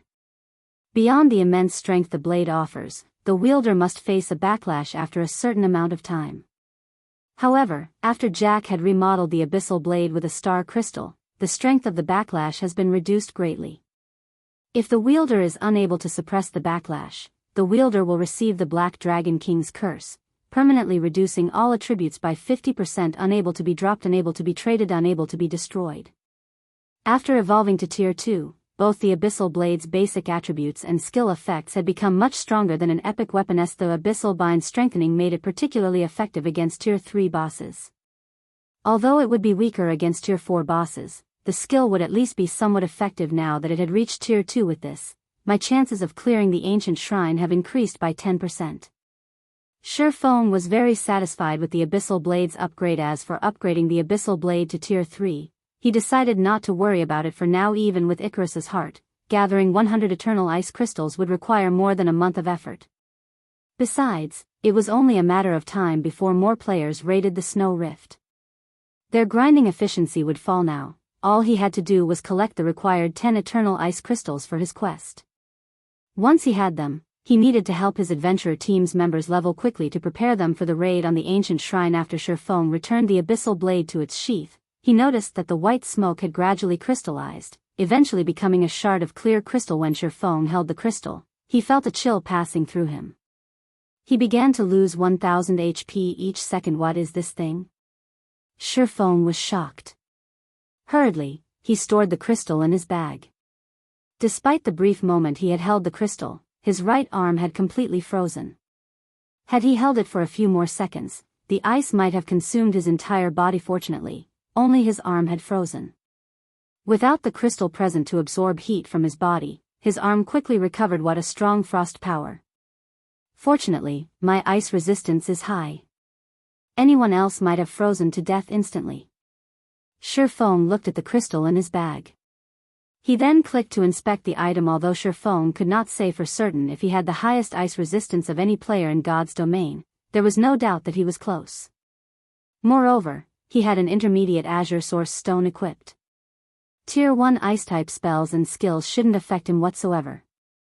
Only Tier 2 Ice-type attacks should harm him. Yet this measly crystal had nearly turned him into an ice sculpture, devouring 1000 HP every second.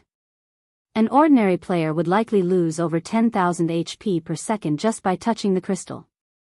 If held for 4 or 5 seconds, even a level 45 MT with 100% of their HP would freeze to death. After Shurfeng clicked to inspect the crystal's attribute panel, a loading bar appeared, notifying him that he needed to wait for 10 seconds to inspect the crystal. After the loading bar filled, one system notification after another reached his ears before Shurfeng could even glance at the attribute panel.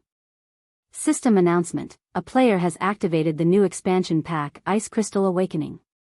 System announcement: this new expansion pack requires a system upgrade. Please prepare to log out. The estimated duration is 4 hours. System: you have 5 minutes to log out. Please prepare to log out. What is this item? Shifeng was stunned. No matter how he looked at it, this new expansion pack had to be related to this strange crystal. There was no way for the system to announce a new expansion pack the moment he tried to inspect it otherwise. Moreover, this expansion pack required an offline update. However, Shifeng didn't give the matter too much thought. He then clicked to inspect the item's attributes, hoping to discover what kind of amazing item this crystal was. Chapter 1463, Origin Weapon. Chapter 1463, Origin Weapon. When Shifeng tapped on the crystal, a brief introduction opened before him. As he read the text, Shifeng was stunned. This is an elemental source? Shifeng couldn't believe his eyes. Source of true frost. Contains the purest frost power. Although the introduction was simple, almost everyone had known about elemental sources in the past. Any elemental source was valued more than an epic item. In fact, most people offered 2 epic items for a single crystal. However, players almost never sold them. The elemental mana within elemental sources was even purer than 7 Luminaries crystals, and these items had a wide variety of uses. They could be used in forging, alchemy, engineering, magic arrays, and so on. If one used an elemental source while crafting a weapon or equipment, said item would obtain the power within the elemental source.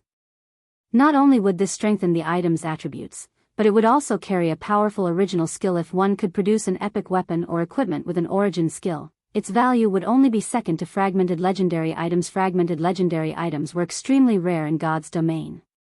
Even first-rate guilds were lucky to have a handful, much less second- and third-rate guilds. Hence, in the past, epic origin weapons and equipment became some of the best the various large guilds could procure in large quantities. The epic weapon Shifeng had used in the past had been refined by a grandmaster forger who used an elemental source. To obtain the weapon, he had spent more than half of the wealth he had accumulated throughout playing God's domain. Although hiring a master forger would have been cheaper, it was much safer to hire a grandmaster. He had never expected to get his hands on an elemental source this early. Shifeng now understood how he had activated a new expansion pack that would require a 4-hour-long update. When elemental sources had made their appearance in the past, it had started a new era for lifestyle players. That had been due to the various uses for these crystals. Elemental sources could even help lifestyle classes improve their abilities. Hence, a lot of changes had to happen to the game. After the first elemental source had appeared in the game, the crystals became more common. If one were lucky, they could even obtain one from a dark gold treasure chest. No one knows the elemental source's true value yet. I can use this opportunity to send Melancholic Smile to purchase them. Thinking up to this point, Shifeng realized that he had to purchase the crystals in bulk. At first, everyone would treat the elemental source as some kind of rare material, selling it for several hundred gold apiece. By the time they realized its true value, they'd regret selling the items. Conversely, many large guilds would make a huge profit from hoarding the elemental sources. Shifeng then found a safe location and logged out of the game. The new expansion pack had been too sudden. When Shifeng opened his eyes inside the virtual gaming cabin, the sun outside the window was just beginning to set. Before Shifeng had the chance to climb out of the gaming cabin, a series of notifications bombarded his senses. They only stopped after the notification sound repeated several dozen times. Taking his time, Shifeng left to get something to eat and drink. He only read through the messages after settling down to eat at the table. Contact between the ice crystal world and the continent of God's domain was not possible. Hence, he had instructed Melancholic Smile and Gentle Snow to keep him up to date via offline messages. However, to obtain the required elemental ice crystals as quickly as possible, he had remained in the game for 3 days straight. They're finally willing to let go, huh? Shifeng smiled as he read a message from Gentle Snow. Recently, nothing major had occurred in God's domain. The most noteworthy development was that Gentle Snow had finally captured Hidden Fog Town. Meanwhile, Zero Wings branch guild in the Black Dragon Empire had recruited 70,000 additional members. The number might not be significant for a first-rate guild, but it was a different story for Zero Wing. After all, Zero Wing's recruitment requirements were quite strict. Players capable of passing the entrance test would be elite players in the public's eyes. It was impressive that a branch guild had recruited so many members so quickly, but Shifeng wasn't surprised. What made him smile was the news that the companies that had supported Ouroboros had finally agreed to sell the training center to Gentle Snow. She had already begun the price negotiations once both sides finished signing the necessary contracts. Ouroboros's training center would become Zero Wing's main headquarters. In the future, Zero Wing could recruit large batches of internal members without worrying about space. As Shifeng browsed through the other messages, his virtual gaming cabin's offline communicator rang. The caller ID belonged to Phoenix Ranger. Shifeng reconnected to the game and entered his offline rest space. After doing so, he accepted the call. Immediately, a virtual screen appeared before him. The screen showcased Phoenix Rain, who currently wore a set of exquisite, blue mage robes. She had already reached level 48, and excluding Zero Wing's members, she could hold the top position on the Black Dragon Empire's ranking list. Phoenix Pavilion Master, to what do I owe the pleasure? Has something urgent happened? Shifeng asked curiously. Indeed, something has happened. I've been competing with 9 Dragons Emperor on a quest, but for some reason, something has changed on his side. Not only did he complete the quest before I did, but he's also completed the quest much sooner than expected. Many of the guild elders have begun to side with him. Now, the Dragon Phoenix Pavilion just so happens to be activating some ancient ruin. I hope that guild leader Black Flame can lend me a few experts on the raid, Phoenix Raid said straightforwardly, not bothering to hide anything from Shifeng.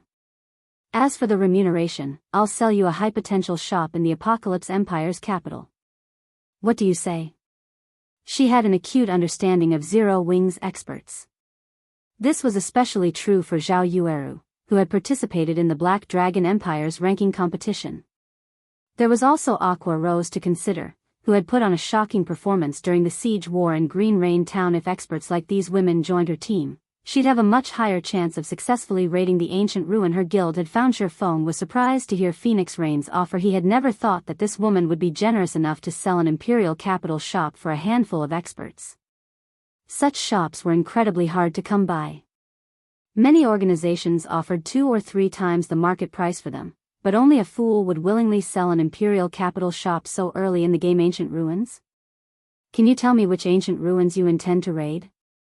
Shifeng asked after calming down. We activated the Apocalypse Empire's Sunset Forest, Phoenix Rain answered, confused as to why he'd ask such a question. I see. Realization immediately dawned on Shifeng. After giving the matter some thought, he said, if you wish to borrow some manpower, then you shall have it. However, I have a better proposal. I'll help you clear the ruins.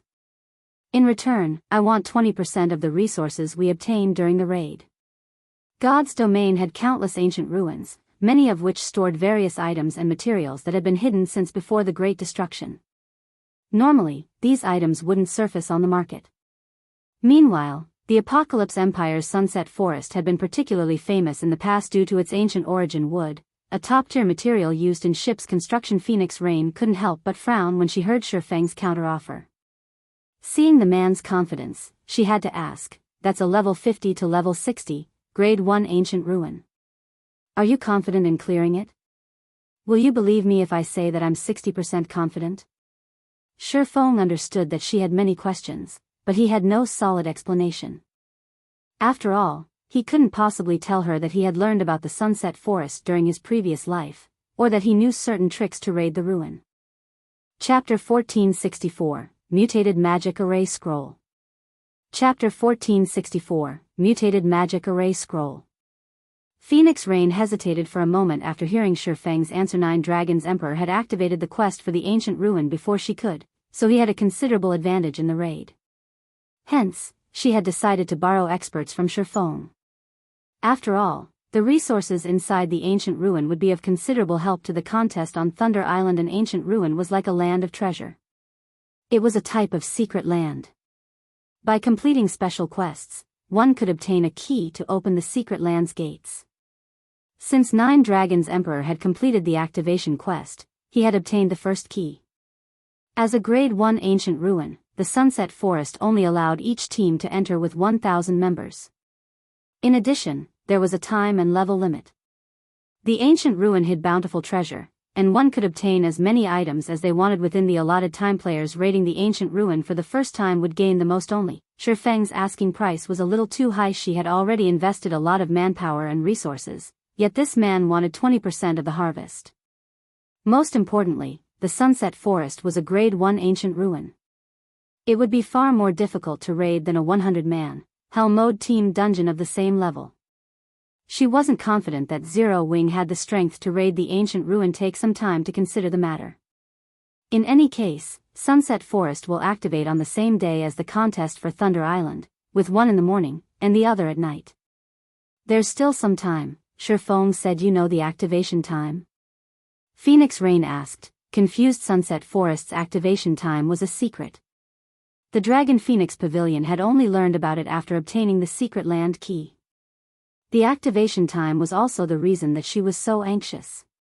If she could claim the ruins' treasures, she could boost her force's combat power, increasing her chances of success on the island. Otherwise, she wouldn't be in such a rush to gather experts. I've read about it in an ancient tome. The tome also mentioned something about the final guardian boss, Shifeng said casually. In reality, he had never read about the ancient ruin in any book, but certain ancient tomes did mention various ruins in the game. He had used the lie as a way to convince Phoenix Rain that he had a method to raid the Sunset Forest. An ancient tome? Realization dawned on Phoenix Rain. The Great Pavilion Master had learned about the Sunset Forest from some ancient book, as well. Only after his research had the Dragon Phoenix Pavilion investigated the ancient ruin and its activation quest. It wasn't unusual to learn that Shifeng had learned about the Sunset Forest in the same way. Alright, I agree to your offer. However, the precondition is that you can actually raid the Sunset Forest. That's only natural. Shifeng nodded. Alright.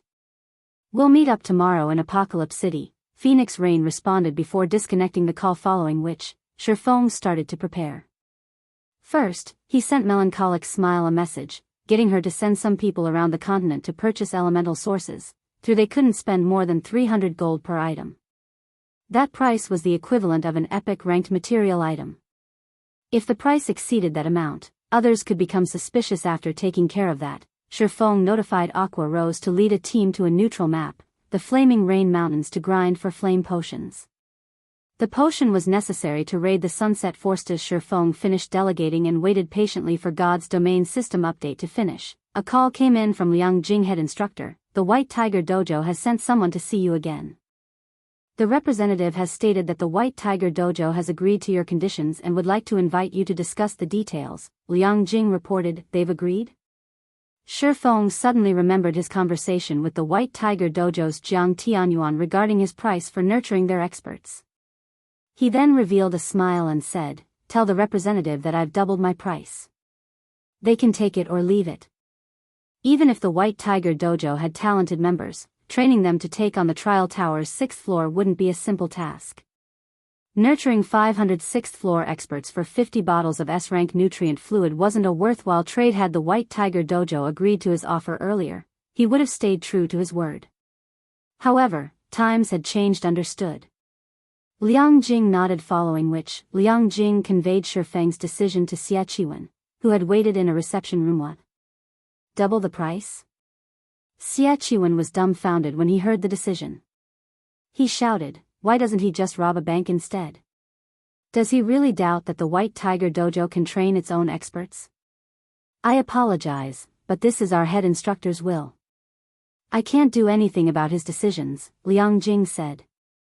In reality, she was curious about what business Shifeng had with the White Tiger Dojo to warrant one visit after another from a genius like Xia Qiwen. Good. Just wait. He'll regret this decision. Xia Qiwen then left in a fit of rage. After 4 hours, Shifeng returned to his virtual gaming cabin and logged back into God's Domain. Upon entering God's Domain, Shifeng contacted Lifeless Thorn, Solitary 9, and the others, having them select experts from the adventurer team to form a 100-man team. He then used a return scroll to teleport to Cold Wind City. He had planned to help Lifeless Thorn and the others level up some more before raiding the ancient shrine, opening the teleportation channel, but Phoenix Rain's request had forced him to move his plans up a few days while he had been out killing the Snow Rift's field bosses. He has sent some people to the library to research the ancient shrine. Because of them, he now had a better understanding of the area. After returning to Cold Wind City, Shifeng returned to the adventurer team's residence and retrieved a large amount of materials. He then began to produce the 9-star polar domain magic array. He and his team had zero chance of defeating the Guardian boss in a head-on confrontation.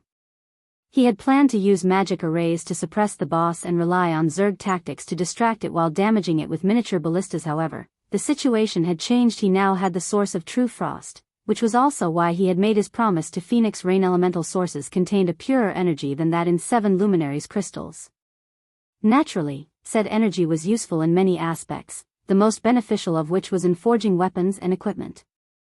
Similarly, elemental sources could be used in crafting magic arrays. A magic array would receive a massive power boost if crafted with an elemental source.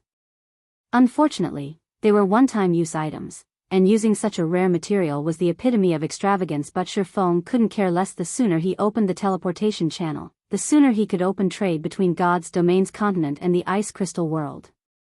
Doing so would be far more profitable than Stone Forest Town. In the quiet workshop, Shifeng retrieved one material after another. He then began to produce magic array scrolls very quickly. Shifeng had a stack of 9 magic array scrolls. When he reached the final step, adding magic crystals to the scrolls, Shifeng stopped abruptly and took a deep breath. Rather than selecting the magic crystals, he retrieved the source of extreme/true frost from his bag. The moment Shifeng did so, his arm froze solid.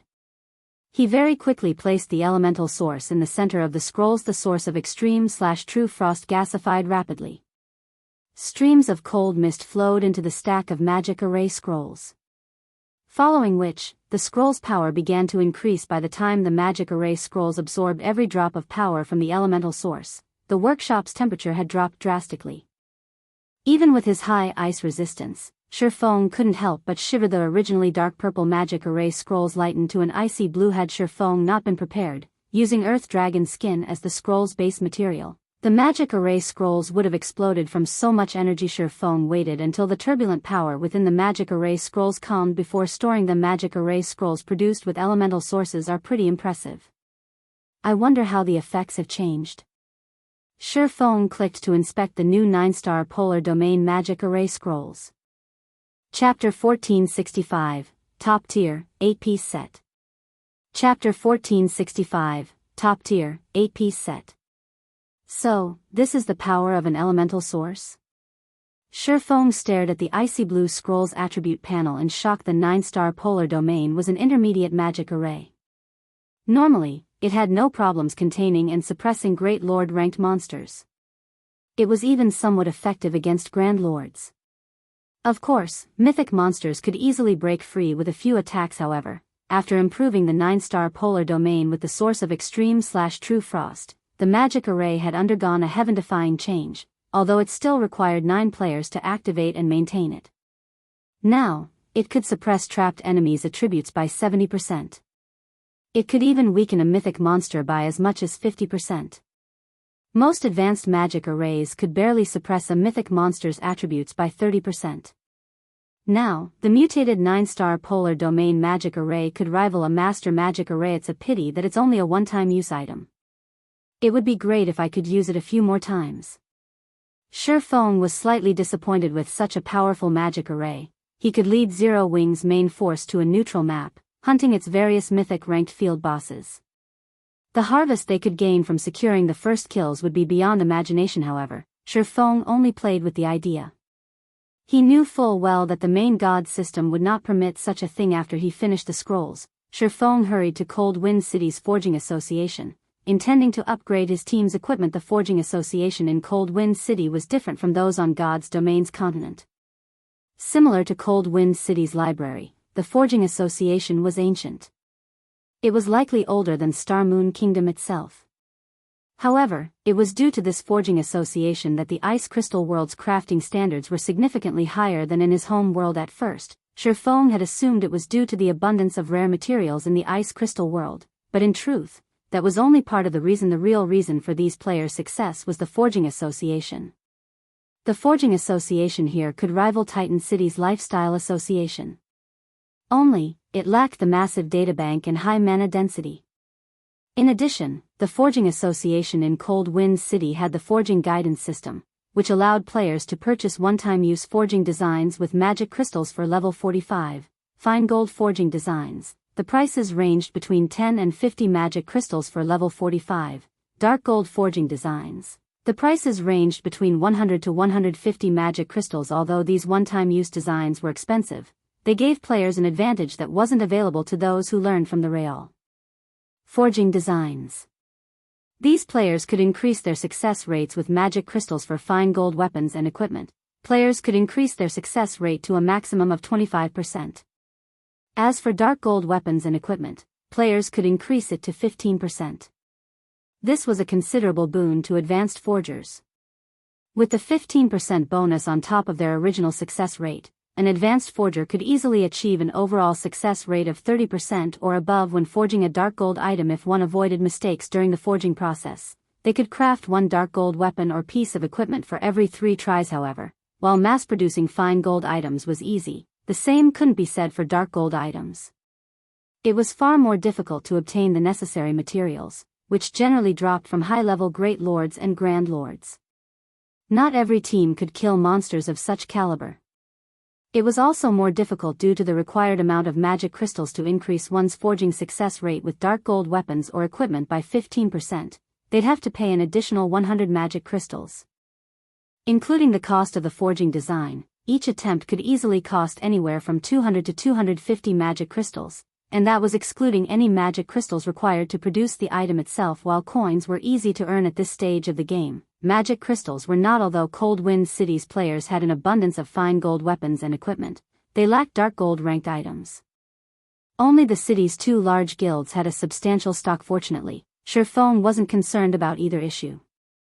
During the last 3 days, he had spent his time killing level 50 plus Great Lords and Grand Lords, obtaining a large stock of materials. As for magic crystals, he still had over 30,000 on him. That was more than enough to produce weapons and equipment. Hello, sir. How may I be of service? An NPC receptionist greeted Shifeng sweetly. I wish to rent a special mana forging room for 2 hours. Shifeng stated the mana forging rooms had greater mana density than the average forging room. Though they weren't on the level of a meditation room of the same rank, they could improve a player's concentration. Understood, sir. That will be 50 silver, the NPC receptionist said as she offered Shifeng a key. Handing over the 50 silver coins, Shifeng grabbed the key and went to the Forging Association's top floor. The Ice Crystal World's forging guidance system is amazing, Shifeng thought as he opened the forging guidance system for the special mana forging room. Previously, he had thought that the forging guidance system only offered fine gold and dark gold weapon and equipment designs. Now, he discovered that it also sold set equipment designs. As Shifeng wondered why he hadn't seen anyone in Cold Wind City wearing fine gold or dark gold set equipment, his eyes fell on the designs' price tags. The designs for level 45, dark gold equipment only cost 100 magic crystals. To purchase the designs for 6 pieces, one would have to spend 600 crystals. However, the design for a 6-piece, level 45, dark gold set equipment cost 1,800 crystals, 2,500 crystals for an 8-piece version. Moreover, the design was a one-time use item. It would disappear regardless of the player's success. Not even a first-rate guild's leader would mess around with so many magic crystals, much less guilds like Centurion Dynasty and Matchless Family. Based on magic crystals' market price, each attempt to forge an 8-piece, dark gold set equipment would cost over 700 gold. Moreover, the forging success rate for set equipment was much lower than that of individual items of the same level and rank. Even the forging guidance system only allowed players to temporarily increase their forging success rate by 7% for a price. An advanced forger would be lucky if their base success rate reached 8% with level 45, dark gold set equipment. Most would have a total success rate of only 15%. With such a low chance, it'd be a miracle if a forger succeeded once with every 10 tries. Even wealthy guilds and players wouldn't dare waste their money so extravagantly with this. My trip has definitely been worth the trouble. Shifeng's eyes glittered as he gazed at the various dark gold set equipment designs the forging guidance system displayed. It would be very difficult for an advanced forger to produce a dark gold set equipment, but to a master forger such as Shifeng, it'd be easy. His base success rate had already reached 20%. Including the Book of Forging, the Mysterious Flame, the Master Forger's Insignia, and the Black Steel Insignia, he could easily achieve a success rate of more than 35%. With the forging guidance system, that would put his forging success rate at over 42%, following which, Shifeng bought the design for an 8-piece, level 45, dark gold set equipment for shield warriors and began to craft. Shifeng started to refine and shape one material after another. Due to the Abyssal blade, the density of the ambient mana rose even higher, increasing his concentration. Before Shifeng knew it, he had produced the protector set. This set's attributes are really powerful. No wonder it costs 2,500 magic crystals per attempt. Shifeng was astonished as he inspected the protector set's attributes. The set's basic attributes could already rival that of individual level 50, dark gold equipment. The set effects would greatly enhance a shield warrior's skills as well, following which, Shifeng forged one of each of the following sets: Burning Fire set, Courage set, and Icicle set. All three were 8-piece, level 45, dark gold set equipment and were meant for the Berserker, Guardian Knight, and Swordsman classes, respectively. After producing the 4 sets, Shifeng couldn't bear to push his luck. Producing the 4 sets had already cost him over 15,000 magic crystals. If he tried to forge more, he'd run out of magic crystals. He could only select a few level 45 dark gold weapons and equipment to craft at this point. After forging over 40 items, Shifeng noticed that his 2-hour session was almost over. He packed up and hurried to the Snow Rift to meet up with Lifeless Thorn and the others. The Snow Rift's core was in the middle of a mountainous region.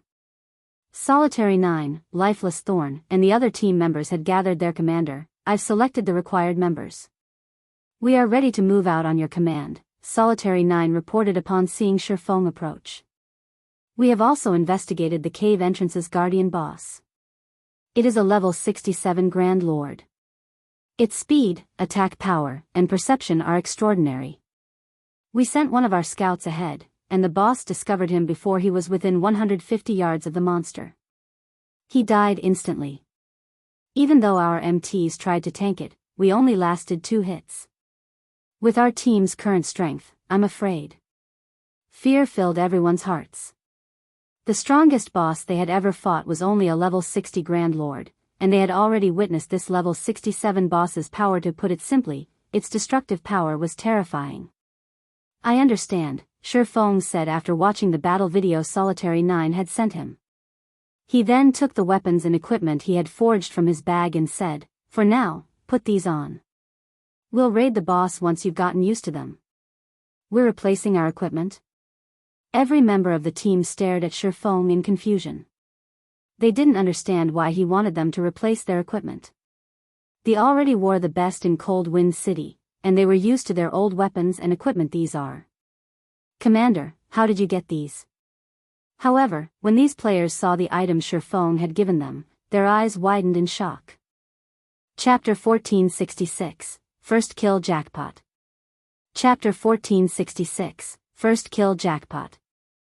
How is this possible?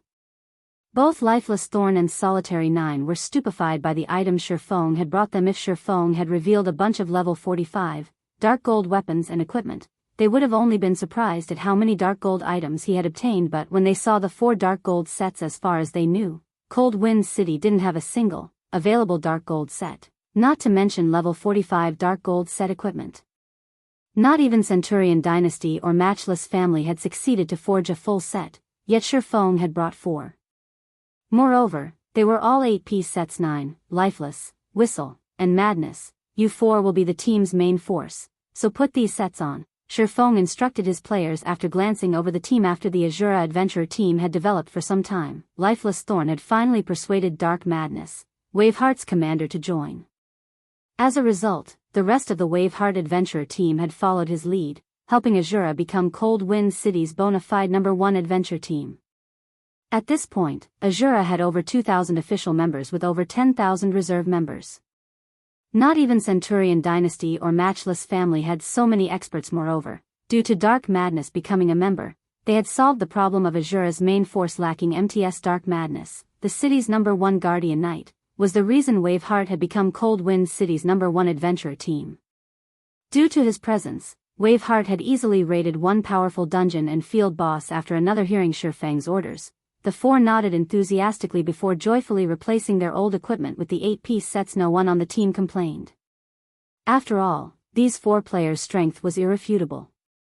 If their team wanted to get the most out of the Dark Gold ranked sets, the best players among them should use the items. Don't be jealous.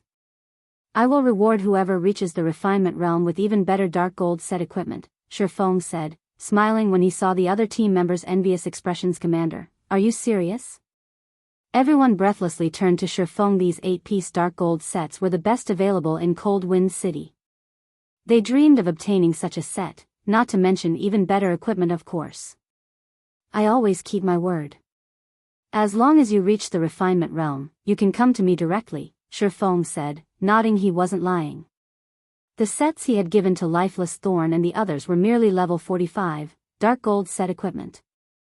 Meanwhile, he could head to Titan City and purchase the level 50, Dark Gold ranked Magic Light set equipment design.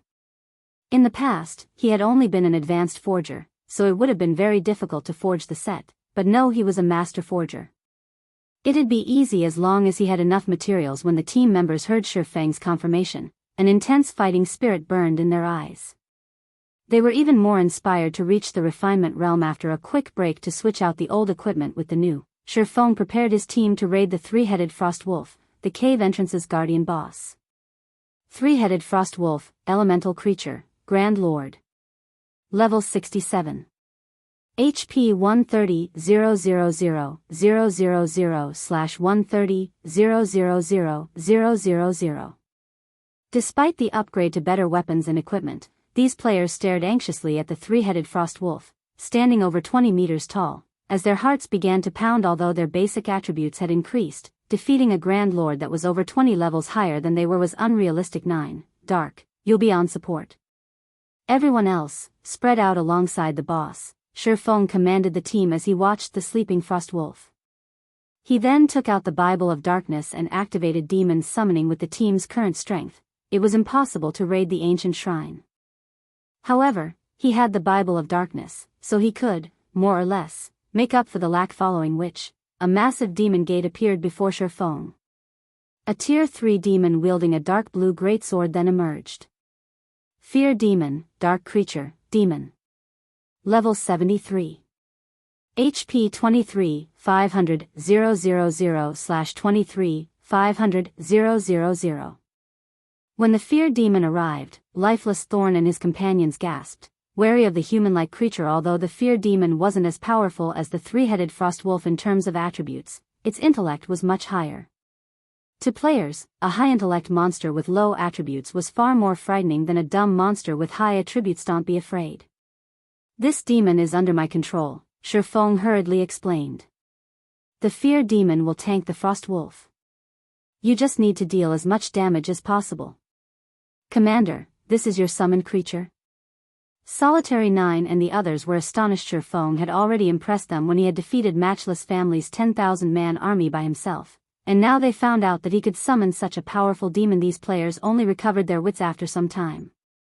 They then moved into position. Once everyone was where they needed to be, Shifeng commanded, "Charge." Suddenly, the Fear Demon's wings shuddered. It moved within the three-headed Frostwolf's perception range in the blink of an eye. Taking advantage of the opportunity while the Frostwolf woke, Shifeng directed the Fear Demon to use the Tier 3 skill, Darkness Blade. 3 massive blades of shadow appeared above the Guardian boss, smashing into the drowsy Grand Lord's heads. A moment after, 1,576,487. -1,754,374. -1,945,344. Each subsequent blade dealt more damage than the previous, slamming the boss, who had just stood up, back to the ground. So powerful. Why does it seem like the commander doesn't need us to deal with this three-headed Frostwolf? The team members gasped when they saw the damages above the Frostwolf's heads. In a single attack, the boss had lost nearly 5% of its HP. Woo! The three-headed Frostwolf opened its eyes after it hit the ground, revealing 3 pairs of menacing, crimson eyes. Glaring at the Fear Demon, the Guardian boss spread its jaws. Each of the three-headed Frostwolf's mouths fired a beam of frost simultaneously, freezing everything before the Grand Lord. The Fear Demon froze instantly, losing over 2 million HP.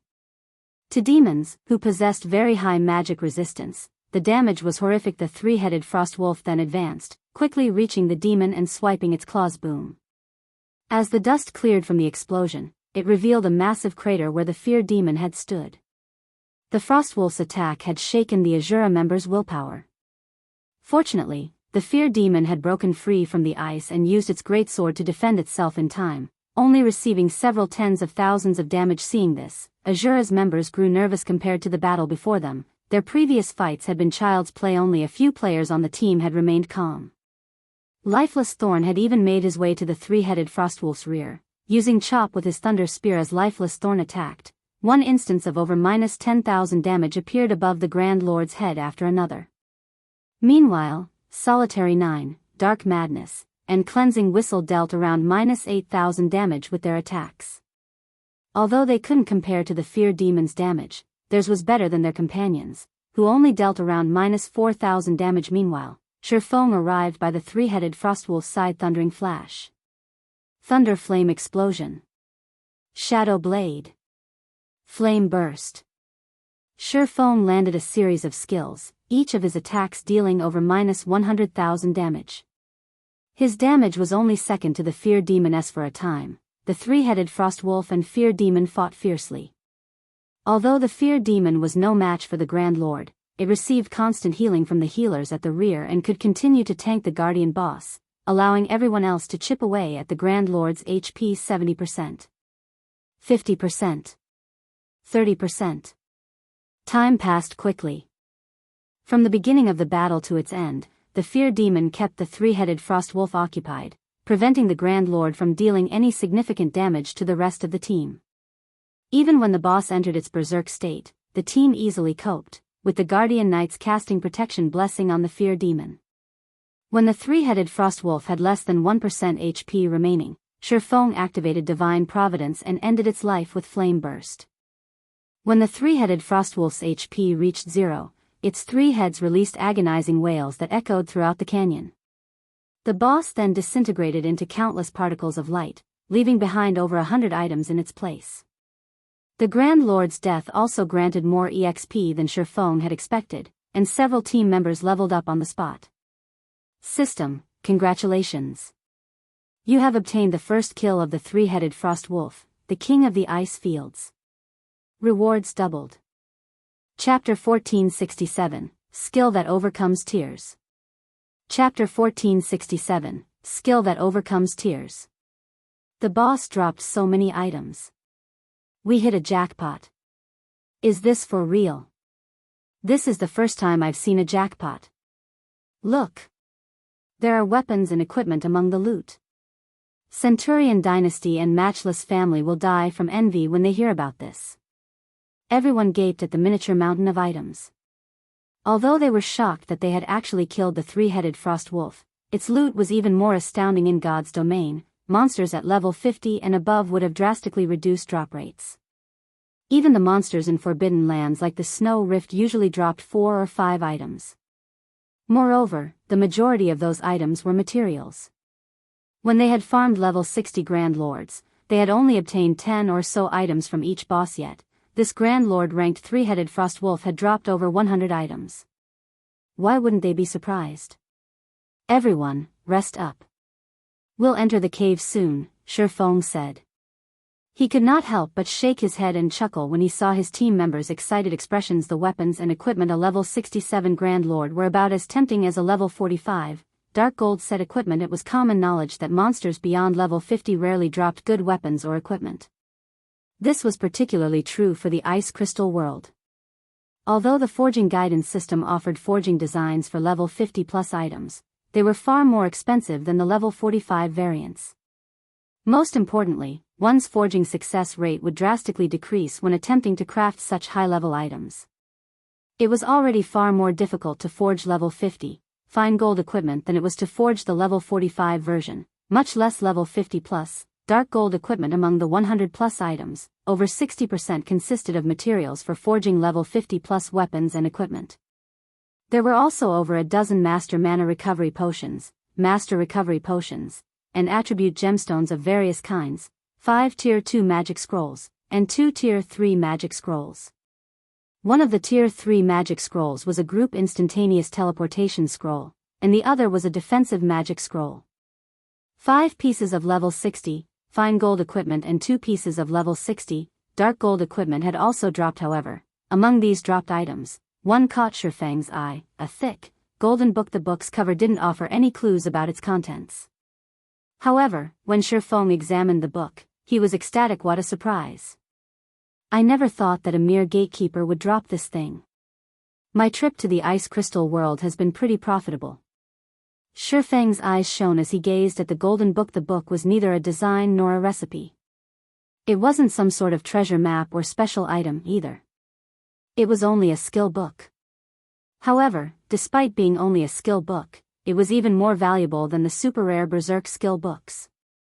Players had collectively referred to this kind of book as a combination skill book in the past. Combination skill books had been as valuable as epic items. Shifeng had tried to bid for a combination skill book in the past, but in the end, a first-rate guild had won the book for 50,000 magic crystals. Shadow had only saved 30,000 magic crystals.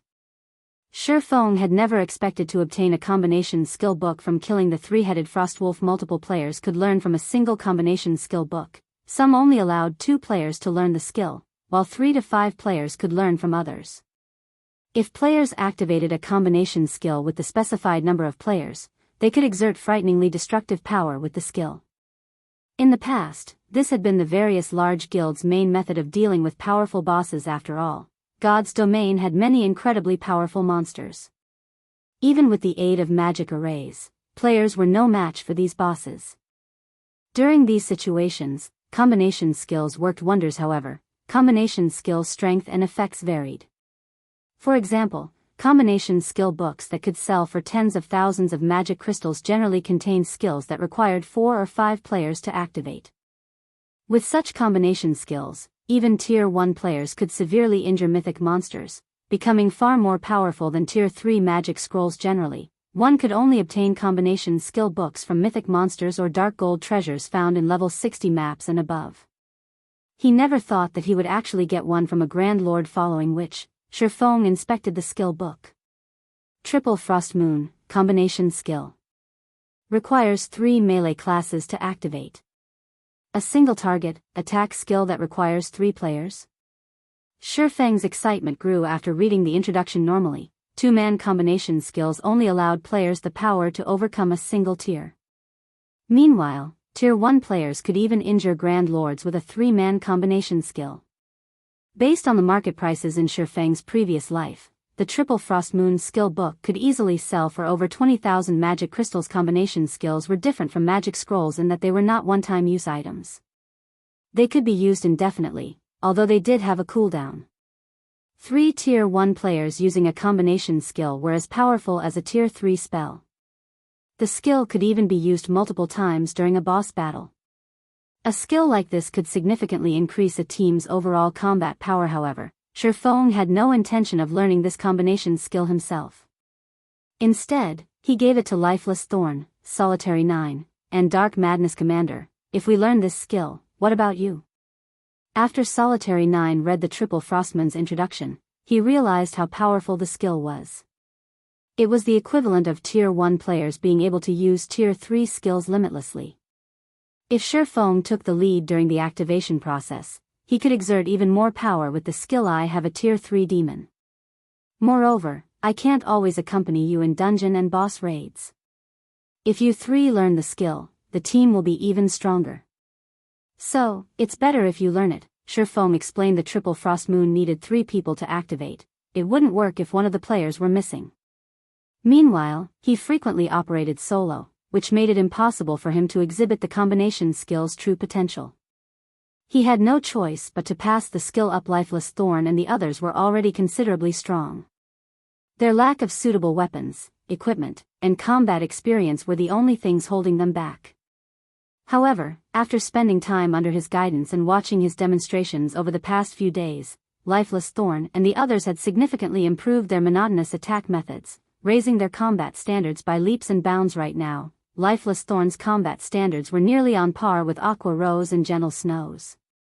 With a combination skill, his ability in dungeon raids might surpass the 2 women's. Hearing Shifeng's explanation, Solitary 9 and the others finally agreed. To someone who could summon a Tier 3 demon, a 3-man combination skill was superfluous. After everyone in the team had rested, Shifeng led them into the cave and followed the map towards the ancient shrine. The shrine's exact location was hidden. Although the map indicated that it was within the cave's interior was complex. The cave system was like a natural maze.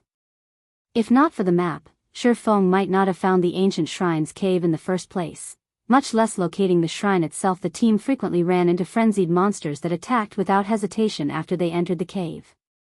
They even ran into the occasional Grand Lord.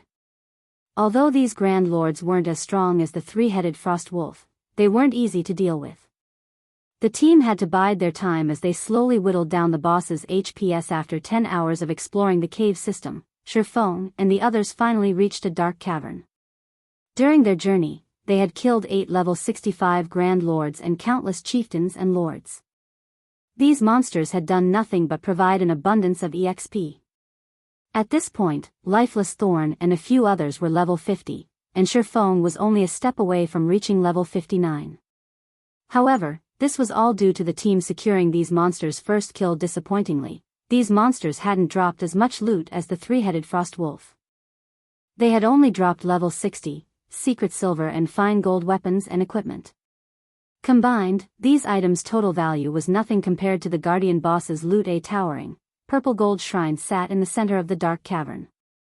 It radiated a sacred aura, and as players gazed up at the shrine, they shuddered. When Shifeng and his companions moved within 500 yards of the shrine, they heard the sound of a system notification. System, you have discovered an ancient shrine. As they were alerted of the system notification, a magic array appeared on the ground in front of the shrine, illuminating the cavern.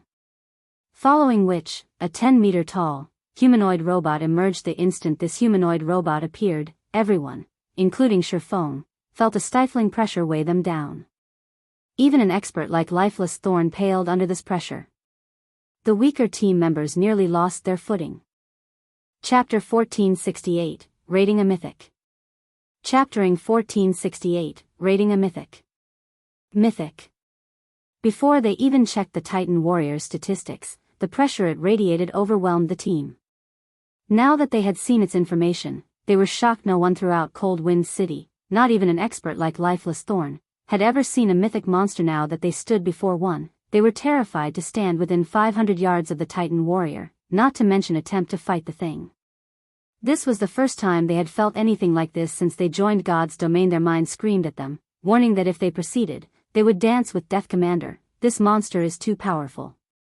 We can't afford to provoke a monster like this yet. Do we have to fight it?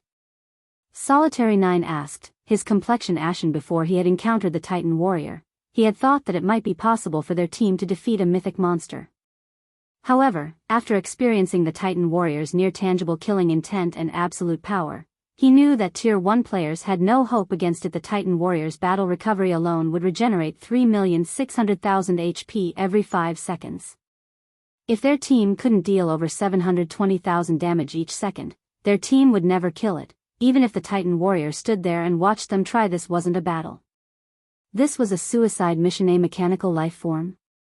Shifeng fell into deep thought as he watched the Titan Warrior. Although he had known that the final Guardian boss would be a mythic monster, he hadn't expected it to be a mechanical life form. Mechanical life forms were famed for their high defense, strength, and magic resistance. Because of these stats, they were known to be the best guard monsters available.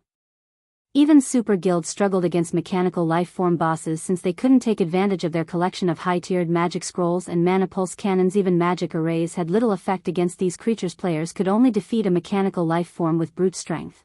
There simply weren't any loopholes. Commander, are we still going to fight that thing? Lifeless Thorn asked hesitantly. Before they had come here, Shifeng had told Asura's upper echelons that they could travel to another world if they finished this quest. They wouldn't have to stay cooped up in Cold Wind City. But as they faced an insurmountable mythic monster, even Lifeless Thorn felt helpless. This wasn't some random dungeon. If they died in this cave, they would lose an entire level. At their level, recovering the lost EXP would take a lot of time. Let's make an attempt, Shifeng said after giving the matter some thought. The attempt?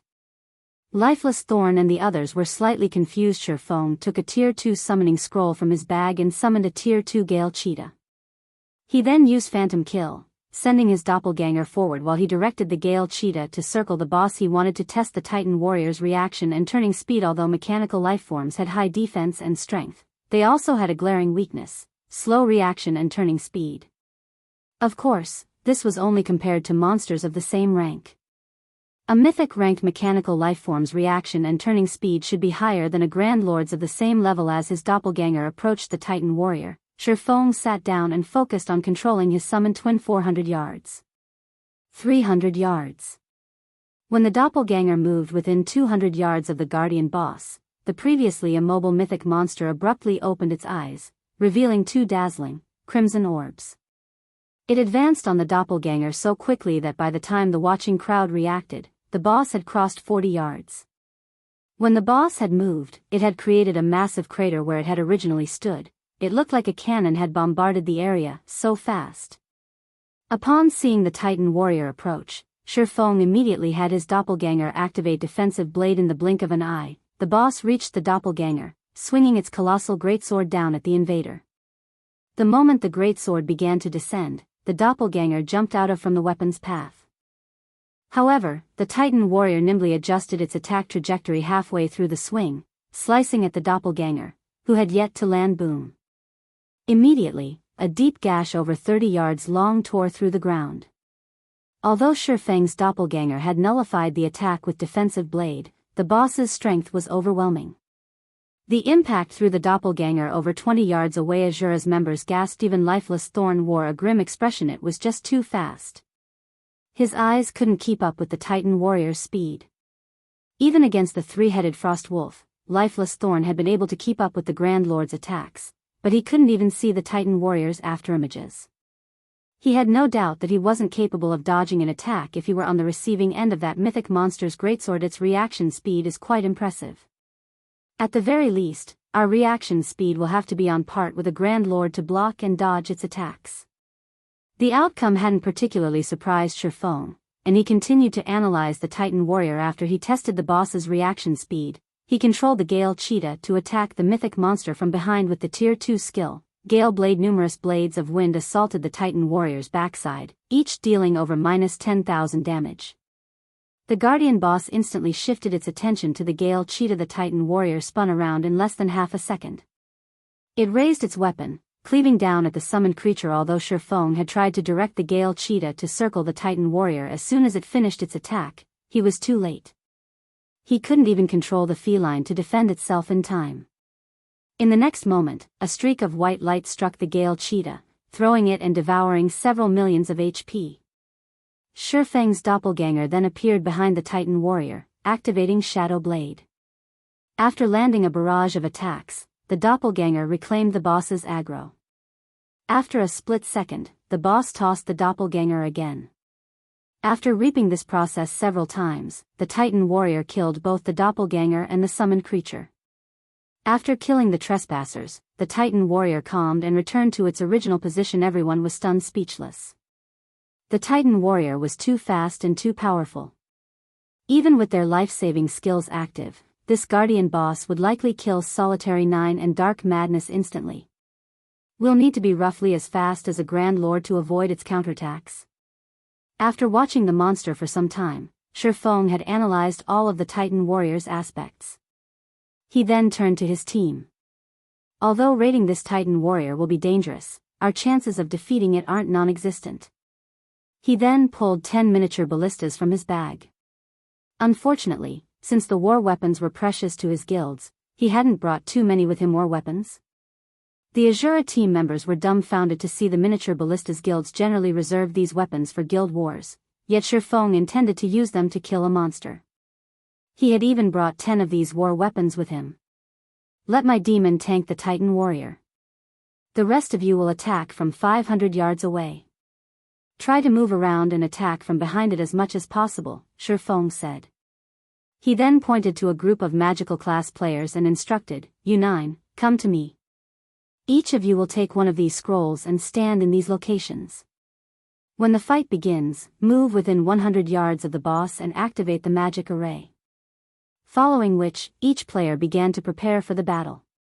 As for Shifeng, he used the Bible of Darkness to summon a second demon. The mutated 9-star polar domain magic array should significantly lower the Titan warrior's attributes. With 2 tier 3 demons keeping it busy, they might just be able to kill the mythic monster. Of course, it was only a theory. Whether or not they actually succeeded would depend on the magic array's effect. If the Titan warrior were still too powerful, he'd have no choice but to give up and wait until his team members completed their tier 2 promotions. A moment later, everyone moved into position, taking a deep breath. Shifeng controlled the 2 tier 3 demons to charge at the Titan warrior from different directions. In response, the Titan warrior charged towards the first demon that entered its perception range as quickly as a violent gale move out. Shifeng commanded. Following his commands, the 9 magical class players closed in on the Titan warrior. Chapter 1469, Godly Control. Chapter 1469, Godly Control. As soon as the summoned Tomahawk demon moved within the Titan warrior's perception range, the mythic monster rushed up to meet the demon, its greatsword rapidly descending. Even though Shifeng saw the weapon through the Tomahawk demon's vision, it was too fast to evade. He could only direct the demon to lift its battle axe to block the greatsword ping. The impact instantly threw the Tomahawk demon over 30 yards away, and although it had blocked the attack, it still lost tens of thousands of HP. Before the demon could land, the Titan warrior had appeared behind it, swinging its greatsword once again. Although Shifeng had tried to maneuver the demon to defend itself, it suffered a brief numbness from the first impact. As a result, its reaction speed had fallen considerably, and it couldn't keep up with the Titan warrior. As the greatsword descended, the weapon tore through space itself. Tier 4 skill, Spatial Rend. This time, the Titan warrior's attack struck the Tomahawk demon squarely in a single attack. The Tomahawk demon, which had over 25 million HP, lost nearly 1/5 of that total. The watching players were stupefied to see such destructive power. Even a tier 3 demon was powerless against the Titan warrior. If they fought the mythic monster, the consequences would be unimaginable. Only Shifeng remained unfazed. A battle between monsters wasn't like one between monsters and players. When monsters fought players, their attacks would deal less damage to make up for the difference in HP. However, there was no such dampening effect during a battle between monsters. Naturally, the Titan warrior dealt horrific damage to the summoned demon. It was a system mechanic that prevented players from using summoned creatures or NPC guards to toy with powerful bosses. Moreover, the Tomahawk demon was only tier 3, whereas the Titan warrior was a tier 4 mythic. Due to the tier suppression, the Titan warrior's attacks were enhanced to a certain degree. There was also the fact that demons generally had much lower HP than monsters of the same rank. So, he really wasn't surprised to see a tier 4 skill destroy 1/5 of the Tomahawk demon's HP, following which, the Titan warrior dealt one blow after another. Despite the Tomahawk demon's attempts to defend itself, its HP fell rapidly. In seconds, the demon had less than 50% of its HP remaining. Fortunately, the 9 magical class players had surrounded the Titan warrior. Begin. Shifeng shouted with Shifeng's command. The 9 players unfurled the magic array scrolls and began to chant the required incantations. Suddenly, an icy blue magic array appeared above all, enveloping the Titan warrior inside it completely. The cavern's mana rampaged as it surged towards the array's core. Following which, a blue magic barrier manifested, enclosing the Titan warrior within. Boom. The instant the barrier took shape, a layer of mist wrapped around the guardian boss's body. Its joints began to freeze, and its basic attributes rapidly decreased. 90%. 80%. 70%. So, this is the power of an origin magic array? Shifeng could not help his surprise at seeing how much the barrier weakened the mythic monster. In the blink of an eye, the Titan warrior's basic attributes had fallen to 60%. Although it wasn't as high as the stated 50%, it was impressive. After all, mechanical lifeforms had very high magic resistance. In fact, Shifeng hadn't expected to reduce the Titan warrior's attributes by as much as 40%. Even better, the magic array's freezing effect had slowed the boss's movements. Unfortunately, despite the suppression, the Titan warrior still overwhelmed the Tomahawk demon. Only, its HP didn't fall as fast. That didn't even do much. Lifeless Thorn and the others stared at the boss, dumbfounded. At this rate, it was only a matter of time before the Tomahawk demon died, as expected of a mythic monster. Even with the suppression, a Tier 3 demon still can't put up much of a fight. Shifeng smiled bitterly. However, this wasn't unexpected. Following which, he took out the Ring of Gospel and fed it 5,000 magic crystals to activate world projection. The Ring of Gospel's skills were not considered magic arrays and could stack with the 9-star polar domain. The Titan warrior's attributes fell further. However, the decrease wasn't as significant as the first. In the end, the Titan warrior still had 50% of its original attributes. Titan warrior, Ancient Shrine Protector, Mechanical Life Form, Mythic. Level 70. HP 180,000/180,000,000. Continuing its assault, the Titan warrior brandished its great sword, sending several sword lights at the tomahawk demon. Suddenly, the fear demon flew into the fray, meeting the Titan warrior's greatsword with its own dang. Dang! Dang! A series of clangs shook the cavern. Although both the tomahawk demon and the fear demon were forced to retreat over a dozen yards, they had blocked the boss's attacks. The two demons had only lost a few tens of thousands of HP, which wasn't considerable when their maximum was over 20,000,000. They blocked every attack.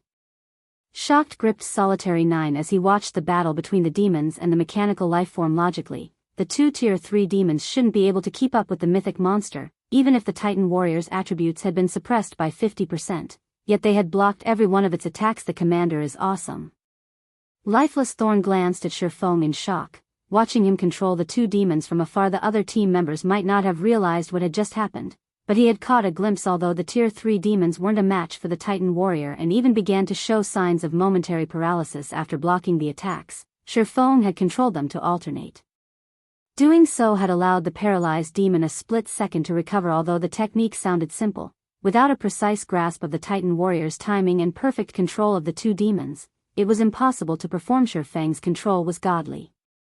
Lifeless Thorn had neither seen nor heard of such a combat technique. After training under Shifeng and improving drastically, he had thought he was close to reaching the swordsman's standards, but seeing the man in this fight, he realized that the gap between them was much larger than he had expected. What he didn't know was that blocking the Titan warrior's attacks was impossible for the demons if they simply alternated. Their performance had only been possible due to world projection weakening the mythic monster's physique, slowing its reaction speed. If not for world projection, the demons would have been defeated despite working together. Once the demons secured the Titan warrior's aggro, Shifeng commanded, "Everyone, attack." Immediately, Lifeless Thorn and the others, who operated the miniature ballistas, fired one exploding arrow after another at the guardian boss. Shio. The arrows crossed the 500 yards between the miniature ballistas and the boss in a breath. In the end, all 10 exploding arrows pierced the Titan warrior's back and sides. Damages of over -100,000 appeared above the Titan warrior's head, significantly reducing the mythic monster's HP. Although the sight overjoyed Asura's members, Shifeng couldn't bring himself to celebrate the outcome. Even after losing 50% of its attributes, the Titan warrior's battle recovery restored 1,800,000 HP every 5 seconds. Although the miniature ballista attacks had dealt more damage than that, it hadn't been by much. At this rate, it would take the team hours to whittle down the Titan warrior's HP. Meanwhile, world projection only lasted 10 minutes. While Shifeng tried to think of a solution, the Titan warrior didn't wait around. Abruptly, it thrust its greatsword into the ground. 4-meter-tall figures then began to rise, one after another. Earthen Spirit, Elemental Creature, Grand Lord. Level 70. HP 10,000,000/10,000,000. In seconds, 4 earthen spirits stood before the team. Crap. How is this even fair? Is this a joke? We're doomed. Asura's members gaped when as the boss summoned reinforcements. The Titan warrior was already terrifying on its own, yet it could summon 4 Grand Lords suddenly. The 4 earthen spirits dashed for the miniature ballistas 500 yards away. Sure enough, the main god system won't let players easily exploit a loophole. Shifeng frowned at the earthen spirits. Gritting his teeth, he took 2 summon guard scrolls from his bag. Chapter 1470, Slaying a Mythic Monster.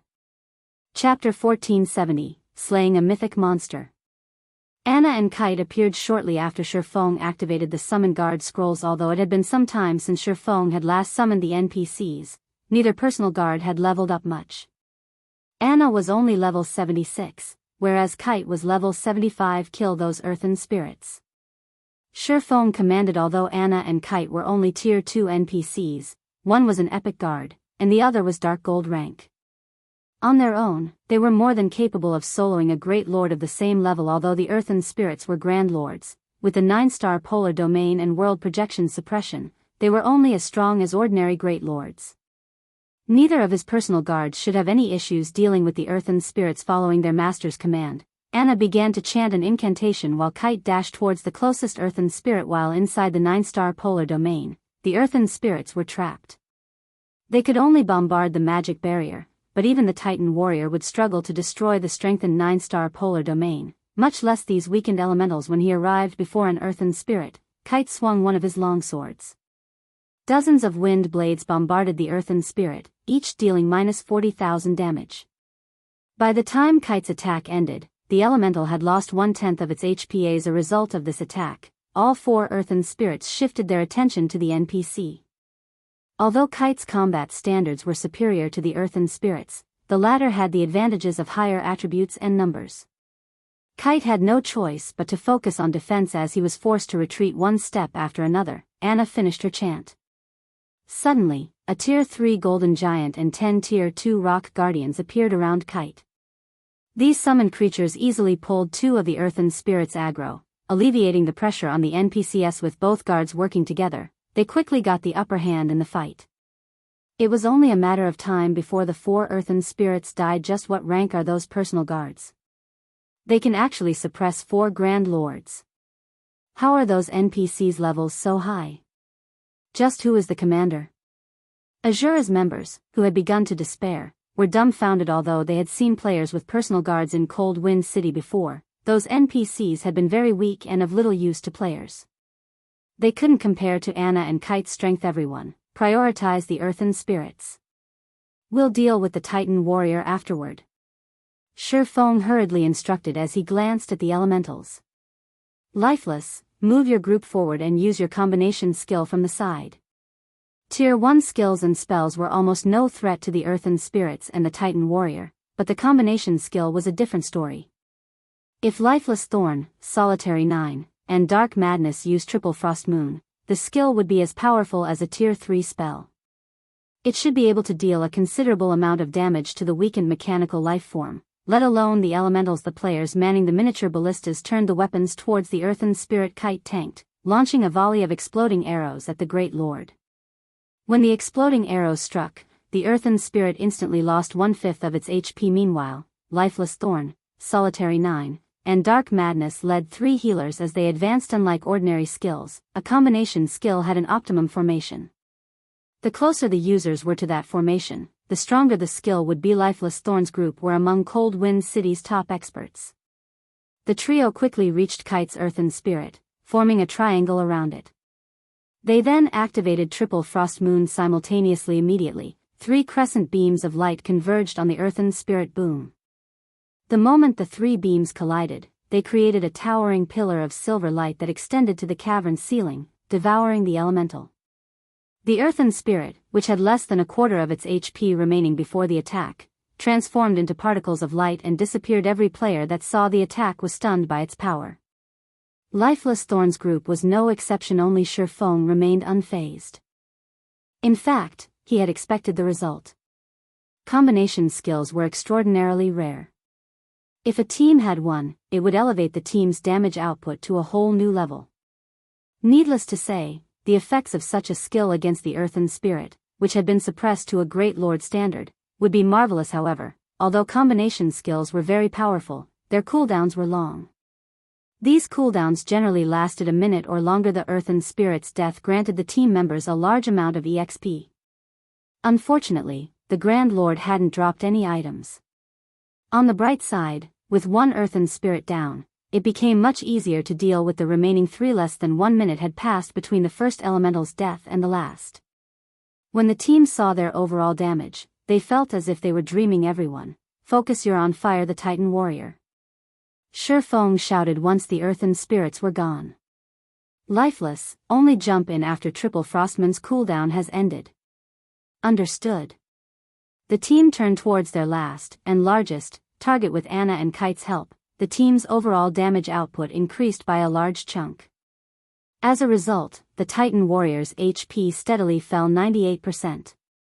95%. 90%.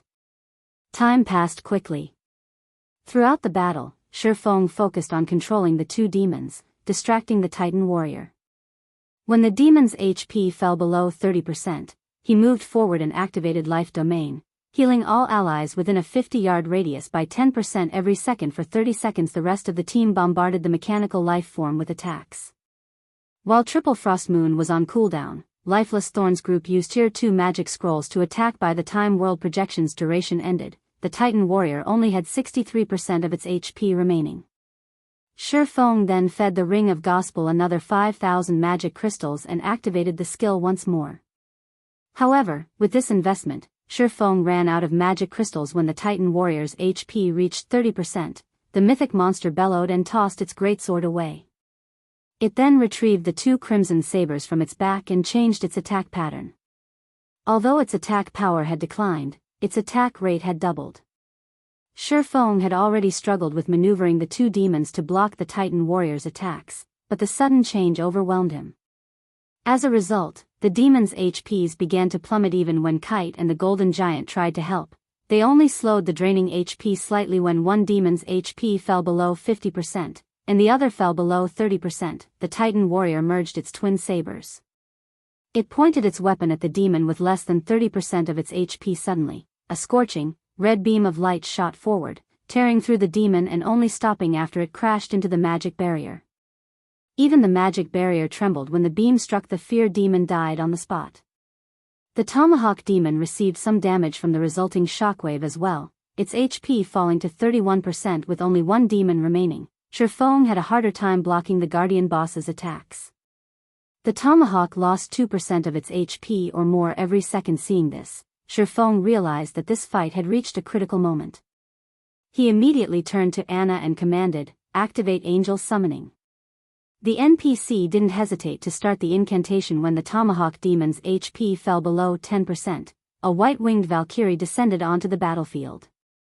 Her wings shuddering slightly, she arrived before the Titan warrior, her golden spear sweeping towards the mythic monster. A golden flash blinded the players, and the impact threw the incomparably powerful Titan warrior over 30 yards away, a damage of over -1 million appearing above its head.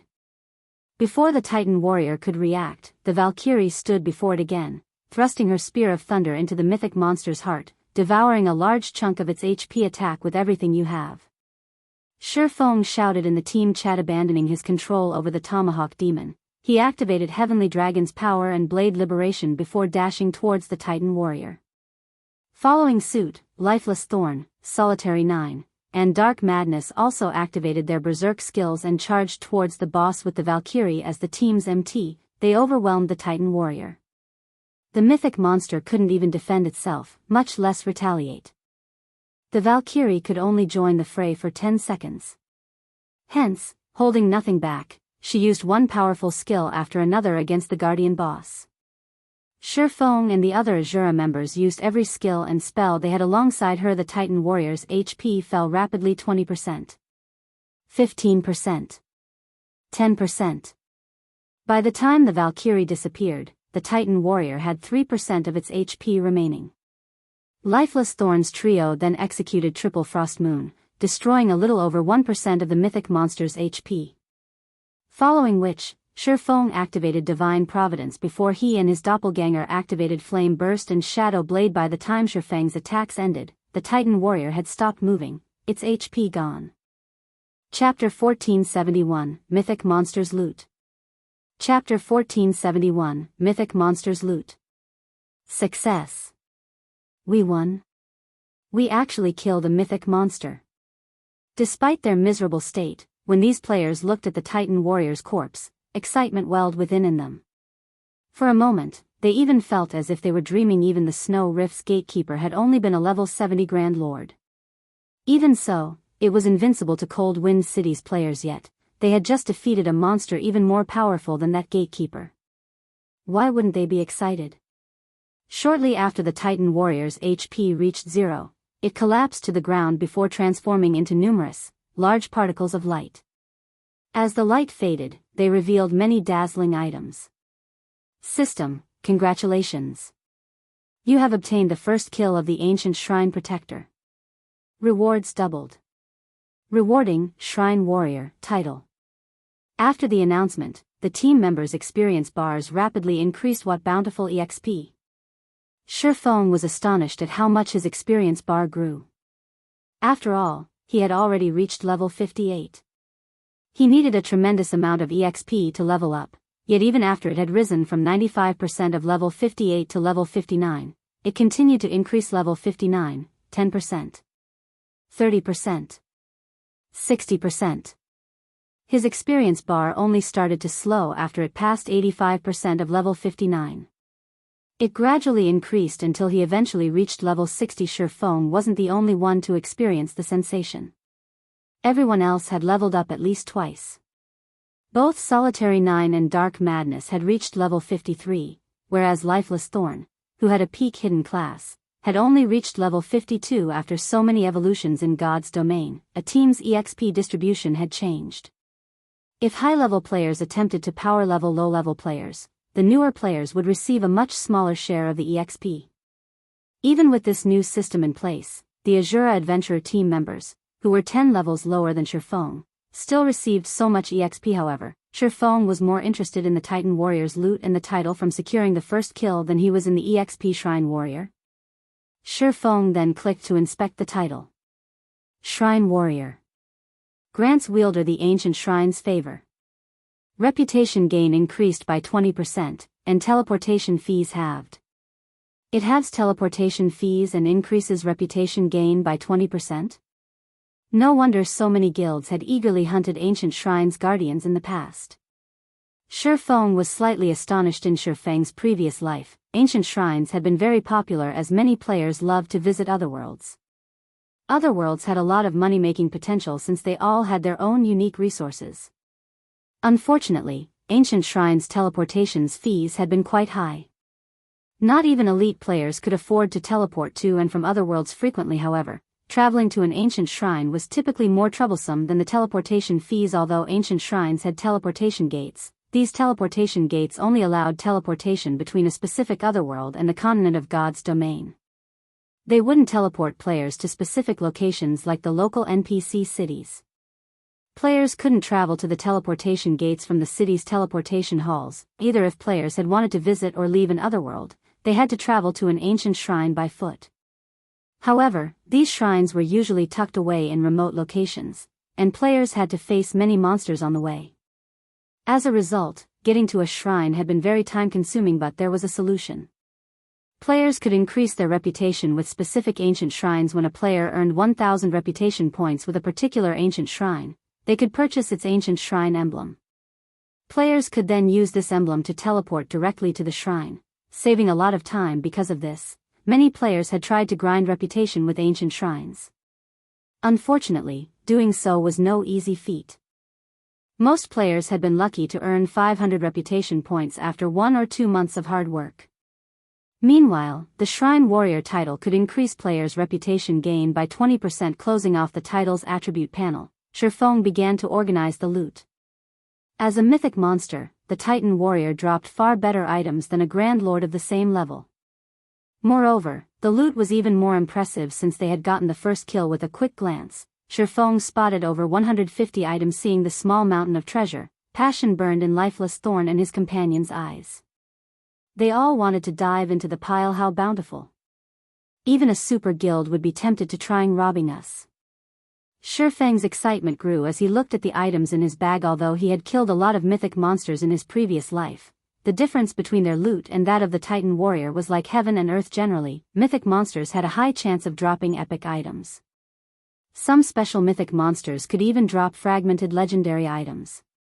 For example, the final boss in the Dragon's Graveyard, a forbidden land in the Black Dragon Empire, had a chance of dropping a fragmented legendary item. Although the Titan Warrior wasn't as powerful as the Dragon's Graveyard's final boss, Its loot was quite impressive. The majority of the 150+ items were rare materials for crafting epic weapons and equipment, all of which could easily fetch over 100 gold on the market. Among them, a particular item was an important component for forging the epic ranked broken steel set equipment Nucleus of Life. Epic set equipment had been out of Shifeng's reach in the past. The best he had equipped were individual epic weapons and pieces of equipment. It was common knowledge that set equipment was half a rank stronger than individual pieces of the same rank. If he had worn an epic set equipment back then, he would have had an 80% chance of completing his Tier 4 promotion. If he could forge the broken steel set now, he would become invincible. Although he had thought of doing so, the materials required to forge the broken steel set were simply too rare. Aside from the required mana stones, he had no way to collect the Titan ore or the flame, water, wind, and earth source crystals. And then there was the Nucleus of Life. One could only obtain a Nucleus of Life if they were lucky. There was no set method to obtain it. One could say that it was the most difficult material to obtain among the various required materials. Shifeng had never expected a Nucleus of Life to drop. Although he knew where he could obtain the rest of the materials, he wasn't strong enough to reach them yet. The Titan warrior had also dropped plenty of master-ranked potions and magic scrolls of various tiers. Among the most precious scrolls was a Tier 4 magic scroll, Titan's Wrath, a Tier 4, large-scale destruction magic scroll.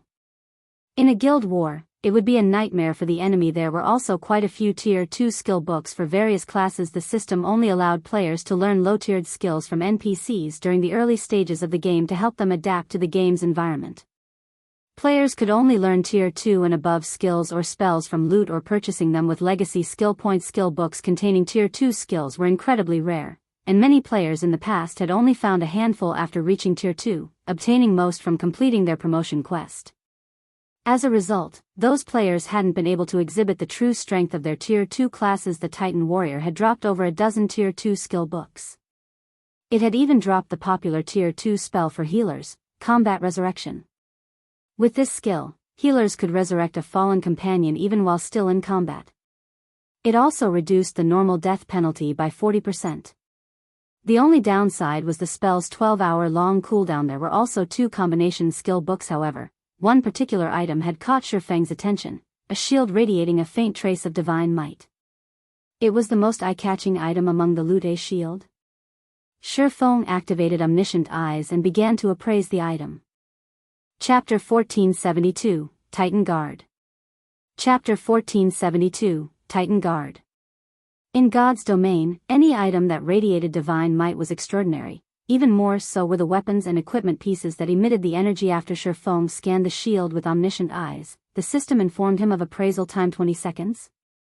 Shifeng rejoiced. Normally, epic items only took a dozen or so seconds to appraise. Since the shield had a 20-second appraisal time, it must be particularly high-quality. Shields were very important to a team. If a team's MT had a powerful shield, the team would have a much easier time against boss monsters. Because of their importance, they were hard to find on the market. Furthermore, these shields were generally worth twice as much as a weapon of the same level. Once Omniscient Eyes finished appraising the Crescent shield, the shield's attribute panel revealed itself to Shifeng. What an awesome growth-type shield! Shifeng was ecstatic when he saw the shield statistics. Titan Guard, Shield, Bronze rank can grow. Minimum equipment level, 50.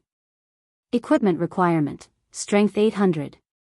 Attributes adjust according to user's level. Defense plus 3550, level 50. Block rate, 32%. Strength plus 33, Endurance plus 47, Agility plus 29. Defense skill plus 1 levels. When equipped, all magic damage received reduced by 30%. Reaction speed increased by 20%. Paralysis effects reduced by 30%. Additional passive skill 1 dash. Guardian Shield automatically generates a layer of guardian energy, which can block an attack every 30 seconds. Additional passive skill 2 dash. Iron Wall reduces the impact from incoming attacks by 30% and damage received by 10%. Additional active skill 1 dash. Titan's Heart generates a layer of protective energy that absorbs damage equivalent to 5 times of wielder's maximum HP for 30 seconds. During this time, Players' battle recovery improved by 500% and healing received increased by 50% cooldown, 5 minutes. Additional active skill 2 dash. Titan's Will, becomes immune to all control effects. Reduces all damage received by 80%. Increases attack speed by 50% and movement speed by 20%. Starting movement speed set at 70% of maximum movement speed duration, 15 seconds. Cooldown, 3 minutes. Cannot stack with other defensive skills. Additional active skill 3 dash. Titan's Domain, every non-friendly target within a 30-yard radius will increase wielder's basic attributes by 1%, reduces damage received by 1%, and heals wielder by 0. 1% HP every second duration, 1 minute. Cooldown, 2 hours. Maximum number of targets, 50. This shield can grow to Fragmented Legendary rank. Currently at Bronze rank. Growing to Mysterious Iron rank requires 1,000 magic crystals. This was the first time Shifeng had ever seen a growth-type shield that could reach Fragmented Legendary rank. Although the Titan Guard was a Bronze-ranked shield right now, its skills were even more powerful than a Dark Gold shield of the same level. And these skills would become even more formidable as the shield's rank rose. Just thinking about how powerful the Titan Guard would become once it reached Fragmented Legendary rank made Shifeng shudder with anticipation. Fragmented Legendary shields were extremely rare, arguably more so than legendary items. Any team with a shield of that rank would become famous throughout God's domain. It wouldn't be an exaggeration to say that the team would be akin to an unkillable cockroach in boss raids. A tier 1 metric ton wielding a fragmented legendary shield could easily tank a mythic monster 10 levels lower than them. After reaching tier 2, said MT could even solo a mythic monster 5 levels higher. With an MT of that caliber, raiding a 100-man hell mode team dungeon would be a piece of cake even if the team's DPS and coordination were lacking. It might even have a chance of raiding high difficulty, super large-scale team dungeons. With this, we won't need to worry about raiding super large-scale team dungeons. Shifeng's lips curled into a grin as he gazed at the Titan Guard, following which, Shifeng examined the other weapons and equipment that had dropped. The next best item was an Epid-ranked cape, the Titan Mantle, which focused on strength. There were also 8 pieces of level 60, dark gold equipment. Since Shifeng already had the Nightwalker's cape, he gave the Titan Mantle to Lifeless Thorn. Now, the Berserker's equipment could rival that of peak experts in God's domain. Commander, what about you? Lifeless Thorn asked, giving Shifeng a concerned look. If he had claimed not to be excited about obtaining the cape, he would have been lying. Every expert dreamed of epic items, after all mine's even better. Besides, this is a loan. It'll only truly be yours after you've accumulated enough ACPs, Shifeng said, chuckling. Nurturing powerful experts was more important than some epic cape right now. Had Solitary 9 or Dark Madness reached the refinement realm, he might have given them the item. I understand. I won't disappoint you. Lifeless Thorn nodded, not arguing. Shifeng then awarded the rest of his team with the corresponding contribution points, which they could use to purchase various weapons and equipment from the Asura adventuring team. Now that the Titan warrior was dead, Shifeng could finally breathe. Once the team had rested, they proceeded to the ancient shrine itself. When the team entered the shrine, they felt as if they had just stepped into another world. The shrine's interior was resplendent, a stark contrast to the bleak cavern. They spotted elves and mechanical NPCs going about their business. The place looked nothing like a desolate location. Aside from NPCs, the ancient shrine had various shops selling all sorts of items. There were even places for players to rest and repair their weapons and equipment. Asura's members excitedly looked around, but Shifeng didn't give his team time to digest their new environment. Instead, he led them to the teleportation hall on the shrine's second floor. When the team reached the teleportation hall, they were greeted by rows of mechanical NPCs guarding the space-time teleportation gate. These NPCs were all level 200, and the weakest among them was tier 3. Anybody that dared to cause trouble here would die instantly. Hello, sir. If you wish to leave the Ice Crystal world, each member of your party must pay 1 mana stone or 100 magic crystals, the NPC elf standing before the teleportation gate explained, smiling when he saw Shifeng's group. However, since you are one of our ancient shrine's shrine warriors, your travel will only cost 50 magic crystals. How expensive.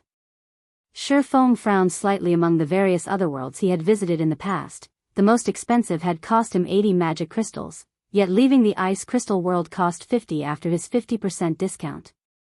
Asura's members, who had been elated to leave Cold Wind City's region, were stupefied by the price. Although they could afford it, they would only have a few magic crystals left. Here's 50 mana stones. Shifeng didn't hesitate to hand over the mana stones he had prepared to trade for the temporal sandus for the Countess's quest. He could send the Asura adventurer team to grind for the remaining ice crystal fragments. He still had enough time before the deadline. After Shifeng paid the teleportation fees for 100 people, the space-time teleportation gate slowly opened. Under Shifeng's lead, the team entered the gate and vanished from the ancient shrine's teleportation hall. Chapter 1473, Shocking Wealth. Chapter 1473, Shocking Wealth. Black Dragon Empire, Black Dragon City. Inside the congested teleportation hall, a constant stream of players appeared and vanished via the teleportation arrays. With every passing moment, new players arrived in Black Dragon City. The city's population grew by the die as one of the teleportation arrays lit up. A 100-man team emerged. Why are so many people here? So, this is Black Dragon City? The players here really are well equipped. Cold Wind City is no match for this place. These new arrivals stared at the gorgeous and spectacular teleportation hall as if they had just arrived in a new world. These people were none other than the Asura adventurer team's members, who had just crossed over from the ice crystal world. You must be tired after grinding for so long. We'll disband, for now, so get some rest. You can also use this opportunity to explore. I'll notify you through the team chat when it's time to meet back up, Shifeng said, chuckling as he watched his curious teammates. After leaving the ice crystal world's ancient shrine, their group teleported to an ancient shrine in the Great Thorn Forest, a neutral map not far from the Black Dragon Empire. Although that shrine had lacked a guardian boss, players couldn't teleport while in the Great Thorn Forest. They had no choice but to fight their way out of the map. Fortunately, the Great Thorn Forest was only a level 60 to level 80 map, so the enemies they encountered hadn't been ridiculously powerful. Even so, they had fought for over 10 hours before they reached the Empire. The team then arrived in a border town in the Black Dragon Empire with the help of Shifeng's space movement. From the border town, they teleported to Black Dragon City. After such a long fight, every team member was mentally exhausted. Since there was still some time before his agreement with Phoenix Rain, Shifeng let his adventurer team get some rest. Besides, he still had a few matters to see to, and moving as a group was too troublesome. Alright, we'll do that. I wonder how many experts are here. I'm going to the Divine Colosseum to take a look. After Shifeng's dismissal, the team members excitedly left the teleportation hall. Lifeless Thorn, in particular, dashed straight towards Black Dragon City's Divine Colosseum. After the team split up, Shifeng hailed an advanced carriage and made his way to the city's auction house. During his time in the Ice Crystal world, he had purchased many of the other world's unique, rare materials.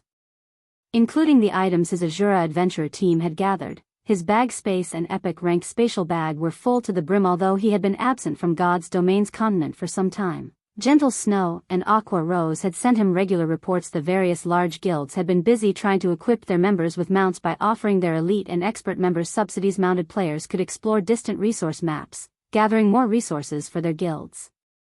They could also level up faster due to fewer competitors. Naturally, Zero Wing couldn't fall behind. Although Zero Wing earned a lot from Stone Forest Town's Battle Arena and Auction House and White River City's Candlelight Trading Firm and Teleportation House, it didn't have much to spare to purchase mounts for its elites due to its expansion on two fronts. Hence, this was a good opportunity to earn a quick buck from selling the Ice Crystal world's rare materials and set some aside for guild mounts. Many of the materials he had gathered during his trip were ice-type items. Not only could they be used to craft weapons and equipment, but they would also be useful in brewing potions that increased ice resistance and ice-type damage, both of which God's Domain's continent sorely lacked. Mainstream players had already begun to encounter leveling maps with various environments, and as a result, increasing one's resistances had become a necessity. Without those resistances, players' leveling speed and combat power would suffer. Frost Steel ore, in particular, was the main material to produce ice resistance armor kits and mysterious iron and secret silver with ice resistance. In the Ice Crystal world, a stack of 100 frost steel ore only sold for 1 gold. In God's domain, a stack could go for more than 5 gold. Shifeng had intentionally collected a large stock of the material he had planned to sell the materials in Zero Wing's auction house, but at the end of the day, Stone Forest Town didn't see enough traffic. It was no match for Black Dragon City. Moreover, only a high-population city like Black Dragon City could exhaust his stock. If he tried to sell the materials in Star Moon Kingdom, he'd saturate the market, and the prices would eventually fall. Half an hour later, Shifeng arrived before the Black Dragon auction house. He saw far more players than his visit a few days ago. There were several times more merchant players from other kingdoms and empires specifically. These merchant players hawked their wares outside the building in an intense competition. After entering the auction house, Shifeng found a secluded corner and took a seat. He then called up the auction house's system interface and began to place various items up for sale. He had bought almost every ingot of frost steel or Cold Wind City had to offer, collecting over 5,000 stacks. Aside from the frost steel ore, Shifeng had over 3,000 stacks of ice-capped grass, a required component for brewing intermediate ice resistance potions. Each stack had sold for 60 silver in Cold Wind City, but in the Black Dragon Empire, they could sell for 3 gold. Overall, Shifeng had over 16,000 stacks of materials. Among them, over 13,000 stacks were common materials in the ice crystal world. For now, he only sold the common materials, saving the more valuable items for the candlelight trading firm. Someone selling frost steel ore for 5 gold per stack? That's so cheap. I finally found the ice-capped grass I've been looking for. It wasn't long before players bought out the first batch of materials Shifeng had scheduled in the auction house. Due to the intense competition for the items, Shifeng made more than the marketplace even after deducting the processing fees. Overall, just the first batch of materials had earned Shifeng a net profit of over 3,000 gold. At this rate, he should be able to earn over 30,000 gold. And this was his profit after a single visit to the ice crystal world. If the various super guilds learned his secret, they'd pop a blood vessel and envy. After he finished dealing with the common materials, Shifeng used a guild transfer scroll and teleported to Stone Forest Town. He stored the remaining materials in the town's candlelight trading firm. He also collected the magic crystals the town had stockpiled while he had been gone to upgrade the Titan Guard. He had spent most of his magic crystals during the battle with the Titan Warrior, so he only had a few hundred crystals on hand. It wasn't enough to upgrade the Titan Guard. The number of magic crystals Stone Forest Town's advanced auction house and battle arena had earned stunned Shifeng. Even after deducting the town's expenses, Stone Forest Town had earned over 60,000 magic crystals in just 3 days. However, upgrading the Titan Guard wouldn't be cheap. After spending 1,000 magic crystals to upgrade the shield from bronze to mysterious iron rank, he spent another 3,000 crystals upgrading it to secret silver rank, 6,000 to fine gold rank, 10,000 to dark gold rank, and 18,000 to epic rank. Unfortunately, upgrading the shield to fragmented legendary rank would cost 100,000 magic crystals in the end. Shifeng could only afford to upgrade the Titan Guard to epic rank. He'd have to save the last upgrade for the future guild leader. You're finally back. I bought a large stock of flame potions as you asked. Do you want me to send them over? Aqua Rose asked. Smiling, Aqua Rose and her team had grinded for flame potions in the Flaming Rain Mountains while Shifeng had been gone. Since it was a neutral map, it had an abundance of extremely powerful monsters. If not for her leadership, they might not have completed their task. Furthermore, due to the map's difficulty, she had leveled up, reaching level 51. Good. Shifeng nodded and glanced at the time. It was almost time for his appointment with Phoenix Rain, and he said, "Let's meet up in Black Dragon City.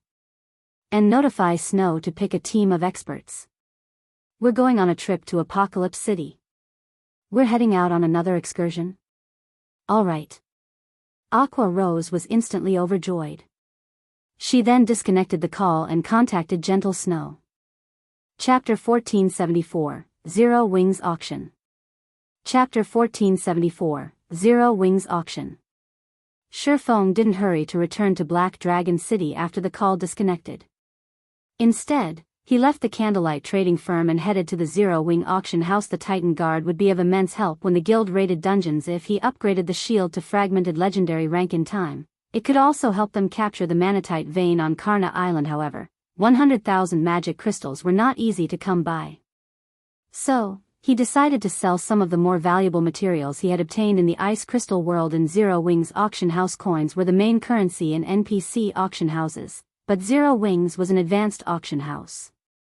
Players were allowed to use other currencies in their transactions, including magic crystals. This was also the reason that the various major powers in the past had sought their own as expected of an advanced auction house. The place has developed quickly. It's no wonder why Ouroboros rose to power so quickly in the past. Before Shurfeng reached the building, he spotted massive crowds wandering in and out of the auction house. It was far more lively than Black Dragon's auction house. Based on Aqua Rose's reports, Stone Forest Town's player population had stabilized at over 1 million due to Zero Wings auction house. It was enough to rival a major NPC city. Such a high number of players also allowed the various large guild spies to investigate the establishment. Some had even tried to bribe Zero Wings core members to learn how their guild could obtain an advanced auction house. Among the guilds trying to probe for information, Aqua Rose had discovered a few shadows from super guilds. Unfortunately, although these players' bribes were tempting, not even Aqua Rose knew how they had obtained the advanced auction house design, much less the core members. In the end, these spies had returned empty-handed. As soon as Shurfeng entered the auction house, several level 20 to 30 merchant players stepped into his path before he reached the counter. Moreover, he wasn't the only player they had interrupted. These merchant players in luxurious, non-attributed clothing approached any player that tried to enter the auction house. Fellow friend, do you intend to sell items here? A female oracle in a light blue dress asked after approaching Shurfeng. Softly, she continued, I can help you sell and purchase items. If you have items to sell, I'll help pay a portion of the processing fees. If you're looking for items, depending on the item's value, I'll help cover the cost up to 1 gold. Shurfeng had intended to ignore the woman, but upon seeing the oracle's name, he paused. Why is she here? Shurfeng stared at the smiling player in shock. The female oracle's name was Susie. She wasn't a fighting expert or some upper echelon from a guild or top adventurer team. Rather, she had been a famous merchant in the Black Dragon Empire, and its neighbor Shurfeng had conducted various business deals with Susie in the past. Through her, he had secured a steady supply of various resistance potions, which had been very rare at the time. The potions had helped Shadow pioneer a neutral map and encounter plenty of opportunities. Unfortunately, Susie hadn't had a powerful background. After amassing immense wealth for herself, some of the large guilds had targeted her. In the end, they plundered her coins and resources. Although Susie had tried to take revenge, she hadn't had any influence or strength. Eventually, she had been forced elsewhere to develop. After that incident, Shurfeng had lost track of the woman. Shurfeng had never thought that he'd run into her here. What benefits do you offer for helping foot a portion of the processing fees?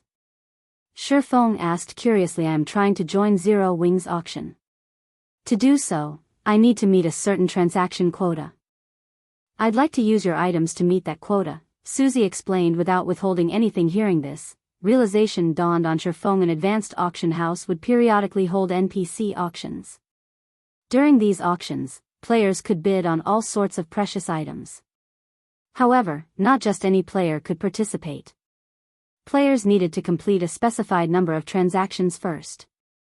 Fulfilling these quotas might be easy for adventurer teams and guilds, but they were quite demanding of individual merchant players. How many are you missing? Shurfeng asked. Susie frowned at the question, but she offered an answer. I'm roughly 500 gold away from qualifying for the intermediate auctions. Although she put up quite a few of her own items in Zero Wings auction house, many of them hadn't sold due to the intense competition. She was forced to resort to other methods to fulfill her quota. All right. Help me sell these items, then. But I'll only accept magic crystals. Shurfeng handed the woman 10 ingots of the absurdly rare Arctic Manatite. The market price for Arctic Manatite was over 50 gold per piece, and even then, no one willing sold theirs Arctic Manatite. Susie's jaw nearly hit the ground when she saw the material this swordsman intended to sell. Ordinary players might not recognize Arctic Manatite, but merchant players were very familiar with the material. Many of the various large guilds were preparing to pioneer neutral maps, and they all needed various materials to craft resistance items. Arctic Manatite was one such example. 1 ingot could easily sell for 180 magic crystals or more. Meanwhile, magic crystals' current market price had climbed to 30 silver each. Even at such a high price, guilds would fight over the metal, yet Shifeng wanted to sell 10 ingots. Are you sure you want to consign them with me? Susie asked, giving Shifeng a surprised look. She understood what it meant for a player to so easily collect 10 ingots of Arctic manatite. With Shifeng's wealth, he likely wasn't worried about processing fees. Every coin counts, Shifeng said, nodding. Susie had, more or less, helped in him the past. Since he had encountered her in this life, he didn't mind returning the favor. Upon hearing the swordsman's agreement, Susie stopped wasting time talking with the man. She pulled a pre-prepared contract from her bag and began to fill in some of the blank areas. Since this was a consignment, the consignor would have to receive the materials to put them up for sale in the auction house. To protect both parties, they'd sign a contract within minutes. Both players signed the contract once the arrangement was complete. Shifeng turned and headed up to the second floor. Meanwhile, Susie was ecstatic as she looked at the 2 copies of the contract. Once she sold the Arctic manatite, she would complete her quota. All she would need to do then was prepare for the intermediate auction. However, when Susie read the consignee's name, she was dumbfounded. How is this possible? He's Zero Wings Yifeng? Susie spun around, spotting Shifeng as he walked toward the staircase leading to the second floor. Everyone in Star Moon Kingdom knew about Zero Wing. It was, without a doubt, the kingdom's #1 guild and overlord. The names of the guild's upper echelons was engraved on every player's mind. Although Yifeng wasn't as famous as Aqua Rose and Fire Dance, everybody knew that he was one of Zero Wing's core upper echelons. It was rumored that even Aqua Rose, one of the guild's vice leaders, had to follow the man's commands from time to time. To an insignificant player like her, Yifeng was far out of her reach. She could only ever gaze up at someone like him. When she thought about how she had engaged such a man for a business transaction, she was speechless. Chapter 1475, Gathering of Experts. Chapter 1475, Gathering of Experts. On the auction house's second floor, Shifeng followed an NPC to a VIP reception room. He had treated his transaction with Susie as an investment. Aside from her keen business sense, Susie had made a name for herself in the Black Dragon Empire as a merchant. Due to her resource channels, the various first-rate guilds in the past had struggled to secure a steady supply of various resistance potions. Yet she had succeeded where they had failed. It was hard to imagine a merchant player with no background obtaining so many resistance potions. Moreover, she had also sold various rare items that had tempted the large guilds. Hence, forming a connection with this merchant player was a wise move. Boss, do you wish to sell all of these items? The advanced manager NPC asked as he examined the large pile of materials on the table. Yes. Sell them in batches. Only accept magic crystals as payment. Shifeng nodded. An advanced auction house offered 2 methods for selling items. With the first, players could manually decide when their items went up for sale, while the second option allowed them to leave that up to NPCs. NPCs would then sell the items based on the player's requirements and the current demand, putting them up for sale when they could generate the most profit. However, only the auction house's advanced members had access to the second method. Every player dreamed of accessing this option. Not only would it save them the hassle, but their items would also sell at an appropriate time. Usually, players increased their profits by at least 10% with this method. 10% might not make a difference for a transaction worth dozens of silver coins, but it was a different story for those worth hundreds or thousands of gold. This was one of the advanced auction house's trump cards. However, Shifeng had no intention of offering this function to the public just yet. Otherwise, the various superpowers would become even more eager to obtain their own establishment. They might even attempt to steal the building. After all, God's domain had certain tools that could return a building to its design even after its construction, but doing so was difficult and costly. Although the rare materials he wanted to sell wouldn't earn 100,000 magic crystals, he should be able to earn around 60,000. Including the income from the auction house fees and the battle arena, he should have enough to upgrade the Titan Guard. Once he finished in the auction house, Shifeng glanced at the time. He then used a return scroll to travel to White River City before making his way to Black Dragon City. Black Dragon Empire, Black Dragon City. The teleportation hall had fallen silent due to the arrival of a particular player group. What? They're actually from Zero Wing? They're so strong. Aren't they Gentle Snow and Aqua Rose? Why are Zero Wing's vice guild leaders here? Is that the Flame Witch? I've heard that she recently taught the dark guilds lurking around Lake Heart City another lesson. With no way to deal with her, they had been forced out of the city. Why are so many people from Zero Wing here? Are they going to declare war on some guild? When Gentle Snow and the other core members of Zero Wing arrived in the teleportation hall, everyone turned towards the party. Every player in the area felt an immense pressure weigh down on them the moment the group arrived. Many people unconsciously stepped out of the way, opening a path for Zero Wing's members. The Black Dragon Empire's players hadn't been particularly familiar with Zero Wing several days ago, but after the ranking competition and the siege war, it had become one of the most popular guilds in the Empire, with countless players attempting to join. However, after the ranking competition and the siege war, Zero Wing had already become one of the most popular guilds in the Empire, and many players desperately wanted to join with such a large group of the guild's experts before them. Why wouldn't they be surprised? In the past, almost no one knew how strong Zero Wing was, but looking at these members, every player in the teleportation hall sighed with admiration. Not only were Zero Wing's members sitting atop their mounts, but their levels were also awesomely high. The lowest leveled among them was level 48. Even the number 1 expert on the Black Dragon Empire's ranking list was only level 48. Guild leader, everyone's arrived. We can set out at any time, Gentle Snow said when she noticed Shifeng approach. Good. Shifeng nodded in satisfaction at the strict, orderly 100-man team before him. Take a quick break. The others will arrive shortly. We'll head over once everyone's here. There are more? Gentle Snow was a little confused. As far as she knew, they were here to help Phoenix Rain raid the Sunset Forest. She hadn't heard of the woman asking for other reinforcements. As soon as Gentle Snow finished her question, a team entered the teleportation hall, approaching her group. Every player on the team wore a black cloak, hiding their levels, but she felt the threat of death around all of them. When Gentle Snow looked a particular berserk with a dark purple spear across his back, she felt as if she were looking at a ferocious beast that had been released from its cage.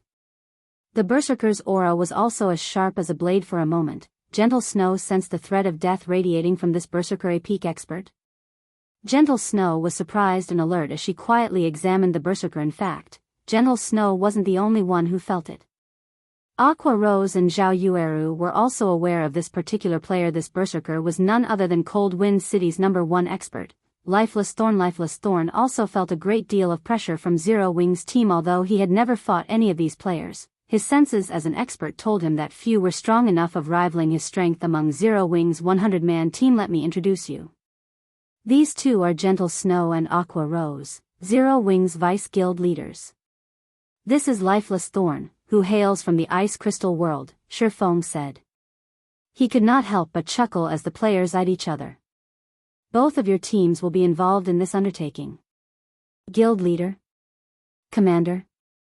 All 3 players turned to Shifeng in unison. Confused Shifeng then patiently explained Zero Wing's guild and the Asura adventurer team to both sides. The news shocked all of them, and both teams struggled to digest the information. Guild leader, just how many secrets are you hiding? Shock overwhelmed Gentle Snow as she watched Asura's members. Although the black cloaks prevented her from gauging the adventurer's strength, based on their movements, she could tell that every member of the team was an expert. The various large guilds would offer insane prices to recruit such experts, and even then, they had only succeeded in convincing a small number to join them. Yet, Shifeng revealed one ally after another. Now, he even had a top-tier adventurer team. For a moment, Gentle Snow wondered if the man was backed by some super guild.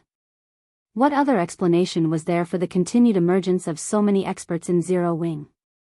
Once Shifeng confirmed that everyone had arrived, he smiled and announced, "Since we're all here, let's head out to Apocalypse City."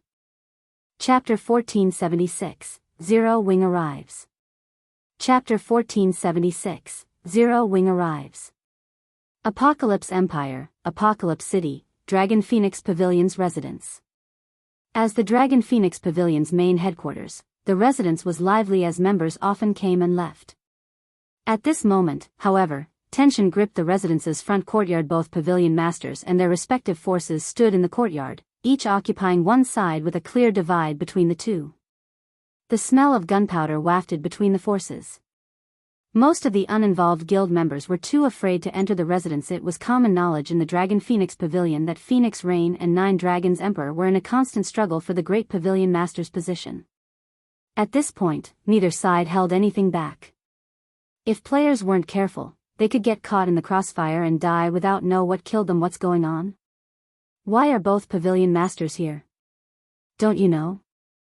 I've heard that a historical site is going to open today, so they've gathered here before setting out. Look, some of the guild's more elusive experts are among them, too. Our guild's experts aren't the only ones here. Look at those players. They aren't wearing our guild's emblem. They must be hired help. I've heard that the historical site they plan to raid is particularly powerful, a grade 1 ancient ruin. The treasures in the ruin will definitely help whichever side gets them first. The Nine Heavens Pavilion's 9th floor master raided a grade 2 historical site. Nobody knows what items he found, but the elders promoted him to 8th floor master. It caused quite a commotion in the guild. It's no wonder why our pavilion masters are so desperate to compete for the ancient ruin. The Dragon Phoenix Pavilion members chatted quietly as they watched the guild's two major factions stare each other down. The requirements to become the next great pavilion master had already been announced to the guild as a whole.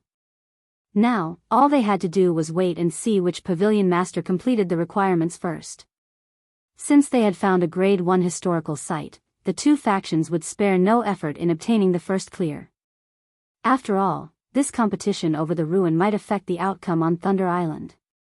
Big Sis Rain, those people seem to be from Bloody Paradise, Blue Phoenix said, her expression darkening as she watched the several dozen players behind Nine Dragons Emperor. One thing separated these players from the Dragon Phoenix Pavilion's members: a blood-red pattern on the back of their hands. Bloody Paradise was not a guild, but a famous adventurer team in the virtual gaming world. Although Bloody Paradise was only an adventurer team, it had outlasted many large guilds. However, Bloody Paradise was powerful because, to the adventurer team, strength was everything. The adventurer team had become famous in the gaming world due to its history of provoking super guilds. The adventurer team had even foiled these super guilds' attempts to eliminate the team. Bloody Paradise would do anything for money. For a high enough price, they'd even strike out against a super guild. Nine Dragons Emperor really has gone all out. Phoenix Rain could not help but frown as she watched a black-clad, middle-aged man chat merrily with Nine Dragons Emperor. She was very familiar with Bloody Paradise. Although it wasn't a super guild, its experts were no less powerful than many of those in the various superpowers. This was especially true for the adventurer team's current commander. Undead had ranked 18th on the God's Domain experts list, but he had recently risen to rank 11. Even the Dragon Phoenix Pavilion's old monsters were afraid of the manned black-clad man beside Nine Dragons Emperor was none other than the monster known as Undead. Phoenix Rain also noticed quite a few familiar experts among her competitors' team. Only, these great experts were not as famous as Undead. Although she had recruited quite a few experts herself, even inviting Quiet Melody, the Vice Temple Master of the Super Guild, Sacred Temple, they were insignificant compared to Nine Dragons Emperor's recruits. Furthermore, Quiet Melody was only helping as a good friend. Phoenix Rain hadn't been able to borrow the Sacred Temple's true strength. Nine Dragons Emperor flashed Phoenix Rain a gleeful smile. He could already see the Sunset Forest's treasure in his bags. Nine Dragons Pavilion Master, your opponent seems quite formidable. She's invited quite a few exciting experts to help her, Undead said, smiling as he glanced at the people beside Phoenix Rain. True, she has recruited a good number of experts, but how can any of them compare to you, Commander Undead? Your team will likely have an easy enough time defeating them, Nine Dragons Emperor responded. He had already investigated Phoenix Rain's allies. Only Quiet Melody and the few experts she had brought with her were worth any concern. Moreover, this was a historical site raid, not a PvP battle. Once we enter the ruin, I'll rely on you to take the lead. The team Undead had brought with him was leagues above Quiet Melody's. Bloody Paradise was precisely the reason that the Nine Heavens Pavilion's 9th floor master had secured the first clear of a grade 2 historical site. On his own, the 9th floor master would have failed. Rest assured, I've already collected quite a bit of information on the Sunset Forest and seen to ample preparations, Undead stated. However, Nine Dragons Pavilion Master, you have to fulfill your promise as soon as possible. Of course. Nine Dragons Emperor nodded. As the Sunset Forest's activation time approached, both sides completed the final groundwork for the raid. A historical site was far more dangerous than a dungeon. Multiple team wipes were normal. Players would also go through resources such as stamina, concentration, and mana far faster than outside of the ruin.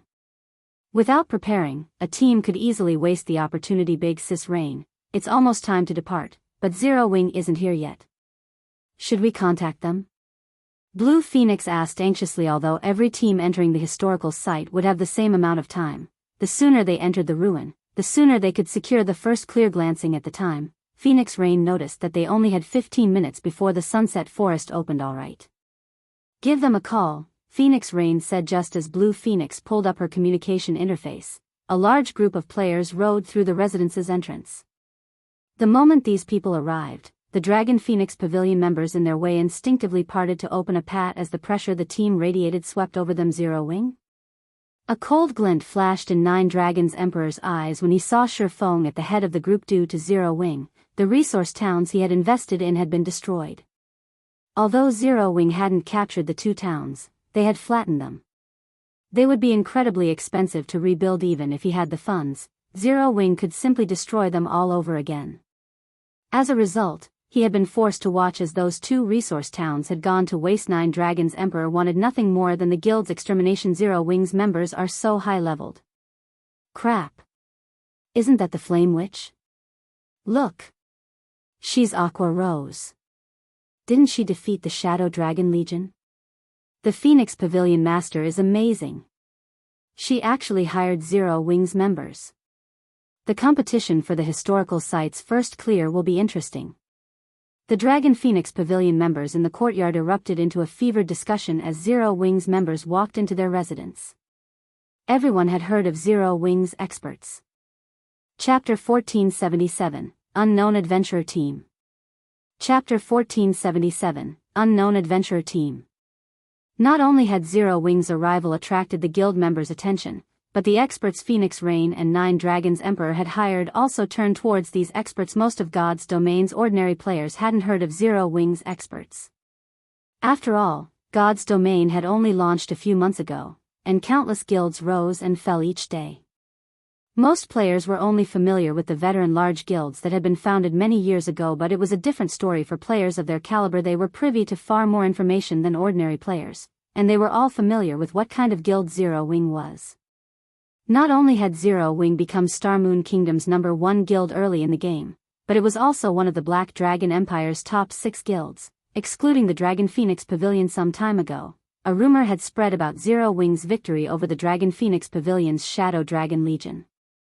The Shadow Dragon Legion was one of the guild's trump card legions and very formidable in large-scale battles. The fact that Zero Wing had defeated such a powerful force proved its extraordinary combat power. Big Sis Melody, what is the Phoenix Pavilion Master thinking? We're raiding a Grade 1 historical site, yet she invited so many players from Zero Wing? Is she so desperate for manpower? A male summoner named Lonely Fantasy asked, dissatisfied as he watched the 200 players Shifeng led. It was common knowledge that a Grade 2 historical site was more difficult than a 100-man Hell Mode team dungeon of the same level. Needless to say, a Grade 1 historical site would be a greater challenge. If that hadn't been the case, Phoenix Rain wouldn't have recruited so many experts. Meanwhile, the Sunset Forest only allowed each team 1,000 members per raid, yet Zero Wing had dispatched 200 members, taking 1/5 of the available slots. I doubt that. Rain might have her own ideas on the matter. Quiet Melody could not help but reveal a playful smile when she saw Zero Wing's members. But the guild is interesting. Despite knowing how important this is, it didn't dispatch most of its main force members. Most players didn't have a clear idea of Zero Wing's structure, but she did. She had thoroughly investigated the guild, memorizing almost every face in Zero Wing's main force. Although Zero Wing had sent a lot of players, Fire Dance, the main force's commander, Cola, Yi Wumian, and Turtledove, the 3 top MTs, were absent.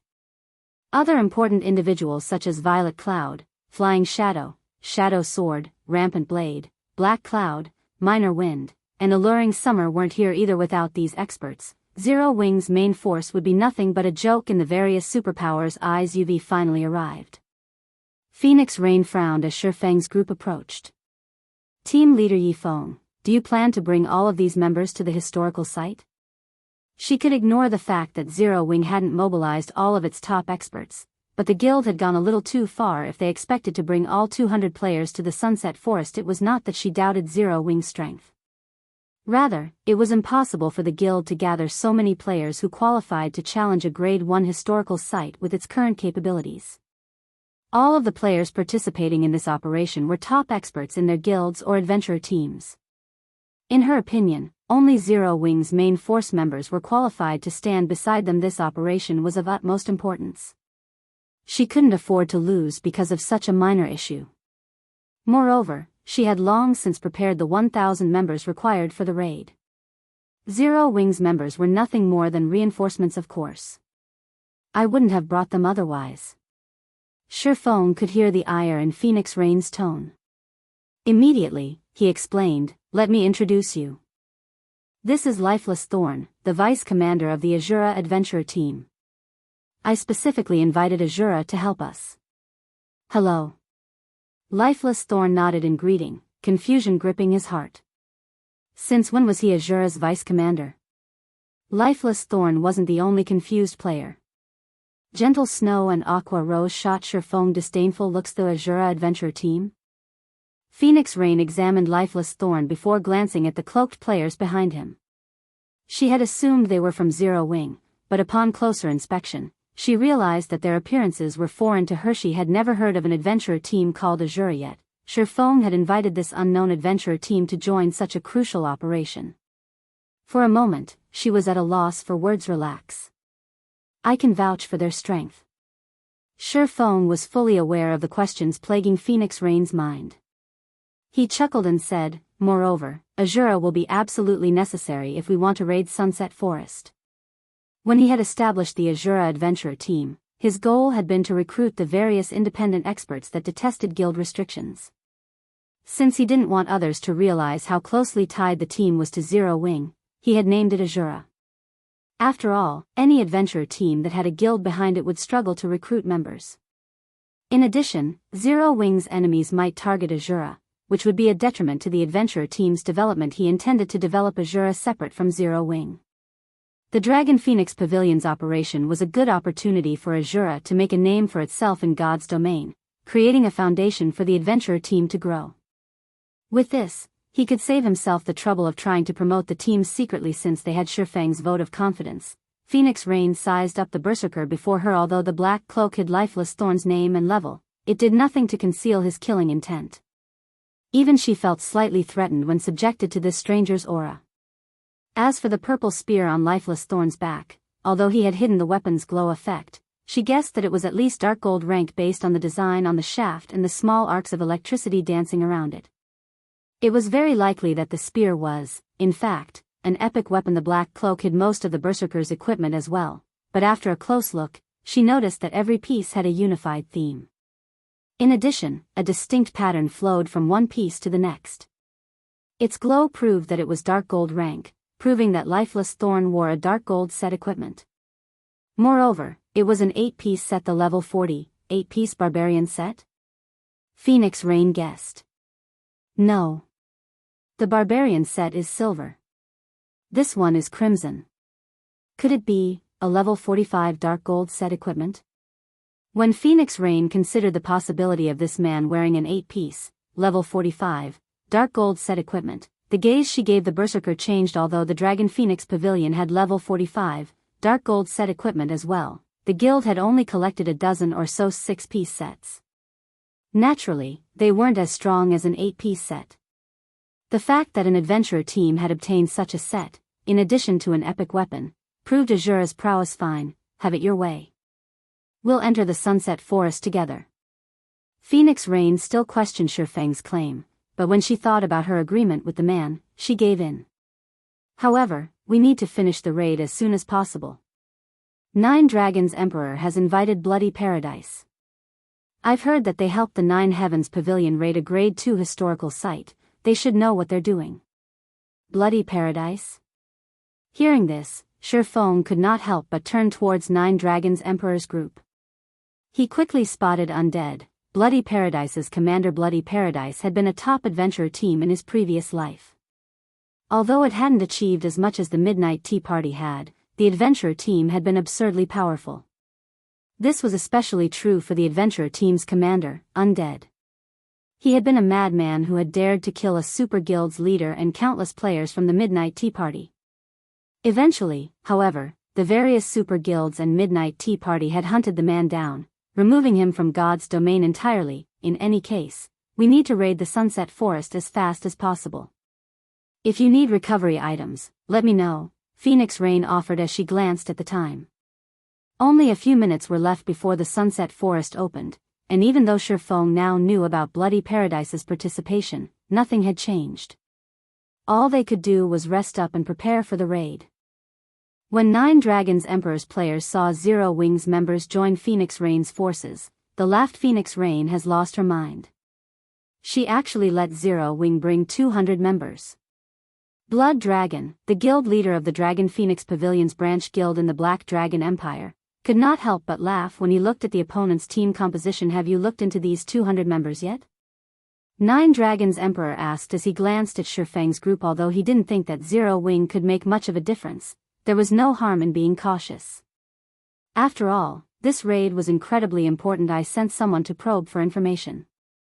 Among those 200 players, 100 belong to Zero Wing, while the other 100 are from an adventurer team called Asura. Unfortunately, we don't know anything about this adventurer team. My guess is that they've only recently established. Many of Phoenix Rain's experts aren't happy about the situation, Blood Dragon reported, chuckling. A new adventurer team? The news stunned 9 Dragons Emperor, but after a moment, he laughed uncontrollably. Phoenix Rain is trying her best to sabotage herself. Have someone leak the information to those obstinate elders. Let them know who they should truly support. Understood. Blood Dragon began to compile the information and sent his subordinates to spread rumors. The last few minutes passed quickly. When the Sunset Forest activated, both Phoenix Rain and 9 Dragons Emperor retrieved a silver crystal ball from their bags at almost the same time, shattering it. The crystal balls then opened a spatial tunnel that allowed Phoenix Rain and 9 Dragon Emperor's teams to enter very quickly. 2,000 players entered their respective spatial tunnels, vanishing from the Dragon Phoenix Pavilion's residence. A breath later, the spatial tunnels also disappeared. Chapter 1478, Asura's Edge. Chapter 1478, Asura's Edge. When Shifeng entered the spatial tunnel, a glaring light blinded him for a moment.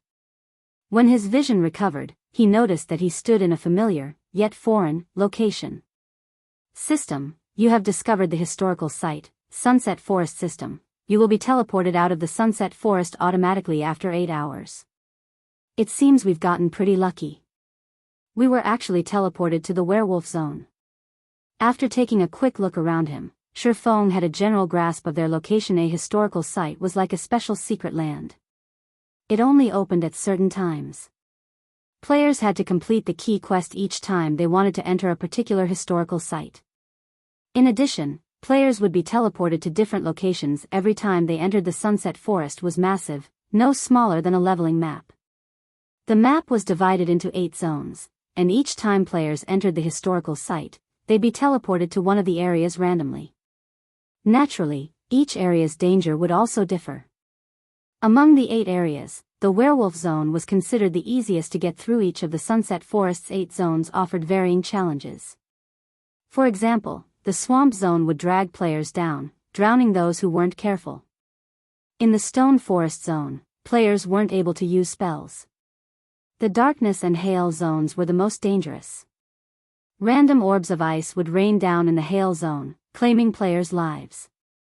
In the Darkness Zone, players could only see 8 yards around them, making them easy targets for monster ambushes. The reason the Werewolf Zone was considered the easiest was that its main threat came in the form of a larger monster population.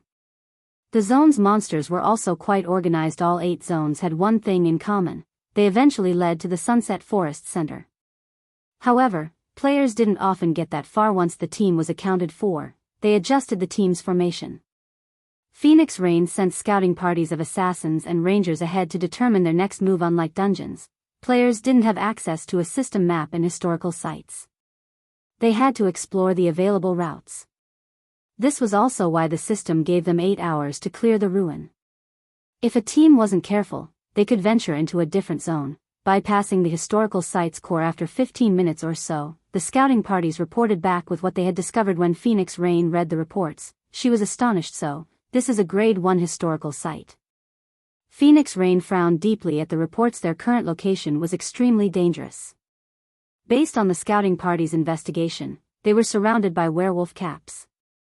Moreover, a large number of werewolves patrolled the various paths leading to the Sunset Forest's core.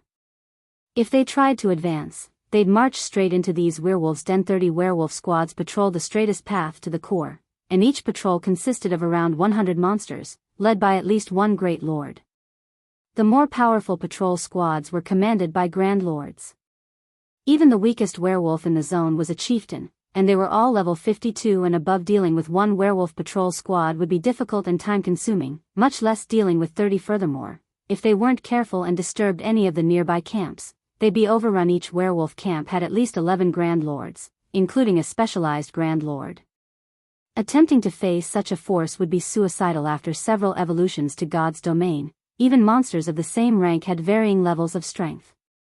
Monsters that failed to evolve properly tended to upgrade a portion of their basic attributes first, such as their strength, agility, and defense. These monsters were known as specialized bosses. They were much stronger than bosses of the same rank and level, but they were extremely rare once they knew what they were up against. Even Quiet Melody was shocked. She had raided a grade 2 historical site in the past, but compared to this grade 1 ruin, that experience had been child's play. Even extremely rare specialized bosses were common here. Although players would only lose 20% of their EXP if they died in the ruin, it would add up after multiple deaths. I see why they say that historical sites are even more difficult than 100-man hell mode team dungeons.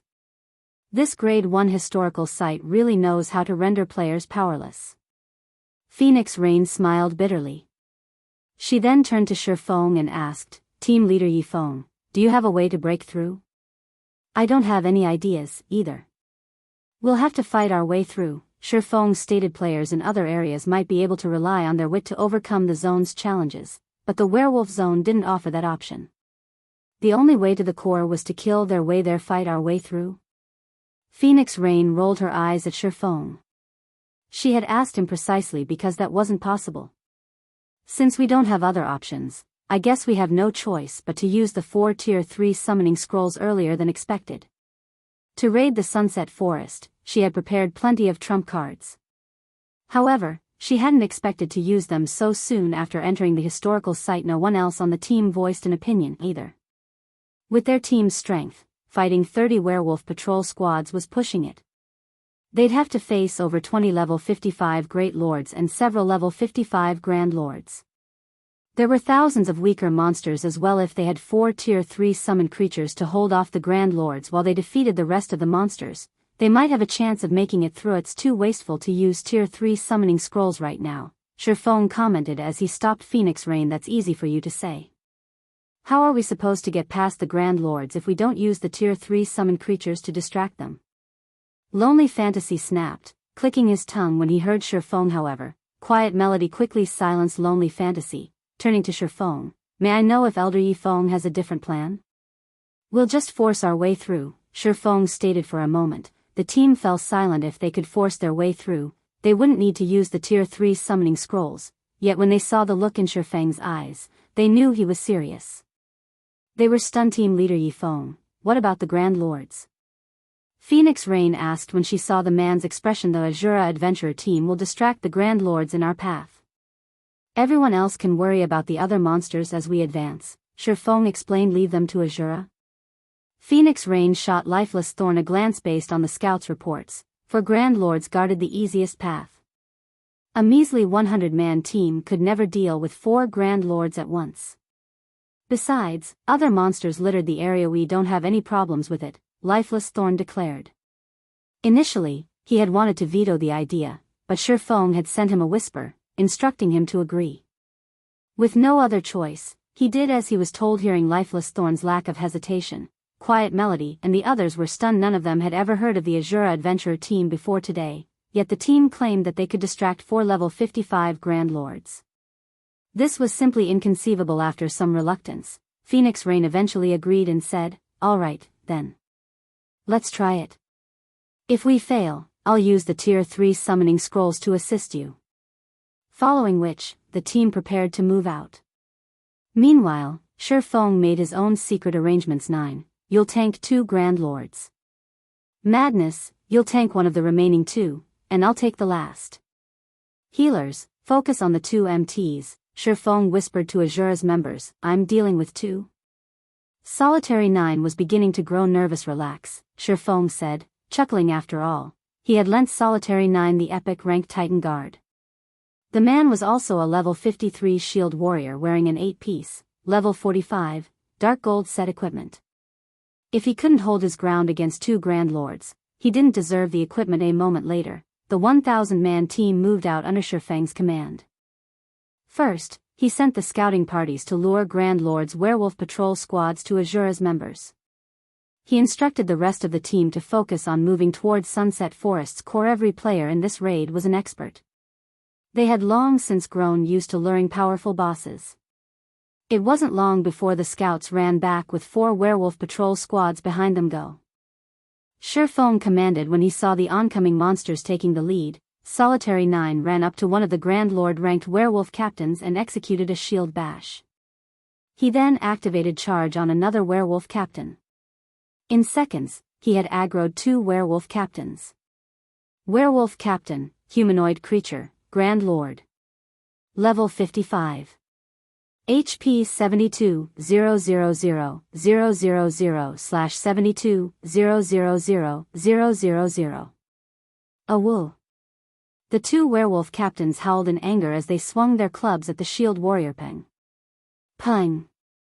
Both clubs struck Solitary 9's shield, emitting 2 loud, buzzing sounds. 2 damages of over -10,000 appeared above the Solitary 9's head, devouring nearly 2/5 of the man's HP. Fortunately, the 4 healers in the rear restored him back to full. How is this possible?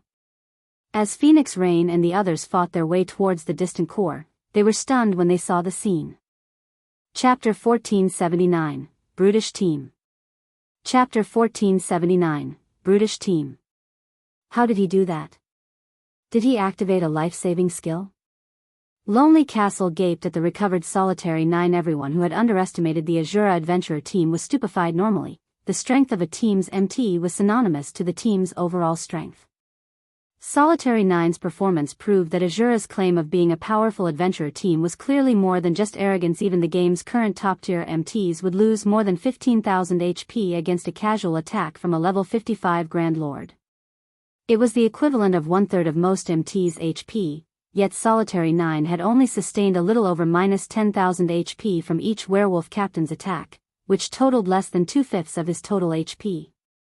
However, their shock after seeing the damage Solitary 9 had received was nothing compared to what they felt after watching the man block both attacks with his shield. While their respective guilds' top-ranking MTs could block a level 55 Grand Lord's attacks as well, it normally took several MTs working together. If they sent a single MT to tank the Grand Lord, they'd send the player to his death. Even when a peak MT blocked an attack from a Grand Lord of the same level, they'd stiffen momentarily from the impact. The outcome was the same when the MT used a defensive technique. If MTs didn't deal with the momentary stiffness properly, the Grand Lord could use its high attack speed to break through their defenses, landing a direct hit. Even with a group of dedicated healers, most MTs wouldn't survive the hit. Hence, teams usually sent in multiple MTs to manage the boss's attacks and dampen the resulting impacts. Yet, Solitary 9 had blocked attacks from 2 werewolf captains, and by the looks of it, he had energy to spare. It was inconceivable. However, Solitary 9 was more surprised than anyone. I sent this shield a little too powerful? Solitary 9 could not help but glance at the crescent shield on his arm. He couldn't believe that he had just blocked 2 Great Lords' attacks without slowing in the least. Elsewhere, Dark Madness had secured his own werewolf captain. Although he had a harder time than Solitary 9, with his 8-piece, dark gold set equipment, he held his ground as he focused on his defense. Naturally, Shifeng had little trouble with his boss. Although he wasn't an MT, his attributes rivaled a Grand Lord's of the same level. At level 60, distracting a Grand Lord that was 5 levels lower than him was a piece of cake. With the 4 werewolf captains distracted, the rest of the team had an easier time dealing with the remaining werewolves. Every player that Phoenix Rain had recruited for the operation was a top-tier expert.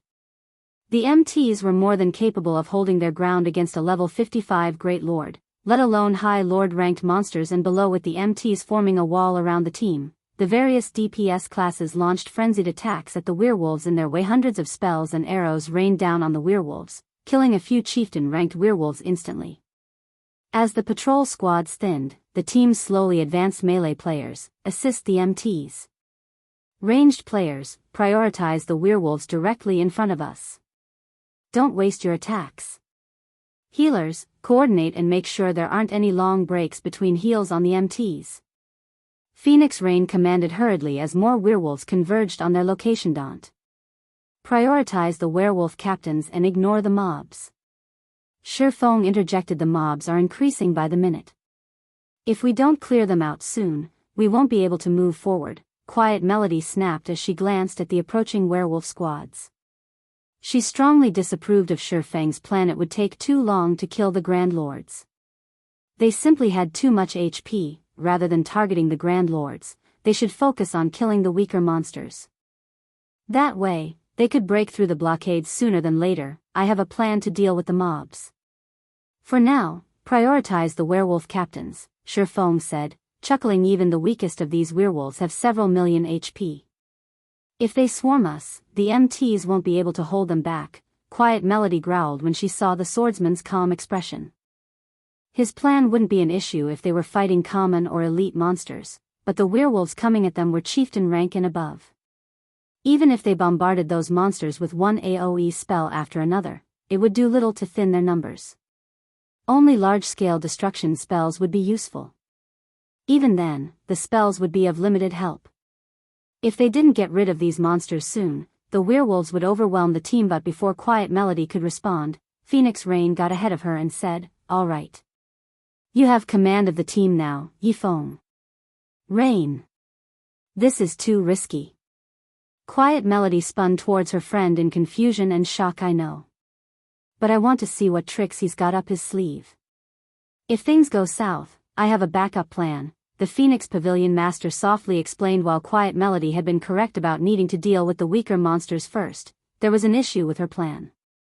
If they ignored the 4 Grand Lords and advanced, the pressure on the team would only increase as they moved forward and more werewolf patrol squads joined the fight. On the off chance that they came across another Grand Lord squad, the team would be annihilated. Hence, prioritizing the werewolf captains was a sound idea. In addition, she could use the opportunity to gauge Zero Wing's strength. Once Phoenix Rain handed Shifeng the leadership rights, he instructed the team to focus their fire on the werewolf captain in front of him. Although the werewolf captain had 72 million HP, its HP steadily decreased as hundreds of players bombarded the monster. Most of the team members dealt around -5,000 damage, occasionally dealing double that due to critical hits. Gentle Snow, Aqua Rose, Zhao Yueru, and Lifeless Thorn, however, dealt over -10,000 damage on average. They even dealt several times that every now and again. Aqua Rose's damage was particularly frightening. She was already a Tier 2 player, and after she gained the Sea Dragon Staff, her Tier 2 spells had gained the power of Tier 3, each capable of dealing several 100,000 damage. Zhao Yueru had a similar benefit with her staff. Despite only being a Tier 1 player, her spells were on par with Tier 2 spells. With Shifeng distracting the werewolf captain, both women could attack freely, dominating the team's damage output ranking and leaving the rest of the players in their dust crap. This is insane. Their combined damage is more than the next 7 players combined. So, this is Zero Wing? Aqua Rose and Zhao Yueru's damage stupefied many of the team's experts. Even Lifeless Thorn and his companions from Asura were surprised. They had never dreamed that Zero Wing was this powerful. It wasn't long before one werewolf captain after another fell. However, a tremendous number of werewolves had converged on the team's location. The monsters had already blocked the path ahead, making advancement impossible. "Good. Aqua, Yueru, you two can begin," Shifeng shouted as he glanced at the clogged path ahead. He then switched the aura of wind for the aura of fire. Aqua Rose and Zhao Yueru exchanged smiles as they cast the Tier 2 spells, Rising Flow and Frost Flame Hell simultaneously. Meanwhile, Shifeng activated Flame Domain suddenly. The werewolves blocking the path screamed in pain as their HPs plummeted. In seconds, they turned to dust. When the spells dissipated, only a small portion of the werewolves remained. Every chieftain-ranked werewolf had been eliminated, and the lord-ranked werewolves had less than half of their HPs remaining for a moment. Both players and werewolves had fallen silent. Chapter 1480, Historical Sites Treasure. Chapter 1480, Historical Sites Treasure. What destructive power! Am I seeing things? All of the chieftains are dead. An indescribable shock overwhelmed the team members as they stared at the clearing in the enemy lines. Moreover, after the deaths of so many werewolves, everyone's experience bars had risen by a significant chunk. They still have 3 large-scale destruction spells of such power despite so many of their main force members missing. Quiet Melody stared at Shifeng on the front line in confusion. The various large guilds constantly searched for large-scale destruction spells, but such spells were extremely rare. Even a super guild like the Sacred Temple only had 30+ players who could wield such power, and she was one of them. Players and guilds who didn't fully understand large-scale destruction spells treated them like war weapons or powerful tools to use when grinding monsters. Only players who had large-scale destruction spells knew that there were differences even among them. An ordinary large-scale destruction spell might be useful against players, but even 3 of such spells might not be enough to kill level 50+ chieftain-ranked monsters and above. Only curse-grade large-scale destruction spells could achieve the feat. However, such curses were even harder to find in the Sacred Temple. Only 6 players possessed such curses, and the guild's upper echelons fought over every one of them. Quiet Melody found it hard to believe that, despite the majority of Zero Wing's main force missing, the guild could still employ 3 curse-grade, large-scale destruction spellsets. No wonder why Yifeng claimed that we can clear the Sunset Forest. It seems he had hidden his guild's true power. Phoenix Range shook her head and smiled bitterly at the empty plot of land before her. Curse-grade large-scale destruction spells were extremely useful when raiding a dungeon. It was especially true as players took on the dungeon bosses. Although she had prepared her own curse, that was it. None of her subordinates wielded such a spell.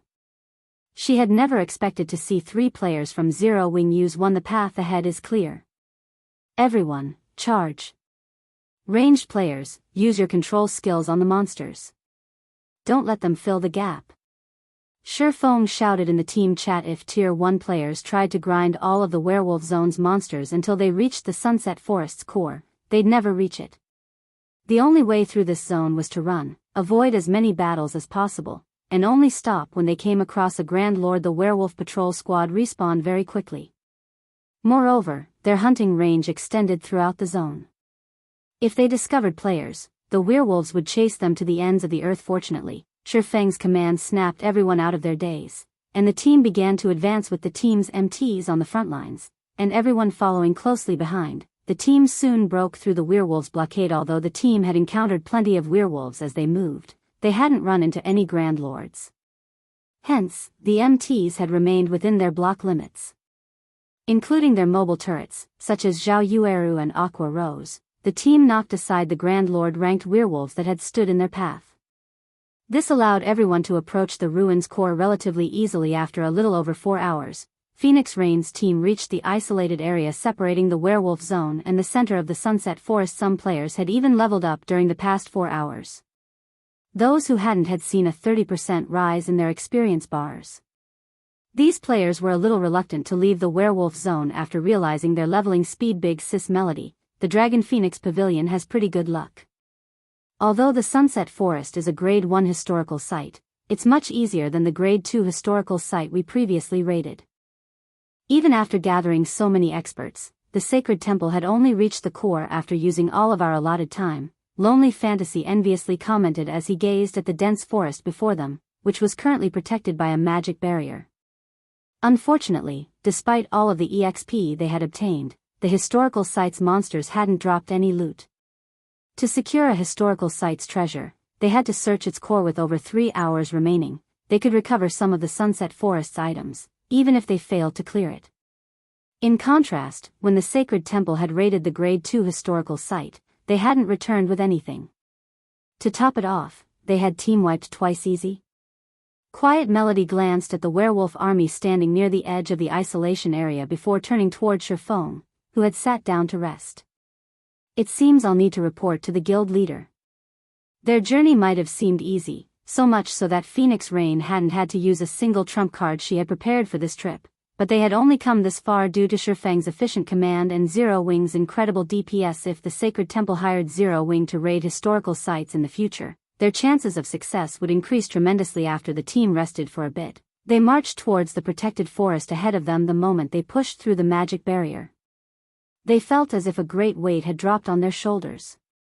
They also struggled to concentrate. Everyone, be careful when we face the monsters in this area. The mana here is very thin, and the gravity is 3 times that of other zones, Shifeng warned his companions in the team chat. Scouting parties, be wary of traps as you explore ahead. Report back immediately if you spot monsters. The Sunset Forest's mana was paper-thin. After factoring in the high gravity, players would struggle to display their full combat power in this area. Even experts would be fortunate to exhibit 60 or 70% of their total combat power. Ordinary players might not even display 30%. Fortunately, the core didn't have many monsters. Each group the team encountered only consisted of several hundred forest dryads. Meanwhile, the strongest among these dryads was a level 58 Grand Lord, whereas the weakest were level 55 lords. While exploring the Sunset Forest, the team annihilated over a dozen dryad groups. They had discovered 3 dryad nests as well, each of which was like a miniature treasure trove. Although numerous dryads protected these nests, the strongest fortified nest they had found only had 6 Grand Lords and a single specialized Grand Lord. Seeing the potential harvest she could obtain from these nests, Phoenix Rain used all 6 Tier 3 summoning scrolls she had prepared. Each summoning scroll had a 3-hour duration, just long enough to last them until their time in the Sunset Forest came to an end. With the 6 Tier 3 summoned creatures, Solitary 9, and Dark Madness tanking the Grand Lords, the team swiftly cleared out the dryad nests, taking roughly 30 minutes to do so. Meanwhile, each of the nests they found had contained over 30 treasure chests, the lowest rank of which was Secret Silver, while the best they had found thus far was a dark gold treasure chest. After raiding 3 dryad nests, the team had obtained 11 dark gold treasure chests and 43 fine gold treasure chests. In addition, the team had found various materials the dryads had collected. Among the materials, they had found precious ancient origin wood. Even Quiet Melody was a little jealous. The Sunset Forest was a level 50 to level 60 historical site. Needless to say, its treasure chests would drop level 50 to 60 weapons and equipment. At this stage of the game, level 50 plus, fine gold equipment was still incredibly rare, much less dark gold rank. Commander, we've discovered something, a scouting party suddenly reported. It looks like a dryad nest, but there's a shrine inside it. A lot of dryads are patrolling the nest, too. I don't think we can investigate further without being detected. Good. We'll make our way there right away. Shifeng was ecstatic. The scouting party had found the Sunset Shrine. The Sunset Shrine hid most of the Sunset Forest's treasure, but its location wasn't static. The shrine's location would differ each time the Sunset Forest activated. Every time players teleported to the historical site, they'd have to search for the Sunset Shrine all over again. Shifeng quickly led the team to the Sunset Shrine, but when they arrived, they gasped at what they saw. How is this possible? Didn't the record say that Grade 1 historical site's final boss is supposed to be a Grand Lord ranked archaic species? Phoenix Rain unconsciously balled her fists when she saw the gigantic, living tree blocking the distant shrine. When everyone saw this massive treant, they could not help but shudder. The giant tree was the Sunset Forest's final boss, but its rank wasn't what they had expected. Rather than a Grand Lord, the treant was a mythic monster, the King of Trees. Chapter 1481, Challenging the King of Trees. Chapter 1481, Challenging the King of Trees. Why is it a mythic monster? Is the system toying with us? When everyone saw the colossal tree looming over 100 meters above them, their relaxed, confident expressions vanished. Even Quiet Melody, a vice temple master from the Super Guild, Sacred Temple, could not help her grim expression. King of Trees, Plant Life Form, Mythic. Level 60. HP 600, 000/600, 000. Just looking at the King of Trees sent shivers down her spine. Even before the fight began, the pressure of King of Trees' intense aura weighed down on her. This was only the tip of the iceberg. What truly made her feel powerless was the thick tendrils extending from the Trent's body. The Grand Lord ranked Dryad they had previously faced had only wielded 4 tendrils, each possessing 60% of the Dryad's strength, yet the King of Trees has 12 tendrils. She wouldn't have worried if the tendrils had 60% of a Grand Lord's strength, but against 60% of a level 60 mythic monsters, even tier 3 summoned creatures would be defenseless, much less players. Moreover, a large number of Dryads accompanied the King of Trees. At a glance, Quiet Melody counted over 200 Dryads, including 6 Grand Lords and 60 Great Lords. All of the Dryads were clustered together, so attacking one might lure the whole group. Even Phoenix Rain and Quiet Melody, who had survived countless raids and battles, couldn't help their despair. Rain, let's give up on the King of Trees. It's simply too powerful. We can't raid that boss right now, Quiet Melody advised her friend, who had been silent all this time. We still have plenty of time left. We can raid other Dryad nests. We don't need to waste our time here. The best part about historical sites was their plethora of treasure-laden locations. Although the quantity and quality of treasures they would find in other Dryad nests couldn't compare to those in the Sunset Shrine, they'd walk away with far more than what they'd find in a 100-man Hell Mode team dungeon. I understand, Phoenix Rain responded, reluctance filling her eyes as she watched the King of Trees. She knew that trying to fight that thing would be suicidal. Not even the numerous trump cards she had prepared would help her against the Mythic-ranked King of Trees. Immediately, she issued a command in the team chat, everyone, rest up. Scouting parties, continue your search for other Dryad nest.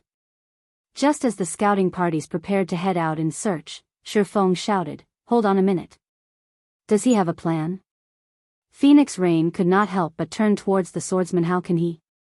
The surrounding, high-tiered Dryads will be difficult enough to clear out, not to mention the King of Trees. Not even 6 tier 3 summoned creatures can hold up against the boss's tendrils. Without anyone tanking the tendrils, it'll only be a matter of time before we're annihilated, Quiet Melody argued while she acknowledged that they had only made it this far so easily thanks to Shifeng's leadership and ingenuity. She couldn't bring herself to believe that they had a chance against the King of Trees. Compared to the 3 Dryad nests they had already exterminated, raiding the King of Trees would be a nightmare. The boss wasn't a foe that they could defeat with good leadership and strategy. They also needed to be strong enough, and it was obvious that their team wasn't. I'll admit, I didn't expect the King of Trees to be a mythic monster. However, it isn't exactly impossible to defeat. I just need to adjust my original plan, Shifeng explained. He, too, was surprised to see the boss's mythic rank.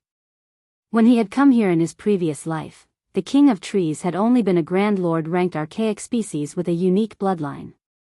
This time, however, the raid would be twice as difficult. The King of Trees was also set to face a team of 1,000 players. Although its strength was no match for the Titan warriors, it had far more HP. It would undoubtedly be more difficult to raid just due to its battle recovery, which would heal it for 6 million HP every 5 seconds. The boss is a mythic monster, yet he only needs to adjust his plan to defeat it. For a moment, Quiet Melody wondered if she had heard wrong. She had encountered mythic-ranked bosses before, and she was certain that they were invincible to current players.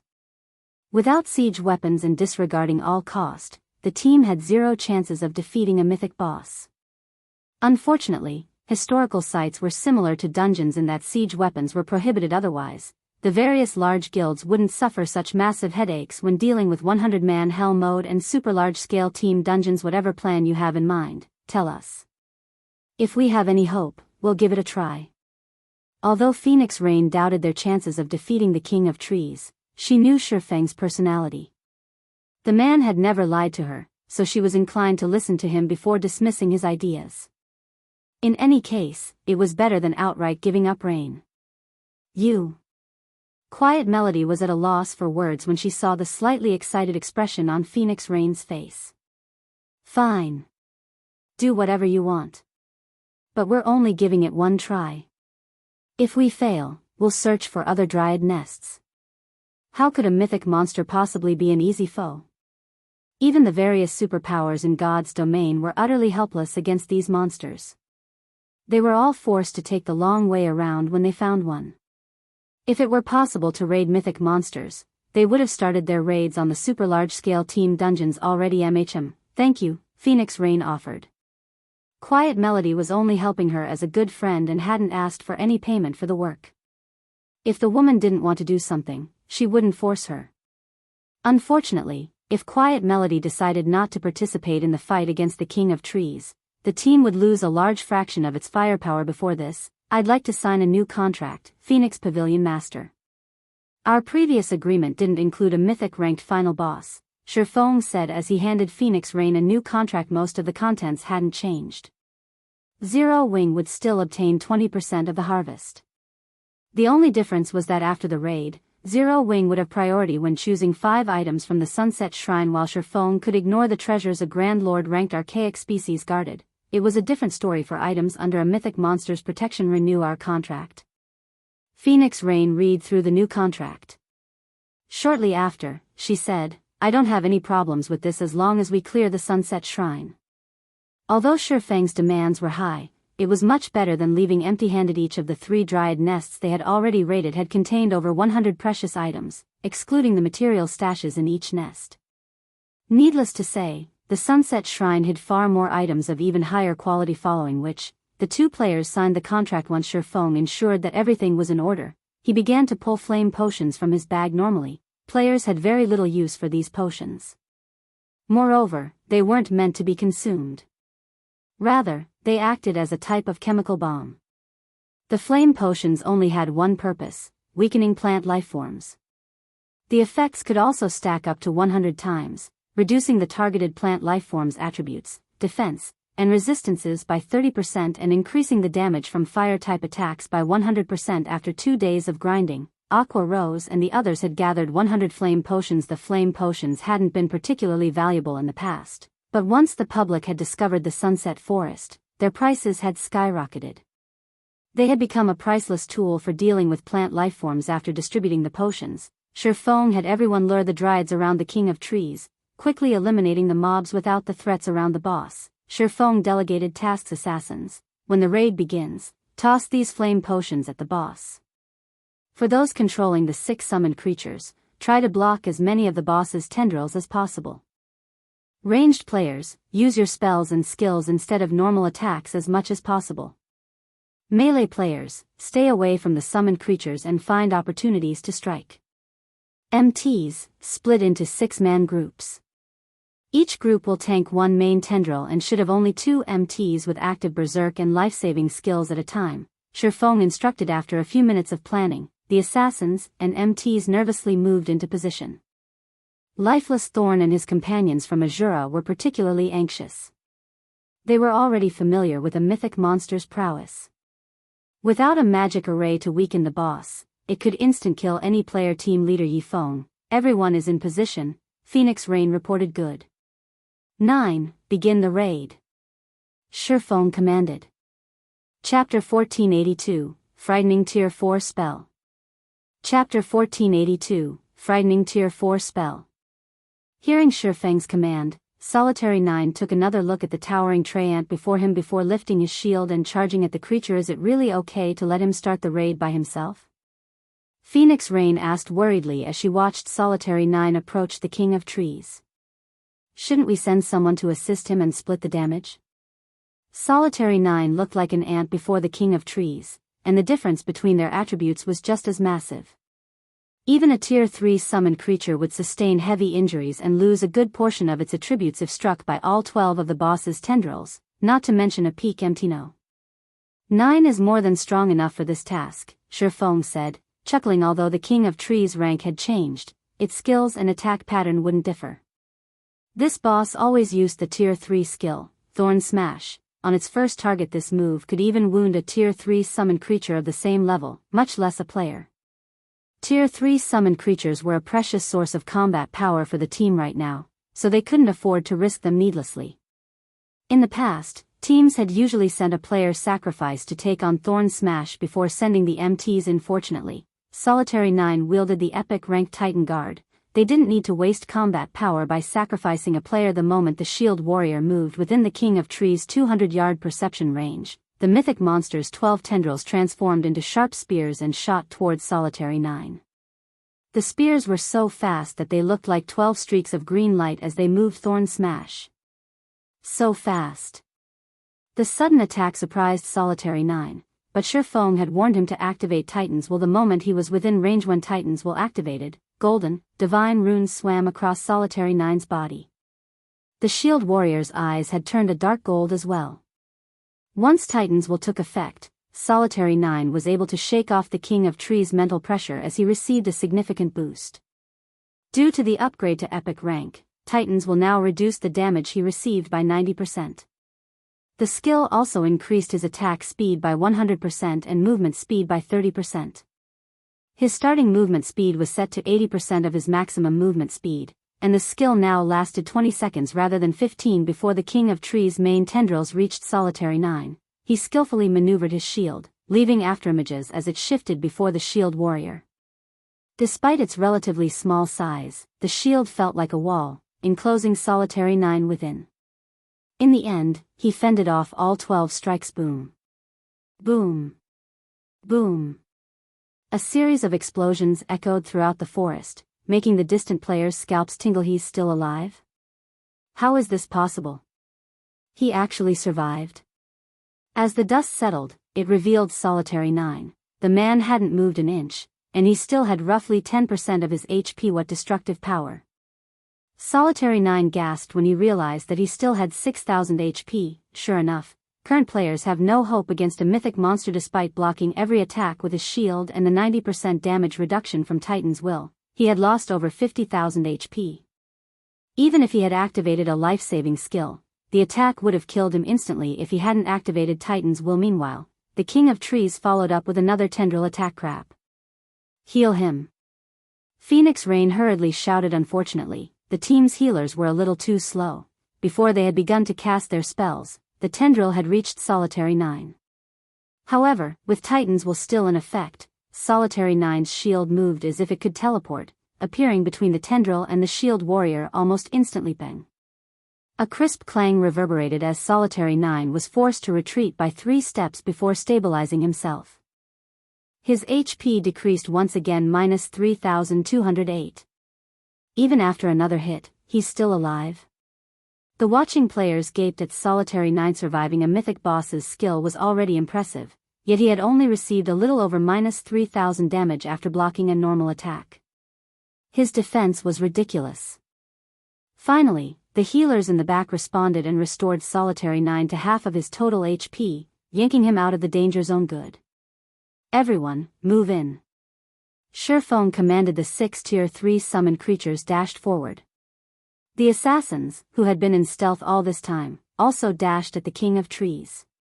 Once they were within 40 yards of the boss, they threw their flame potions at the mythic monster. When the potion bottles shattered and coated the King of Trees' trunk, its sturdy bark ignited. By the time all 100 flame potions struck the King of Trees, the mythic monster had transformed into a bonfire grower. The King of Trees bellowed and groaned as its basic attributes rapidly fell, and the pressure on Solitary Nine decreased. Now, he only received around -2,000 damage when blocking the mythic monster's normal attacks. Now, he could even withstand an attack from all 12 of the King of Trees' tendrils simultaneously. The 6 Tier 3 summoned creatures and 5 MT's groups ran forward, each tanking one of the boss's main tendrils, further reducing the pressure on Solitary Nine. However, the King of Trees was enraged, its attack speed increasing. Hundreds of smaller tendrils extended from its trunk, attacking everything in range. Each of the minor tendrils carried 35% of the mythic monster's strength, more than enough to suppress a great lord of the same level. The summoned creatures and the MT groups were in danger. When the MTs blocked the minor tendrils, they received nearly -8,000 damage. On average, each MT had to face 3 or 4 minor tendrils. Even with their life-saving skills active, the MT groups were starting to falter, and the healers struggled to keep up with the plummeting HP. Phoenix Rain's team finally understood how terrifying the King of Trees was, as expected of a mythic monster. Relying on the flame potions isn't enough. Shurfeng sighed helplessly. He then used 5,000 magic crystals to activate the Ring of Gospel's world projection. When world projection activated, the King of Trees' attributes decreased once more. The debuff was just enough to help the MT groups hold on. Everyone, attack. When Shurfeng issued the command, he activated Phantom Kill and dashed for the King of Trees. Due to the flame potions, the King of Trees' defense had weakened significantly. When spells and arrows bombarded the boss's trunk, damages ranging from -2,000 to -3,000 appeared above the mythic monster's head. The fire-type skills and spells did the most damage, each dealing over -5,000 damage on average. Zhao Yueru's attack stood out from the rest. Wielding Frostflame's Wrath, she bombarded the King of Trees with one fire-type spell after another, each dealing nearly -30,000 damage. Just how high is her magic damage? Blue Phoenix, who stood a short distance away from Zhao Yueru, was rendered speechless. She was an elementalist and was already level 48. Yet despite wielding an epic staff, robe and a pair of gloves, her tier 1 fire-type spells only dealt around -12,000 damage. She couldn't even manage half of Zhao Yueru's damage as everyone continued their bombardment, watching the King of Trees' HP steadily decrease. 90%. 70%. 50%. However, as the mythic monster's HP fell, more tendrils gradually joined the fight. These minor tendrils no longer focused on the summoned creatures and the MTs, occasionally sprouting from the ground to attack the ranged DPS and distant healers. Although the minor tendrils only carried 35% of the King of Trees' strength, they packed enough power to instantly kill the cloth armor classes, steadily reducing the team's numbers. By the time the King of Trees' HP fell to 20%, the 1,000-man army had around 700 players remaining. Despicable intruders. You will only help me grow. The King of Trees bellowed suddenly. 6 more main tendrils joined the fight. Now, each of the main tendrils dealt nearly -20,000 damage to the MTs with active berserk skills. Before anyone could react, the 6 new tendrils killed off 6 MTs. As the MT group fell, the boss's aggro management descended into chaos. Attack with everything. Use every skill and spell you have. Shifeng shouted. The sudden loss of an MT group made it impossible for the team to defend against 18 main tendrils. Their only hope was to throw everything they had at the boss and hope they could outlast it. Solitary 9, Dark Madness, and Lifeless Thorn no longer dared to hold back. Immediately, they activated their berserk skills. At the same time, Solitary 9 activated Titan's Heart, creating a protective shield around him that could absorb damage equal to 10 times his maximum HP. The 3 of them quickly moved into position and activated Triple Frostman. Suddenly, 3 dazzling arcs of light struck the King of Trees, pulling a pained scream from the mythic monster. At the same time, the King of Trees lost over 2 million HP, its HP bar decreasing by a sizable chunk. Likewise, Shifeng activated Heavenly Dragon's power before using one skill after another across the battlefield. Phoenix Rain activated one tier 3 magic scroll after another. As well as the King of Trees' HP decreased, it launched frenzied attacks, swiftly claiming players' lives. Although Shifeng wanted to summon his personal guards, players were prohibited from doing so in historical sites. He could only summon a tier 3 demon to assist. Eventually, the King of Trees' HP fell to 2%, but only a little over 100 players were still alive. Only a dozen or so MTs still stood against the boss, and over 70% of the team's healers had died. At this rate, the team would fall before they could kill the King of Trees. Everyone, retreat! Shifeng shouted when he realized the hopelessness of the situation. Grinding his teeth, he took the tier 4, large-scale destruction magic scroll from his bag and unfurled it. Die! As the magic scroll unfurled, the space around the sunset shrine froze. The surrounding mana surged towards the scroll in Shifeng's hand before a golden magic array formed beneath the boss. Boom. Suddenly, a golden pillar of light rose from the ground, enveloping the Mythic-ranked guardian boss and piercing through the magic barrier around the sunset forest. The King of Trees' tendrils, both main and minor, disintegrated. Its remaining 2% HP fell to 0 instantly. By the time the golden light pillar dissipated, nothing had remained of the King of Trees. The surviving players only saw a scorched, empty plot of land. Chapter 1483, Obtaining the First Clear of the Sunset Forest. Chapter 1483, Obtaining the First Clear of the Sunset Forest. The boss is dead? What tier was that spell? How is it so powerful? As the tier 4 spell, Titan's Wrath, dissipated, the surviving team members regained their senses. Even then, they couldn't bring themselves to believe that the King of Trees was dead. By the time the team had taken the King of Trees down to 2% of its HP, it had deployed well over 1,000 minor tendrils on the battlefield. With the remaining 100+ members on the team, it would have been impossible to wipe out the boss's remaining HP before the mythic monster annihilated the rest of the team, and yet, just as the team was about to wipe, someone bombarded the King of Trees into oblivion. Why wouldn't they be shocked? Was that some sort of trump card Zero Wing had kept hidden? Phoenix Rain stared at the empty plot before her in shock. She had never expected Zero Wing to have a Tier 4, large-scale destruction magic scroll at this stage of the game. Tier 3 magic scrolls were extremely precious. With just one of these scrolls, an ordinary player could make a fortune overnight with enough funds to purchase a powerful set of equipment. Among the various magic scrolls available, large-scale destruction spells and summoning spells were the most valuable and highly sought after by the various large guilds. Both types of magic scrolls were powerful enough to turn the tide in battle, but Shifeng had actually used a Tier 4, large-scale destruction magic scroll. Not even the Dragon Phoenix Pavilion had gotten their hands on such a scroll. The King of Trees' death contributed a tremendous amount of EXP to the surviving players. Phoenix Rain had even risen from level 48 to level 49. They had obtained more EXP than anyone had expected. Meanwhile, after the King of Trees' death, the barrier enveloping the Sunset Shrine gradually disappeared.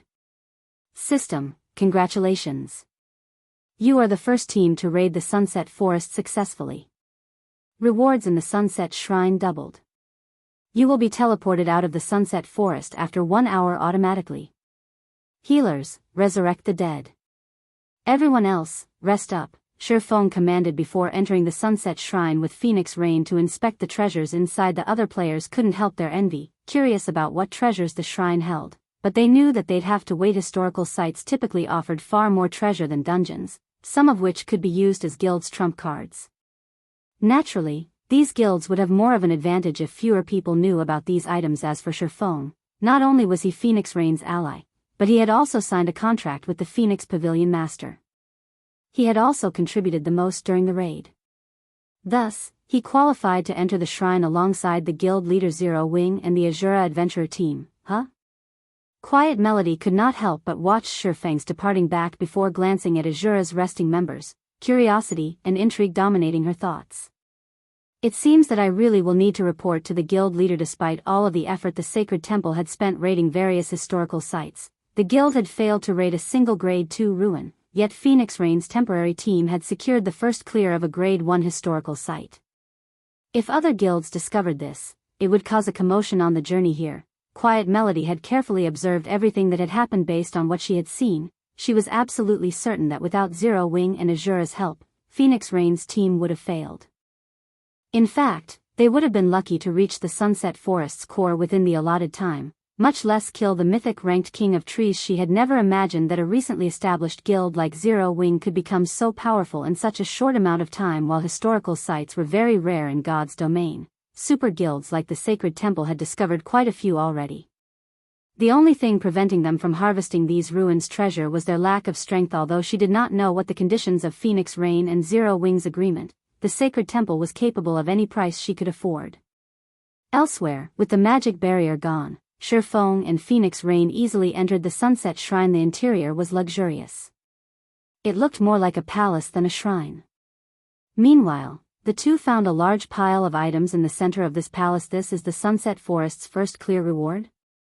Even Phoenix Rain, who had seen plenty of treasure before and had her own significant wealth, was surprised to see the mound before her. Among the small mountain of items, she easily counted more treasure chests than what they had looted from the 3 dryad nests they raided earlier. She even saw a few epic treasure chests among them. Aside from treasure chests, there were all sorts of master-ranked potions, high-tiered magic scrolls, special gemstones, and many other valuable items.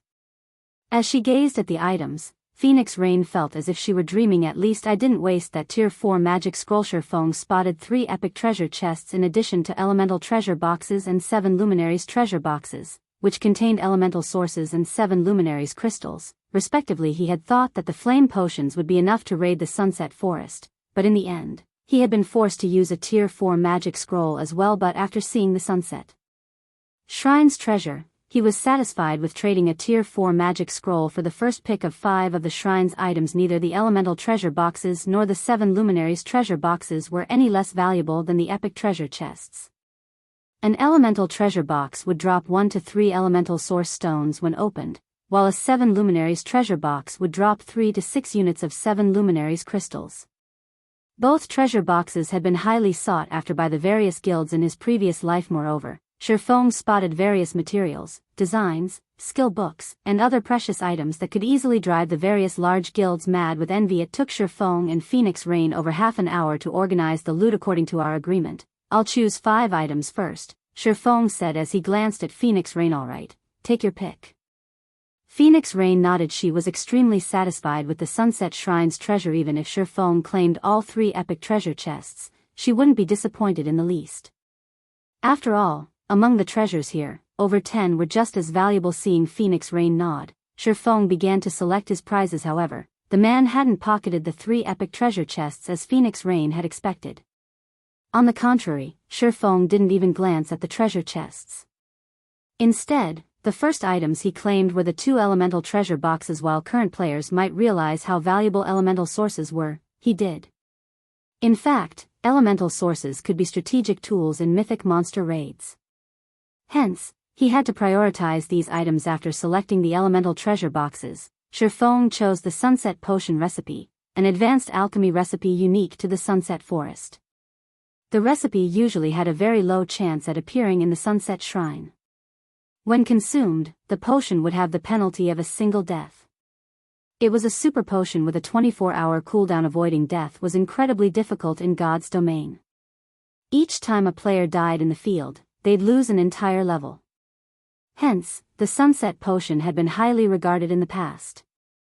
Only very few guilds had been able to brew the potion, contributing to its rarity on the market. The potion had only cost 10 or so silver to produce. Yet it had sold for around 1 gold. Now that the Sunset Potion recipe had dropped, he had no reason not to claim it. Shifeng also selected the basic mana bomb design, an advanced engineering design. Although the necessary materials to craft the item were rare and expensive, each basic mana bomb was as powerful as a peak tier 2 attack. When used in conjunction with defensive turrets, the mana bombs could rival a tier 3 attack. The design was far more valuable than an epic weapon. For Shifeng's 5th choice, he selected the only epic item throughout the hall, the 7 Luminaries Bible. Chapter 1484, 7 Luminaries Bible. Chapter 1484, 7 Luminaries Bible. These are the 5 items that you want? Phoenix Rain was a little confused as she saw Shifeng's choices. Setting aside the 7 Luminaries Bible, although the recipe and design for the Sunset Potion and basic mana bomb were valuable, both were very difficult to produce. There was no doubt that the item's production would be slow and limited. The rare materials for the basic mana bomb were particularly expensive. A single crafting attempt would cost around 2 gold, while the final product could cost 6 gold or more. Most importantly, unlike tier 2 magic scrolls, the mana bombs had a 70% reduced effect against players. This impacted how useful the mana bombs could be. Generally, players would only want such an expensive tool to deal with enemy players. Unless necessary, most players avoided using such costly items against monsters. Even if Zero Wing crafted the basic mana bombs, the guild would only make a small profit from them. It would take ages before Zero Wing could earn enough money to make up for the loss of an epic treasure chest. The various large guilds' experts were already reaching level 50 and obtaining their tier 2 classes. Because of that, most guilds were focused on converting their resources into items that would increase their experts' combat power, helping them overcome their promotion quests. Yet Shifeng did the exact opposite by investing his resources in items that wouldn't yield short-term profit. He had even chosen 2 elemental treasure boxes, which only confused her further. Shifeng simply chuckled at Phoenix Rain's question. Others might have a hard time using these items to increase a player's strength, but he wouldn't have any issues. This was especially true for the basic mana bomb. Although the production cost was high and it wasn't particularly useful against players, its effects would be miraculous against certain monsters. Moreover, he had chosen the 7 Luminaries Bible, the most valuable item the Sunset Shrine had to offer. He was more than satisfied with his share. 7 Luminaries Bible, epic rank item. Contains the records of magic arrays the gods had left behind. Sacrifice a sufficient amount of mana to activate the recorded magic arrays. The 7 Luminaries Bible would, at most, amount to some epic toll or magic array with indefinite uses to other large guilds. Moreover, even the strongest magic array within the Bible was intermediate rank. It could barely suppress a Grand Lord, yet it required a tremendous amount of mana to activate. Activating one of the 7 Luminaries Bible's intermediate magic arrays cost 2,000 magic crystals. The basic magic arrays cost 500 magic crystals to activate. Honestly, one could easily purchase a stronger array with so many magic crystals. The only benefit of the 7 Luminaries Bible was its variety. Players wouldn't need to search high and low for a specific kind of magic array. There was nothing else special about the item. What everyone didn't know was that the 7 Luminaries Bible didn't consist of a single volume. Rather, there were a total of 7 books. Only after gathering all 7 volumes could one display the 7 Luminaries Bible's true power. The various superpowers had clashed often to obtain more of the Bible's volumes in the past. They had discovered that one could use advanced magic arrays once they had collected 2 volumes. While intermediate magic arrays were rare, players could find them if they put in a little effort. However, the same could not be said for advanced magic arrays and above. In addition, the materials needed to craft advanced magic array scrolls were exceedingly expensive.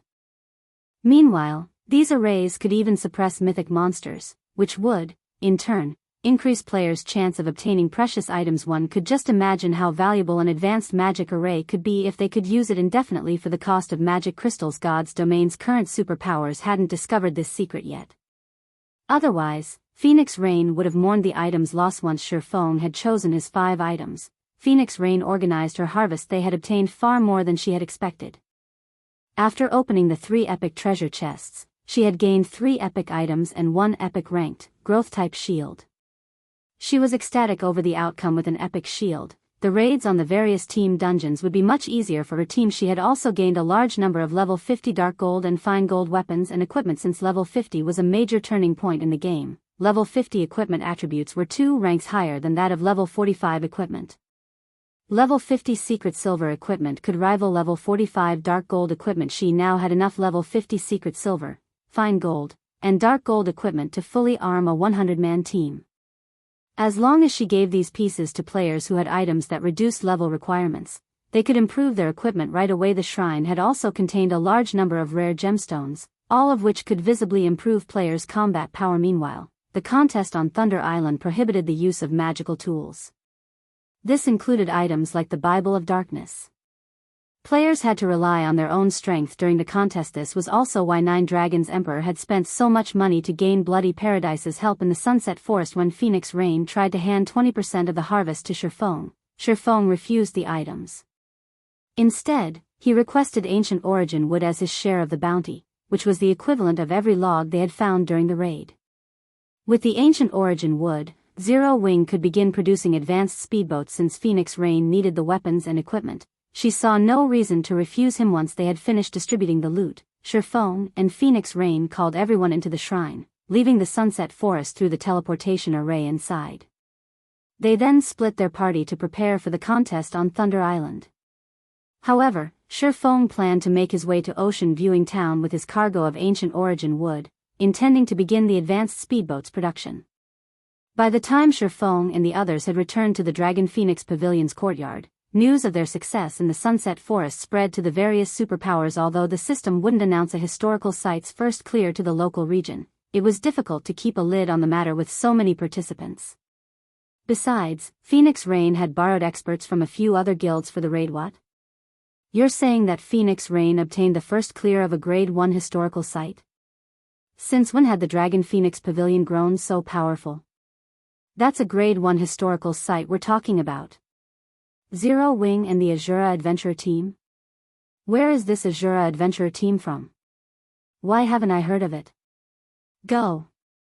Send someone to investigate this Asura Adventurer team. When the various superpowers' upper echelons read their subordinates' reports, they turned their attention to Zero Wing and the Asura Adventurer team. Particularly Asura. Zero Wing's prowess was no longer news to these superpowers. If they were familiar with the Dark Arena, they had heard of Zero Wing's experts. There was also the old news of Zero Wing's 1,000-man army defeating the Dragon Phoenix Pavilion's Shadow Dragon Legion, proving that Zero Wing had an incredibly powerful team. However, the Asura Adventurer team was a different story. With the Adventurer team being so powerful yet unknown, it had become a target for recruitment. Meanwhile, 9 Dragons Emperor's team cleared out a dryad nest in the Sunset Forest's core. Of the original 1,000 team members, less than 700 players remained standing. The survivors fought desperately to hold back a Grand Lord-ranked dryad quick. Take these dryads down. We don't have much time left. 9 Dragons Emperor anxiously shouted. He had used many of his trump cards just to get his team to the central area. Even then, he had spent more than 6 hours doing so. Once there, they had spent quite some time exploring the area before they had found a dryad nest, but they hadn't expected the dryads to be so difficult to deal with. In addition, the nest they had found had been guarded by multiple Grand Lords.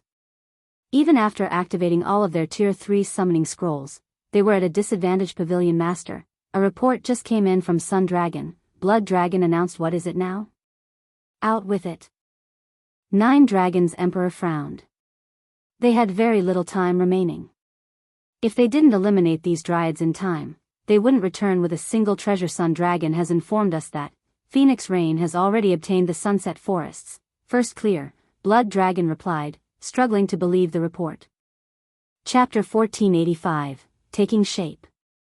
Chapter 1485, Taking Shape.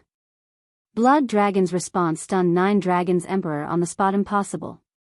9 Dragons Emperor shouted. I know what Phoenix Rain's team is capable of. She'd be lucky to reach the forest's core. How could she possibly obtain the Sunset Forest's first clear? They were from the same guild, so he knew practically everything about Phoenix Rain's capabilities. Even if she had some unknown trump card, she could never defeat the historical site's final boss. He was only confident in doing so because he had an advanced magic array and the aid of Bloody Paradisia. As far as he knew, Phoenix Rain didn't have an advanced magic array. Sun doubted the information as well, so she used multiple sources to verify the claim. She even obtained a video recording of the raid, so there is no mistaking the information, Blood Dragon explained. One of the reasons for her success was a tool called the Flame Potion, which significantly reduced the boss's attributes. In addition, the Asura Adventurer team has a super powerful MT that tanked the weakened boss by himself. In the end, Zero Wing used a Tier 4 magic scroll to finish it off. Lucky bastards. They actually found a way to weaken the boss. 9 Dragons Emperor fumed when he saw the video Blood Dragon had sent him. A trace of envy flashed in his eyes. However, he sneered and growled, just you wait. You may have secured the Sunset Forest's first clear, but I'll teach you that your struggles are futile soon. Blood, notify Sun and tell her that she proceed with the plan. Contact Beast Emperor as well and tell that old bastard that I'm running out of patience. I don't want to see Zero Wing prance about any longer. Understood. Blood Dragon shuddered when he heard the cold determination in 9 Dragons Emperor's voice.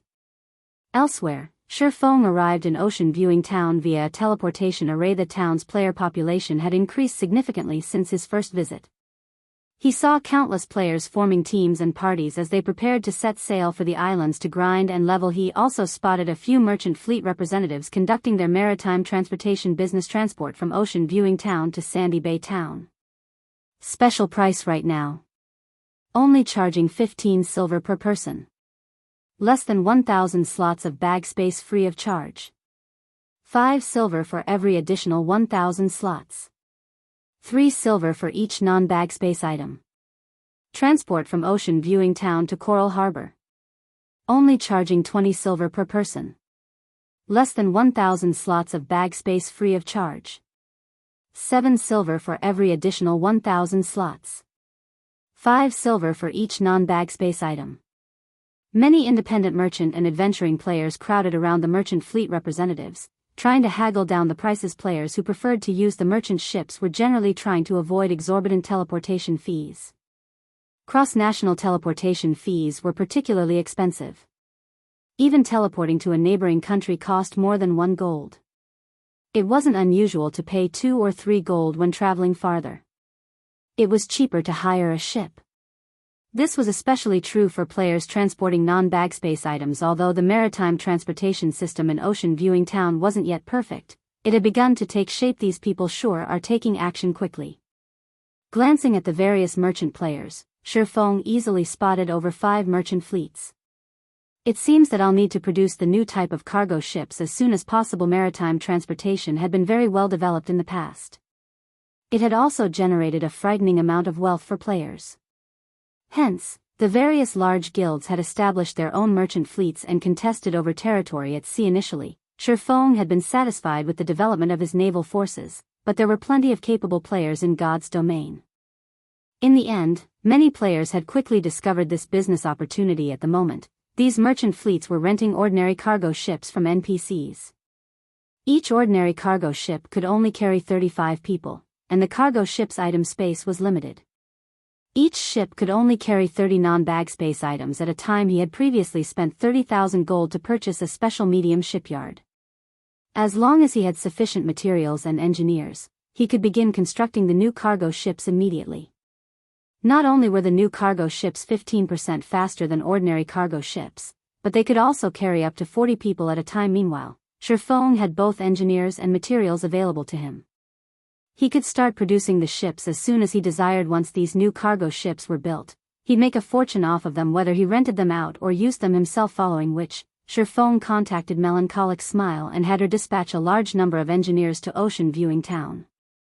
Previously, the Candlelight trading firm had lacked both quantity and quality of engineers, but now they had become a holy land for lifestyle players in Star Moon Kingdom. Since the trading firm constantly recruited lifestyle players, they had a large collection of engineers. Right now, even if the trading firm only dispatched a small fraction of these players, they would be more than enough to operate a large shipyard, not to mention a medium shipyard guild leader. Do you really intend to use such a precious material to construct the Flying Eagle speedboats and new cargo ships?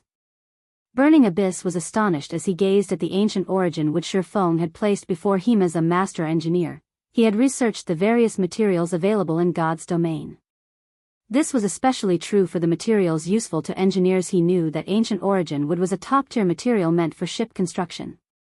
Using it to construct bronze speedboats would be a waste, much less constructing an advanced speedboat. The new cargo ship was even less valuable than an advanced speedboat. Just use it for now. I don't have any higher ranked designs on me at the moment. Shifeng was just as reluctant to use the wood. After all, ancient origin wood was a precious material that could only be obtained from the Sunset Forest. When used to construct ships, not only would it increase the production success rate, but it also had a chance of strengthening the ship with the power of ancients, enhancing the ship's quality. It was incredibly extravagant to use it to construct a ship that wasn't even bronze rank. However, he couldn't care less. At the moment, ship designs were extremely rare. He had been fortunate enough to obtain the design for the Flying Eagle speedboat and the newly developed cargo ship, following which, Shifeng handed Burning Abyss the basic mana bomb design and instructed him to produce the bombs. He was happy enough to let the advanced engineers take charge of producing the speedboats and the cargo ships. There wasn't a need to involve a master engineer like Burning Abyss in the project. The basic mana bomb was a different story. Despite only being basic rank, the design and advanced engineering design. If he left it to the advanced engineers, their success rate would at most reach 30%. If Burning Abyss crafted the bombs, however, his success rate would be at least 50%. Letting Burning Abyss produce the bombs would save on cost and materials. After all, the required materials were both rare and expensive. What an intricate design. I never knew magic arrays could be used in such a way. After glancing at the basic mana bomb design, Burning Abyss was captivated. I'll leave the shipyard's management to you.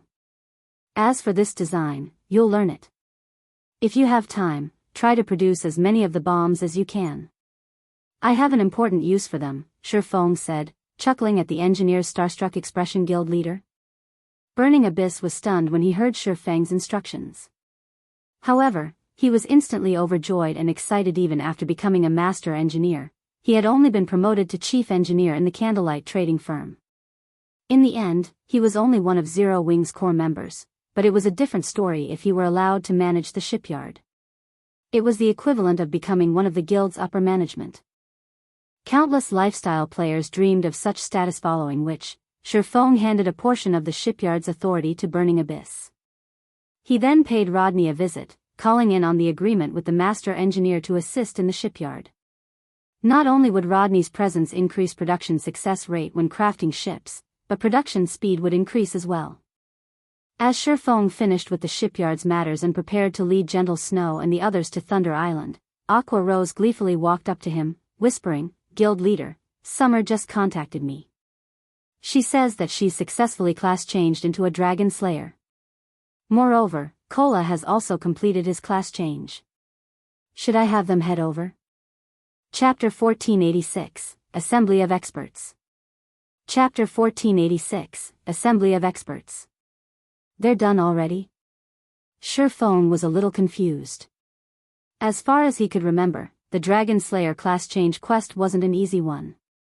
Alright, tell them to hurry and join us. Honestly, he had been somewhat worried about having sufficient strength for the contest on Thunder Island and had even considered recruiting Owl's help. However, it seemed that wouldn't be necessary. Kola's success in becoming a Tier 2 Dragon Slayer Knight alone would boost the team's overall strength, not to mention Alluring Summer, who was now a Tier 2 Dragon Slayer mage. Both basic attributes and skills would undergo a qualitative transformation when players reached Tier 2. Kola also had the epic ranked Dragon Scale Shield.